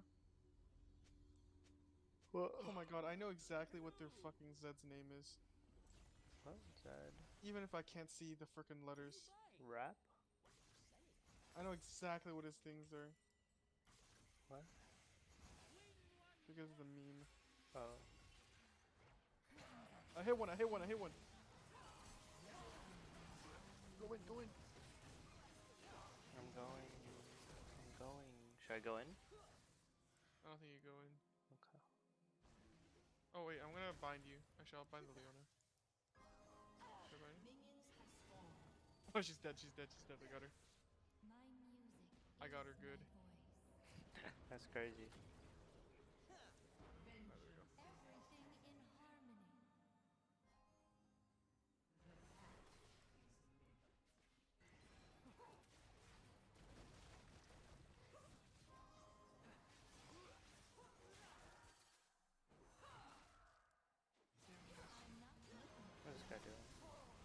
getting destroyed right now.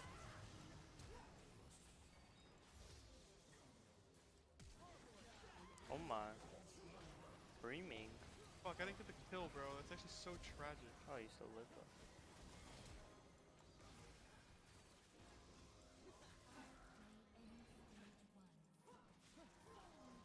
Are you Using that? penless stuff? Of course. It's the only way to play it anyway.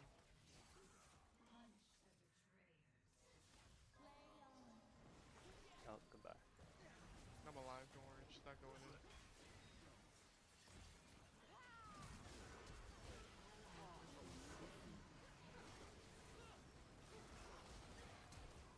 Damn, she lived with 1 health?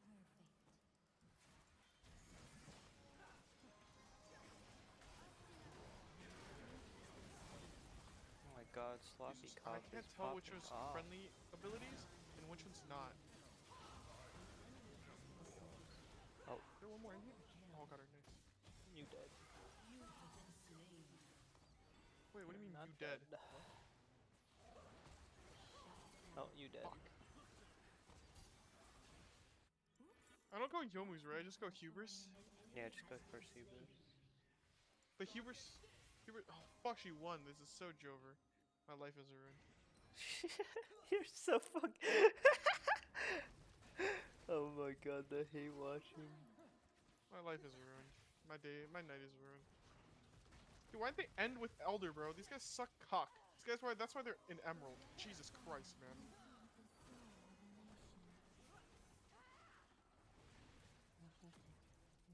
Damn it, she's still gaining 22 with a...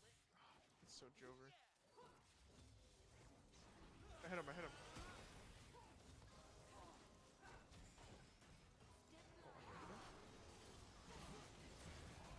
What the fuck? Why is she my Wait, face? did they not 6? And they went for that?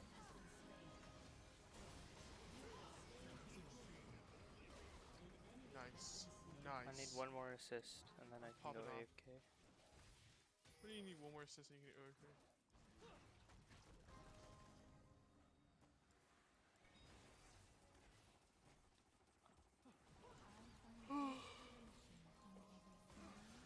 Yeah. Huh? Well, yeah. Got the damage on Corky, was fun. Then I died. Unlucky. Oh, she's ending with a win. It's Jover. Nice rune. You said that already. I know. So sad. It's so sad. Oh fuck, I'm so dead.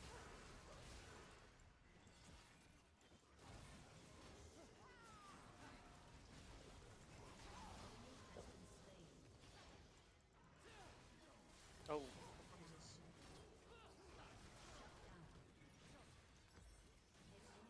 Oh damn it. Oh darn. Oh darn. Bitch. Gosh darn. Yeah, half health. A surprise encore? If they exist. What? Thank God we have our Yep. 1 melee. Yeah, I know. It's so much easier to play. Fuck, fly. What the? What the fuck is going on? Is this the late night ARM season? I think this is a late night game. Yeah. Dude, I had such interesting games in the degen hours. Yeah, it got worse and worse. I played till like 7 AM one time. With EST? Rahul. EST, yeah. And, or it was like 7 or 8, but like it got pretty bad. People are so quick to be angry.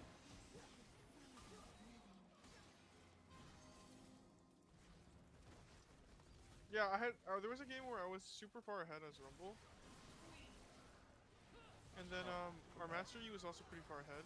But then our bot lane just typed GG and shit. For no reason.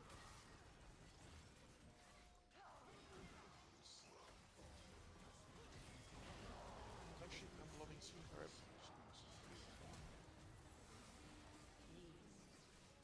Yeah, we got white. We got white. Can I take the tower? Can I take it? I just have to wait for them, huh? Your turret has been destroyed. How many stacks do I need? Oh, a lot more.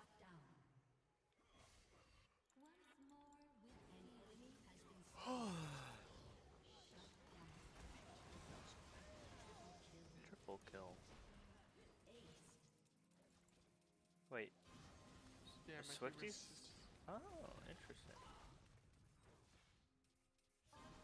I'm a Swifties lover now, so I don't know. Yeah, we're Swiftie connoisseurs.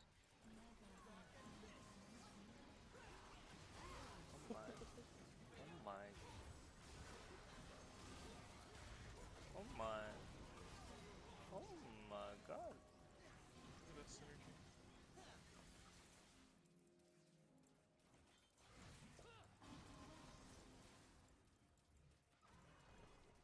Why is my W so fucking expensive? Because it'd be OP if it wasn't. 100 mana is ridiculous.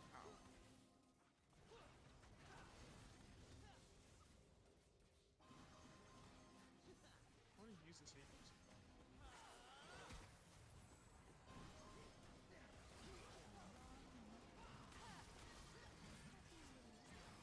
Now I have vision. Can't see anything.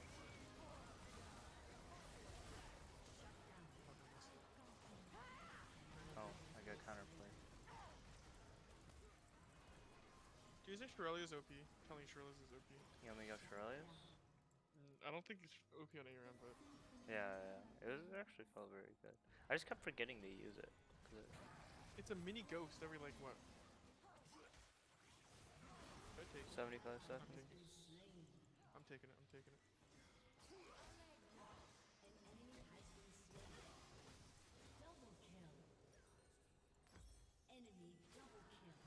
Oh, Penta?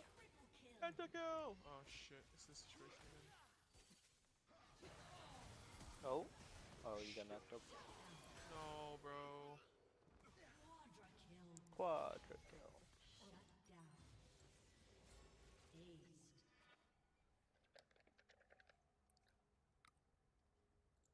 Does that flash, bro? If he didn't flash, actually, it would have been fine. Then he jumped past my Q. Bit unfortunate.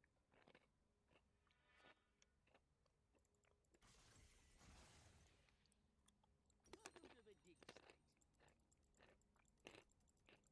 Artifact of ancient power. A melody. Find us home.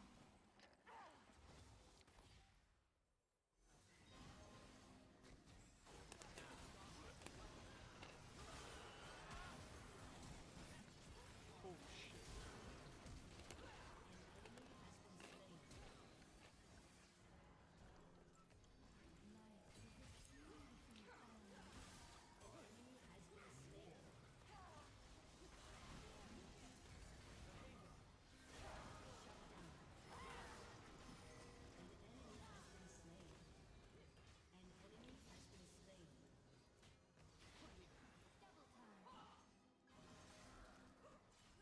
Actually, maybe today is just a Yumi game. Yumi Day? Yumi Day.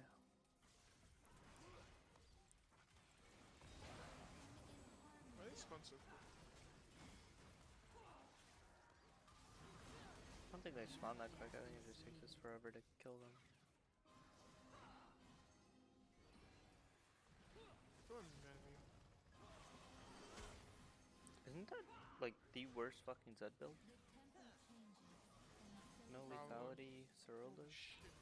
Oh, actually, you know, what's crazy is that Jace basically builds that now. Really? I've seen a lot of Jace build it.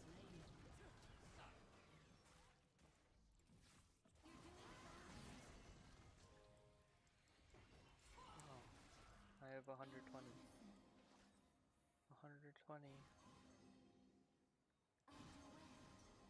My gathering storm is gathering. We're gathering. I am also gathering.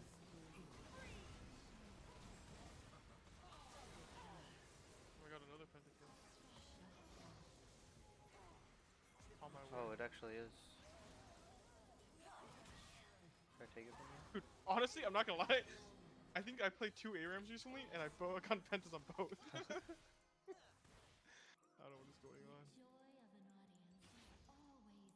Let me still haven't gotten their tower. That's crazy. I guess you just can't kill them first.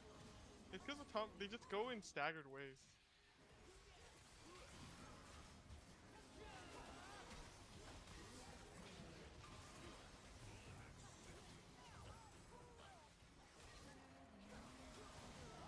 Uh-oh. Oh my. Oh my god. And our dude whiffed. Rip. I think I might need some. Oh, he's whipping everything.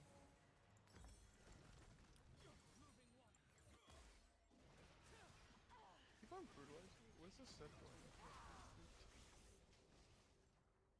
No way. No way. No way. No way. No way. No way.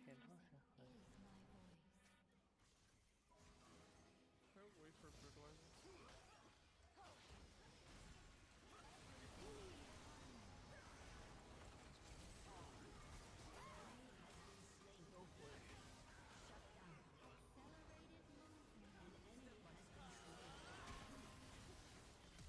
Oh my.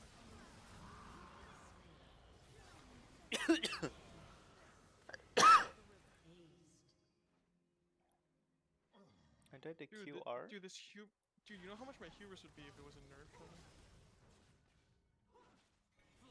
Tragic. Oh my god, it's 90 AD right now? Yeah, and it's doubled. I would be at 60. To be double the stacks right now. Lost myself for a minute.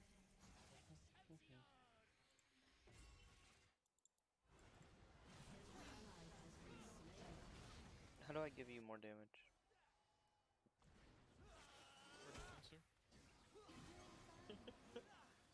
What? I can get more rent back. Oh my god.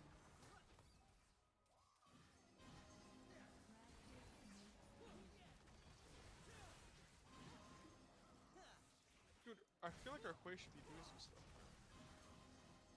I should be eating too. I don't know why I'm not eating.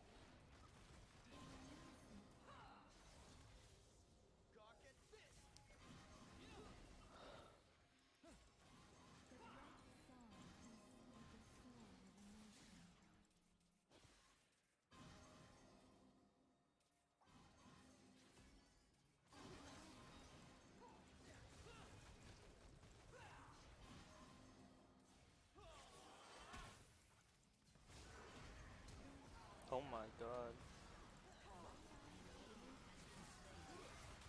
Maybe that wasn't the best I played. Yeah. Yo, maybe it's working. Hold on. I think it's good. We gotta kill that Darius somehow.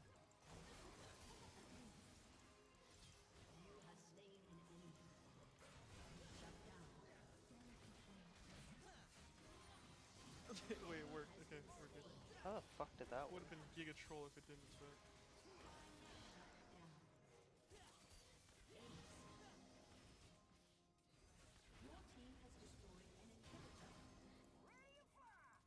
Oh, we did. I think Troll.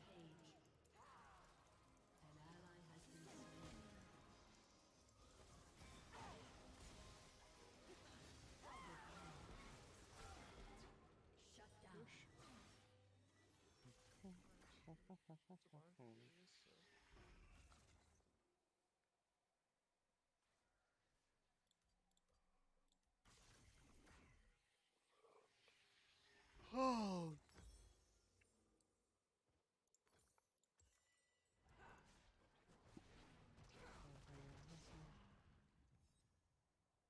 Wait for my edge to come back. Okay, I'm out. Where are you guys? We're almost out of prison. That's crazy. Why is it prison? You're having fun. I'm having so much fun.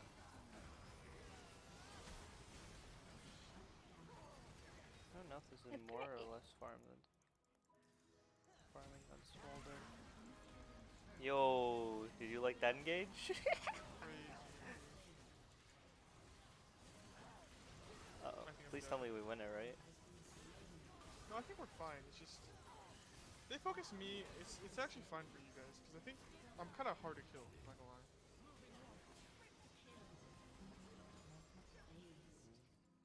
A nice relaxing gaming game. You're still in a homie. I like male kittens. Huh? What? Get me out.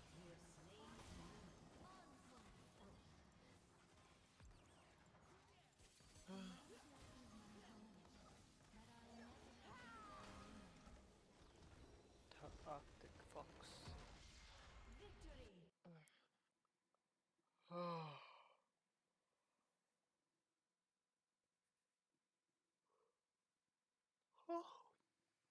I got bored after the pentakill. Too was- good for. Huh? Too good for a second one. No, then they started playing, around me. Uncool. Unfathomable. Let's go. Pow pow. Pow pow pow pow pow pow pow pow pow pow pow pow pow pow. I played 2 games with Code today. Yeah. Didn't go that well. Rip. But at least they were normal draft games, best game mode. Actually, no. Game 1 was like bad, but like game 2 was like okay, because at least I won. I had at least fun when I won lane, you know.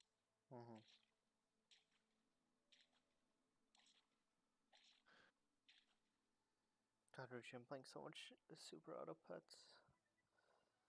Oh, you just play Super Auto Pets on the side. Yeah. I'm just doing all these lobbies, I'm just playing Sap.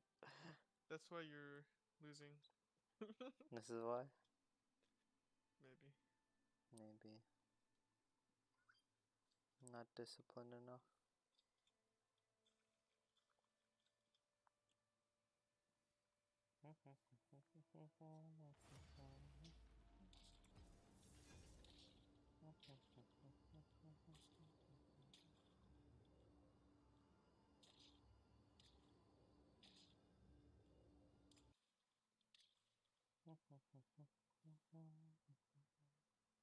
Why are you humming the same song?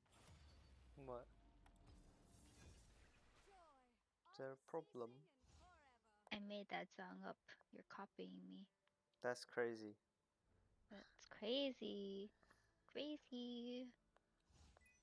Oh, is Lethal Temple Feeling Nurse out? a little crazy. What are the champs? Are Lethal Temple Nurse out, Trevor? Yeah, for melee. No, I love you now. Thank God. Thank fucking God, mate. Is it Neela time? The most broken got that- ARAM champ? Is Neela actually the most broken ARAM champ? No, it's Olawi. Yeah. It's because Thunder Sky isn't nerfed yet, right? Yeah.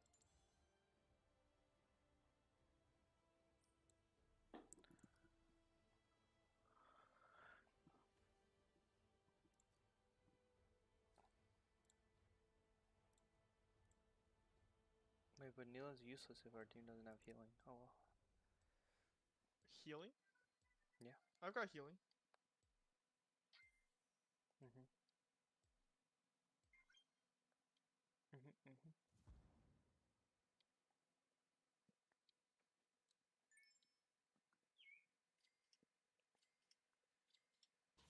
There's so much magic damage. What the fuck? Come right in. Wonderful. In death, Oshlush, my spirit is yours. But in life, your strength and joy belong to me. Am I the only melee champion on this team? Oh. I'm melee. Okay, I guess.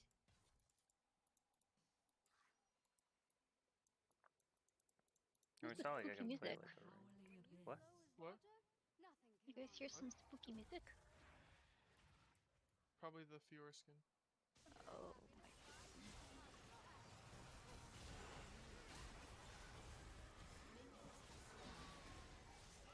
Big knockup! Oh wait, what why'd I go ghost? I needed fucking I smoke. am a liver. Uh-oh. Hello? Why am I stunned? That's so Ran. bogus. Uh-oh. I have Oh, 6 it's gonna HP. be an ARAM game, huh? What do I do with 6 HP?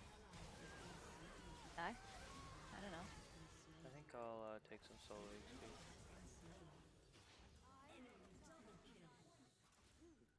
This is the way. Dude, their items are so disgusting. Triple last chapter and the fucking hunting guys. I think I actually go Mercs here instead of my normal 50s. Crazy. No Swifties?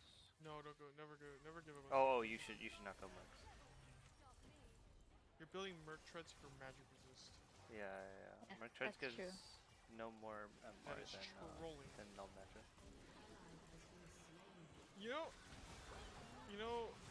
You know Anthony? Yeah, what about him?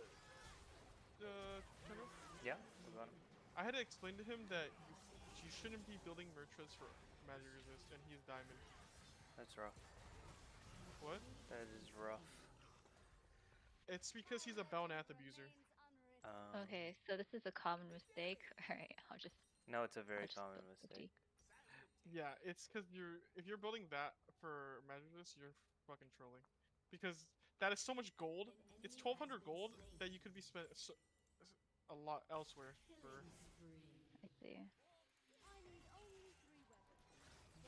But If some you're not games using I- the tenacity, Actually, you really shouldn't. Yeah, if you have tenacity in your runes too, just go CDR boots. Those boots are so much better. I have to go Swifties. I'm a Swifties kind of stuff. Yeah, Lucidity enjoyer. I was a Lucidity boot enjoyer for a long time, but then I gave up after this season Why are you level 6? Why am I so underleveled? because I'm 2-1 and 7. Look at my clean 100% kill participation. I think I have a solo kill in there too. Oh, it's because no one ever gave me CS for EXP. Crazy. If they don't give it to you, you have to go out and take it. Alright. I will die for the CS. Oh my. Alright guys, we ace them here. Oh, that was what an engage. What an engage. I like it. I like it, I like it. Not gonna lie, I feel like our ARM games are a lot easier without Jeff. Oh, yeah. Wait, what? Who are you flaming? Why are you flaming your friend? I'm not flaming him. I'm not flaming him. He's It's literally not- too good. It's not him being bad. It's his lobbies are too good. he's literally like He's Challenger literally ARAM. Yeah, he's Wait, like Challenger what? ARAM MMR. Like it's not fun to play his ARAM games. Cause like I can smurf, I get pentakills every other game in like regular ARAM games, and then when I play his ARAM games, I'm like I actually have to like focus. Focus up, focus up. Let It's me guess, actually he takes ARAM Clash very seriously. Actually, not Nah. really. I mean, Oh. He just plays a lot. Of ARAM. dude, bruisers are getting nerfed again. Oh. What'd you do? I'm taking way too much damage. Of the magic variety. I wanna go in. I wanna go in. I don't Can have we go ult, but yeah, go. I go in. Wait, I need to start stack my NATO though. Please let me stack. Guess not. What the fuck was that sound? That was me desperately trying to stack my NATO. I see. Oh? I root them? Yo, that was clean, That bro! was clean. They thought I was going for Brand! Little did they know I was going for his little buddies. Yeah, buddy gap. Oh? Oh, I fucking missed. It works, it works. Oh, it but it's works. okay because my champion doesn't punish me for missing. Oh my god, Yeah. how many did I miss so far? So glad It's you crazy. acknowledge that Yone is fucking broken. Oh! Wait, whoa. Wow, so good, so good. Wait, Okay, Chandra, did you see that? I didn't get punished once for missing an ability there. I hate this champion. Maybe Oh I my just made God. this champion so I don't have to deal with it. True. Don't ban if you pick. No, I actually I don't don't- ban it. There's another champion on their other team that's a little bit worse to deal with when they're good.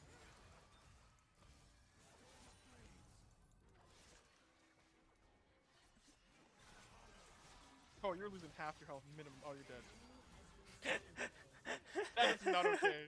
That is not okay. That was crazy, crazy. Not okay.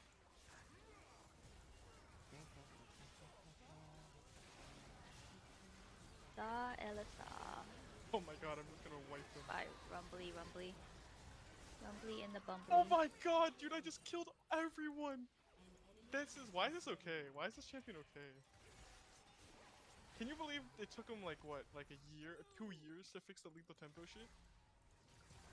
You remember how they removed the lethal? I don't know, some shit. Whenever lethal tempo got added, right? Wait, I'm trying to remember how lethal tempo is not what's it called? Halo Blaze no longer procced on the Yasuo Qs. Is this a malignant fucking rumble? Nah. Oh my god, the peel is killed too two, I killed superior. I can't die. This is amazing. Wait. I thought I was gone. Yeah, remember when Halo Blades not worked on what's it called, that thing? That champion? Whatever that Yasuo? Yeah. And then they removed it because you could like spam Qs with the Yeah, Halo Blades. You know that it doesn't work for Yasuo and Yone on lethal tempo, right? Anymore? Oh. All the other champions like Gear and E Yeah. work with attack speeds. They scale attack speed, but they don't scale attack speed with the runes. What the fuck? That's like hard coded in? Yeah. Wait, I misclicked. I meant to click Alt.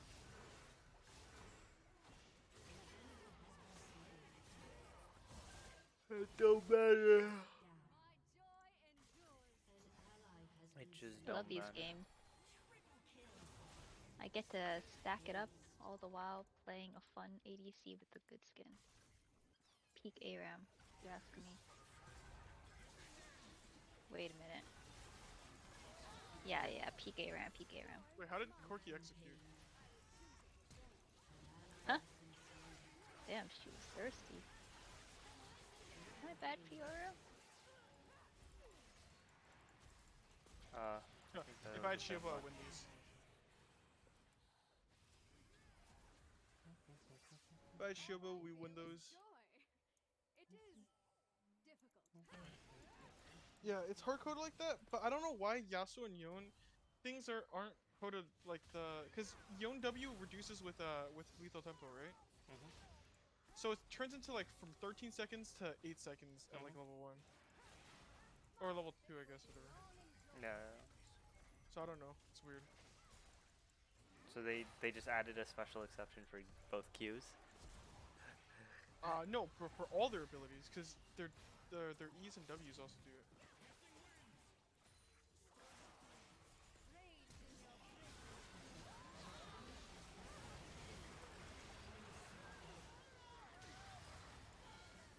Oh, I did.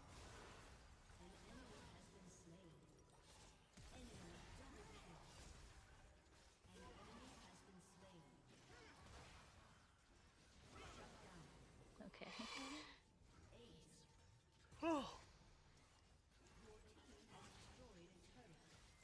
This is so crazy to me. What? Oh, why? Is that not normal? Rumble doesn't have mana. Oh. I see. We can win this. You're Just spending cut it a out. lot of money on mana. Nice, nice. Give me a second for my Oh. W. Okay, This W. is so fucking disgusting. It's kind of fun, no? It's fun, it's fun. Wait, let me. Oh, fuck that. Oh, Aww. you tried. Sad, sad. No, I needed wind. I couldn't stack wind on the wave. I was trying to. Yone stacks wind? Stack I the know wind. that. We are Well, the collecting Q the stacks. wind. The I need wind Q bros. stacks. I needed Q stacks, dude. The wind bros must gather the wind so that they can knock you up.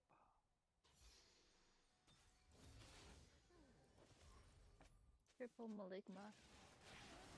I should just go wet now.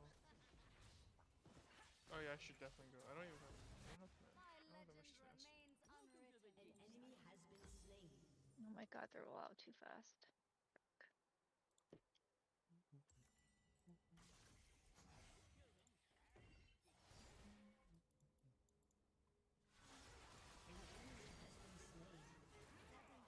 It's just not okay that this champion has this like scaling and then and then you have this many buffers.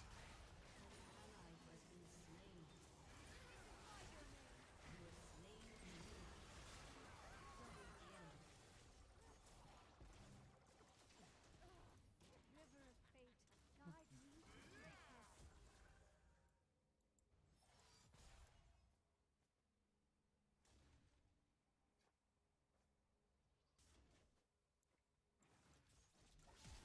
Oh, what the? What?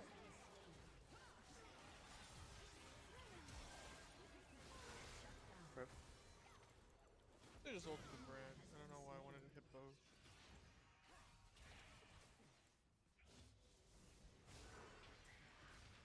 Are they too fast?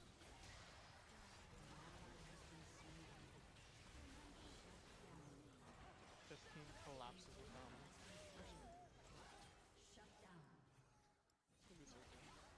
I should win this. Oh, Ari does not win this. Ari should win this. It's crazy. Oh, But- she got it. Ari should win this, and then Fiora heals half her health back. Oh, they're definitely going for this health pack, right? Hello? I'm a like. They see? You see?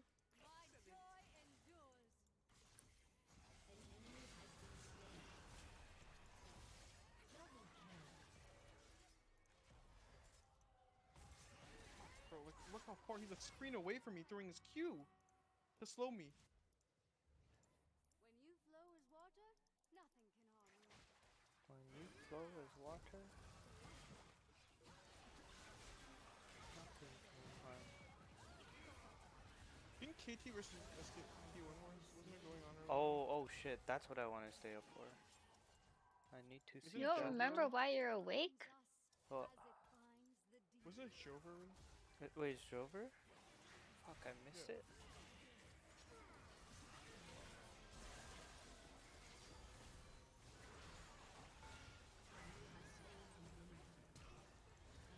Oh.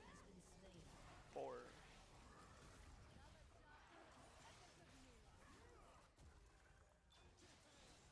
Huh. What are these ults, bro? What are these ults? We are painters. Operation ult for sure.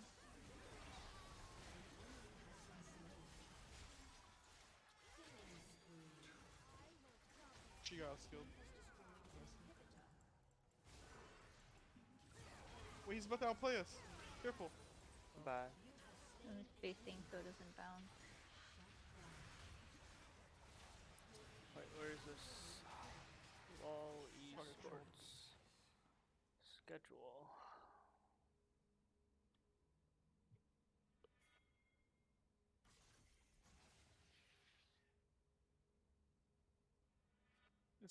Is the Kana Rooker gonna nerf? Don't know. Wait, I don't see the game. I thought that was today. Why don't I see the game? 3 hours ago. Oh, they got wiped. Yeah. Oh, yeah. JDG BLG was what I wanted to watch. Enemy killing spree.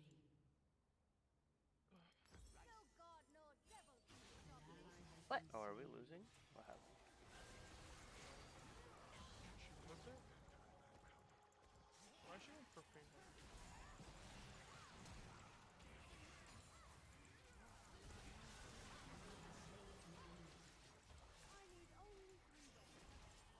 Does she have armor or something? Oh, she has armor.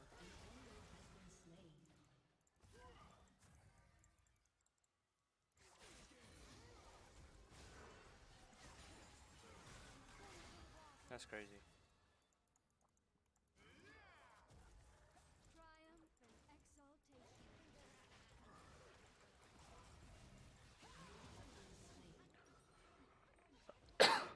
I'm dead here.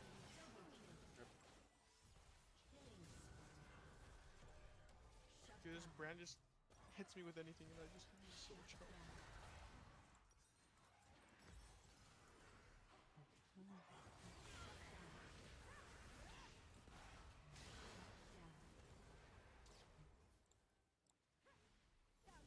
Frozen Heart's doing work. BLGJDG. I'm so ready. I'm so ready, Ruchi. Okay, you'll stream it. Yeah. LPO host stream Mega Ultra Giga Astro Banger. He's not wrong.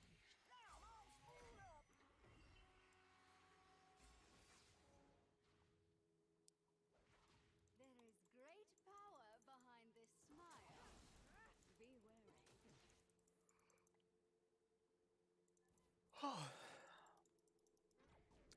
Dude, I kind of actually need some tenacity.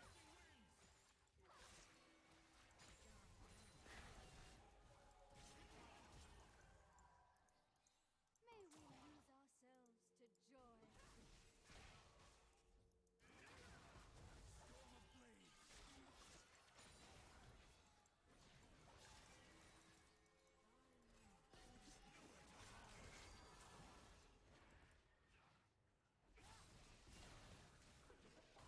The bigger they are, the better the fight.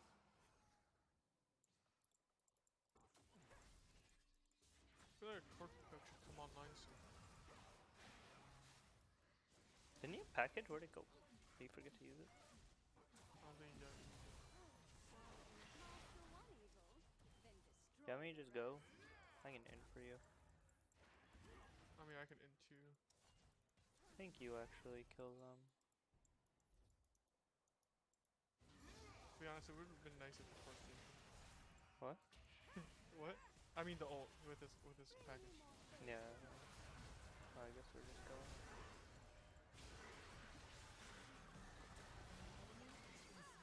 We're gonna play slow They now. kill Come on, Swain. We need to kill his brand, bro. Uh-oh. Yeah.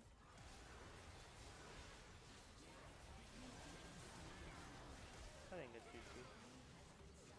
I'm dead. But I think we can clean up here. Okay, nice.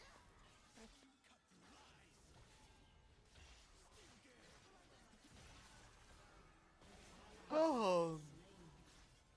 Permit.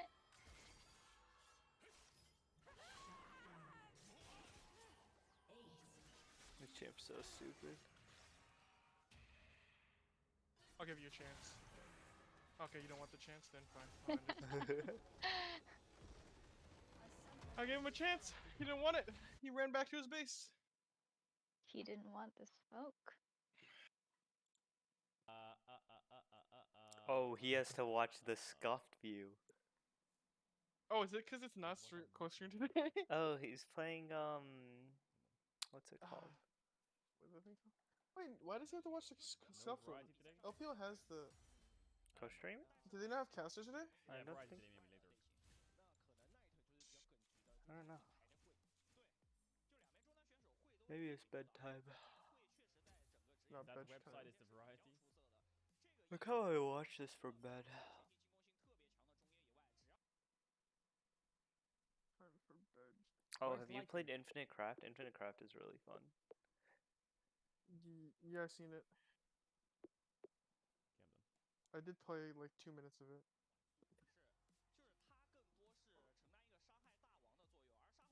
I had an idea. Okay. I will watch the game from bed. Pedro, please translate. No. Is it bedge time? Probably It- bedge time, huh? it is No bedtime. Clash tomorrow, Shredder? Fuck, I'll go ask my people. If no Clash, then that's fine. What time is Clash at? 7? Good night. For you? For you? Isn't it like... It's 9, 6? 6? Isn't it 6? Shit. Such an awkward If time, not- dude. If not, I'll probably be fine. Probably not big deal. Oh, I gotta go eat dinner with people. I'll go eat dinner. Alright. Good night, good night. Good night.